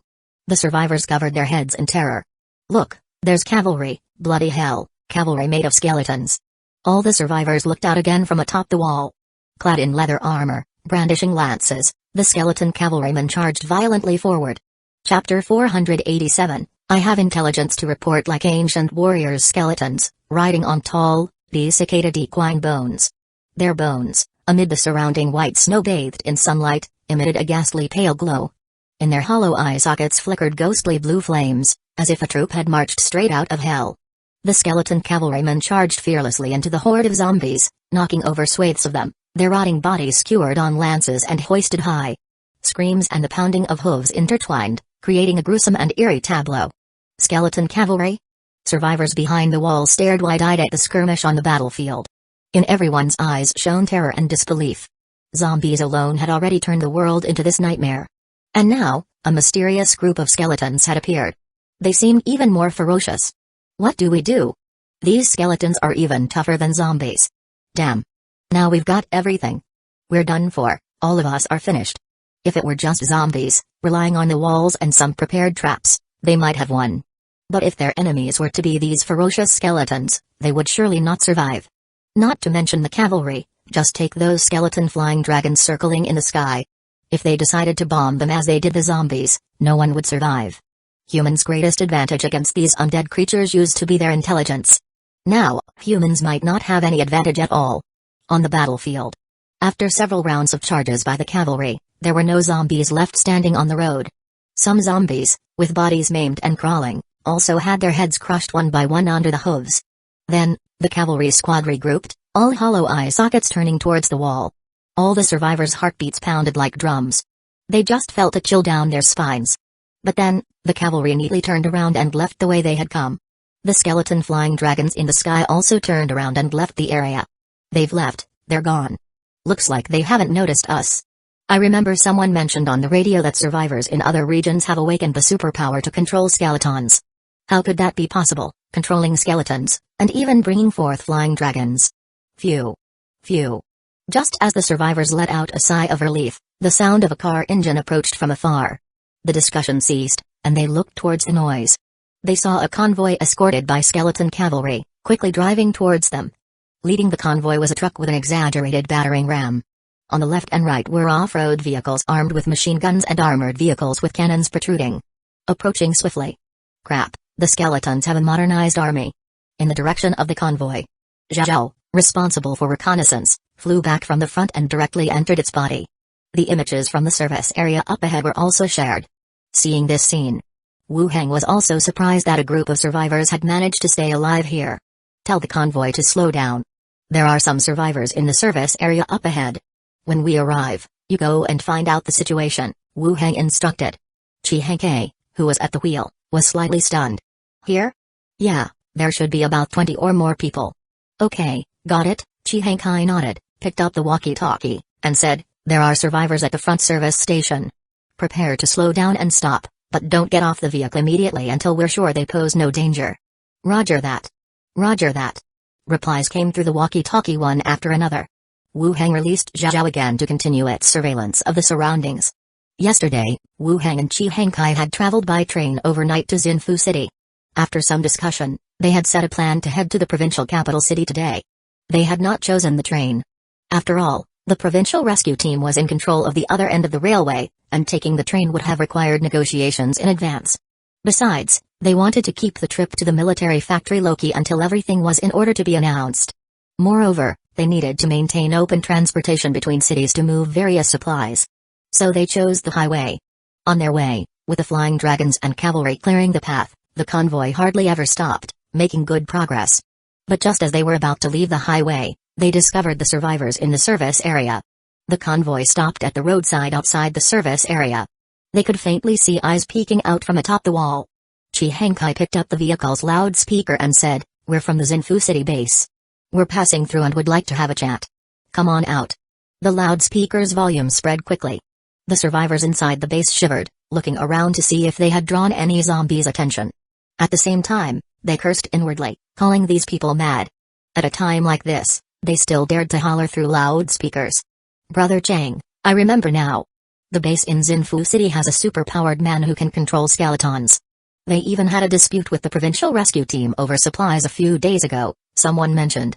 Next to him, a man with a full beard and rugged features furrowed his brows. Are you sure it's them? Xinfu City, able to control skeletons, it's definitely them. So what are they doing here?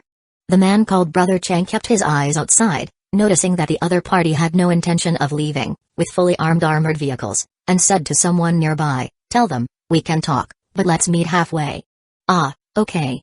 A man wearing a tattered cotton-padded jacket ran out from the heavy door that opened just a crack. He yelled from not far away, "Our boss said, if you want to talk, let's talk at a location that's neutral for both sides." Chi Hankai got straight out of the car, accompanied by her protective skeleton and 2 other members wearing stab-proof vests.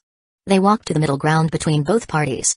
Meanwhile, 3 people came out from the service area and approached. Wu Heng sat on the truck. He confirmed there were no problems and that discussions had already started among both sides. He then got out from the other side. Commanding the skeletons, he began cleaning up the battlefield. The bodies of the evolved zombies were dragged together.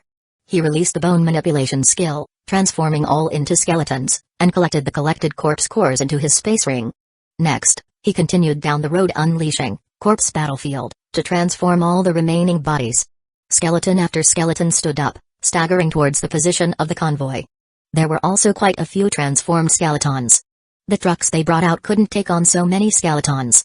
His gaze swept over the entire road, searching for some trucks or lorries that could be driven away, to load up the newly transformed skeletons. Just then, Chi Hankai came over from behind. She said directly, "I've just had a chat with them. The shelter has over 20 people who have gathered together. Their leader used to be a lorry driver, and when the zombie outbreak occurred on the motorway, they were trapped here." "A lorry driver? What kind of goods was he hauling?" "From the capital city to various places," Chi Hankai answered. Wu Heng thought for a moment and then said, "As a lorry driver, does he know more about the various road sections?" Chi Hankai's eyes lit up. "Are you saying he might know the situation at the factory?" "Yeah, take me to talk to him. If he's been all over the place, surely he knows something." "All right." Outside the service area, there was a small guard pavilion. In the cramped space, 2 groups of people sat opposite each other. Wu Heng, Chi Hankai, and a few skeleton attendants on one side, while on the other side sat 3 people, led by a man in his 40s with a long beard and protruding jawbones. "This is our leader," said Chi Hankai to the people opposite her. "And this is Liu Chang, the leader of the Pingxiang Service Center." "Hello leader, we often hear about your shelter on the radio," Liu Chang said with earnest enthusiasm after observing the other side. "The base run by Leader Liu is also quite well built. Compared to yours, it's far behind," Liu Chang said with a laugh. Wu Heng continued, "What's the future development direction for your shelter?" "Development direction?" Liu Chang echoed, muttering to himself before replying, "First we get through the winter. There's a lot of land on both sides of the highway that we plan to cultivate to sustain the lives of our people. Nothing much beyond that." Wu Heng's eyebrows lifted slightly. It seemed that the other party planned to run their base on their own. Without saying more on that topic, he continued, "Were you previously engaged in freight business?" "Didn't study much, just hauled some goods to scrape by," Liu Chang replied. "Do you know about some of the routes and locations in Yangtong City?" Wu Heng asked directly. Yangtong City was the capital of their province. With a dense population, it was also the best developed city in the province. "I've been all over Yangtong City, tell me what you want to know," Liu Chang responded. "Sanwu Industrial Group." Liu Chang's smile faded and his eyebrows furrowed. After some shuffling, he said, "Heard a bit about it, but never delivered goods there. We want to go there. Is there a convenient route we could take?" "You want to go there?" Liu Chang sounded surprised but quickly regained his composure and said, "I do know a road. It's specifically built for transporting goods to these special factories. The road is clear, and there aren't any residential areas along the way." With that, he paused his speech. His gaze rested on the few people opposite him. "Draw it out for us, we can give you 20 kilograms of food. If you are willing to guide us, and we find the location, we'll pay you 5 bags of 50 kilograms of food each," Wu Heng offered. Liu Chang's expression turned stiff, and his 2 subordinates instinctively swallowed hard. Food was becoming increasingly precious as winter approached. After a slight hesitation, Liu Chang said, "I'll go with you, but once I see the place, I want to come back." "That's fine, come with us." Wu Heng stood up. Liu Chang immediately said, "I need to leave some instructions behind, just wait for me outside for a moment." Wu Heng nodded, "Make it quick." "Okay." Wu Heng and Chi Hankai returned to their group. Members of the convoy hurried over. "King, Sister Chi, we found 2 workable trucks. Assign someone to drive them, to transport the skeletons," Chi Hankai instructed. After some rudimentary repairs, the 2 trucks were driven into the convoy, and all the newly transformed skeletons clambered into the truck's beds. Inside the service station, Liu Chang returned with his people. His sidekick caught up to him with quick steps. "Brother Chang, you're really going with them?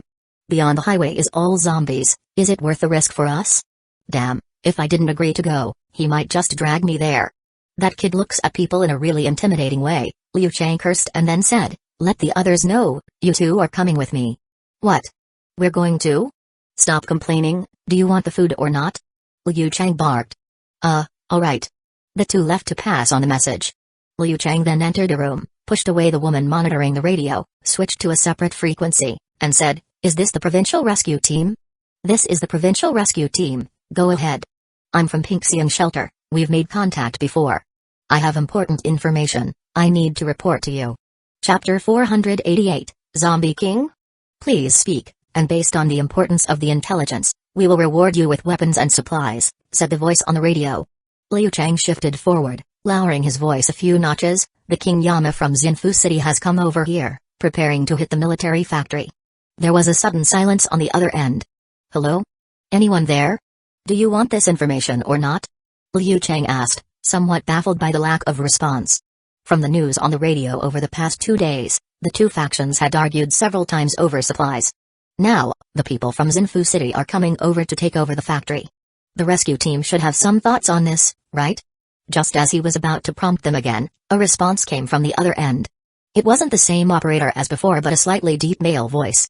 "This is the rescue team, repeat what you just said. We will give you a corresponding reward," the voice said. Liu Chang knew they must have taken it seriously now. He immediately repeated everything in detail, including the appearance of the opposing leader and the number of vehicles they brought. "Good. The rescue team will remember your contribution to this intelligence," the voice continued. "When are you heading over?" "We are about to set off." "Okay, understood. If conditions allow, continue to provide us with information." "Received." Liu Chang hung up the communication, suddenly feeling much better. Establishing a relationship with the provincial rescue team was also good for him. Even if he switched sides in the future, he might be able to hold an official position, which would be better than his current situation. He handed over his position to the woman guarding the radio, and walked straight out of the room. On the truck, several people were waiting. Chi Hangkai took a sip of water and said, "This Liu Chang changes sides rather quickly. When he talked to me, he just wanted us to leave, afraid we might take a fancy to his refuge. But when he talked to you, he even agreed to go with us. Don't you like him?" "Not as good-looking as you," Chi Hangkai smiled and then said, "He hasn't chosen to join us but still wants to manage his own refuge. He's very focused on power and interests." Wu Hang nodded. "It would be best if he honestly leads the way. If he has any little scheme, we can take over his refuge spot." While they were talking, Zhao returned from the direction of the service area. Invisible, she leaned close to Wu Hang's ear and whispered, "That big baddie is contacting others." Wu Hang's brows raised. Zhao then went straight into Wu Hang's body. She shared the visuals. After Wu Hang and Chi Hangkai left, Liu Chang actually told the provincial rescue team about them, and they seemed very interested in the intelligence on Wu Hang. Not only did they encourage Liu Chang to keep gathering intelligence, but there were also hints of sending troops over. In fact, this was a rare opportunity. The rescue team had also tried to attack the factory but failed. This time, with Wu Hang bringing his forces, whether or not they succeeded in battling the zombies in the factory, whether it's taking advantage of the aftermath of the battle to seize the victory or directly capturing Wu Hang to demand a continuous supply of food from the base, it was an excellent opportunity. "What's wrong?" Chi Hangkai noticed something off in his expression. Wu Hang smiled and said, "Liu Chang has told the provincial rescue team about us, and it seems they are also planning to send people over." Chi Hangkai's brows shot up, not doubting the information Wu Hang provided. She said angrily, "What is he doing? It harms others without benefiting himself. Why?" "He probably wants to exchange favors with the provincial side," Wu Hang suggested. "Let's just take down the refuge," Chi Hangkai said directly. "No rush, let's wait until he leads us to the factory," Wu Hang replied. When Chai needed to get the full story in one go, and if the route was complicated, it was difficult to clarify everything through questioning the dead. It was still necessary for Liu Chang to lead the way. "All right." At the service area, a minivan pulled out. Liu Chang stuck his head out from the co-driver's seat. "I'm ready over here, we'll follow behind your convoy."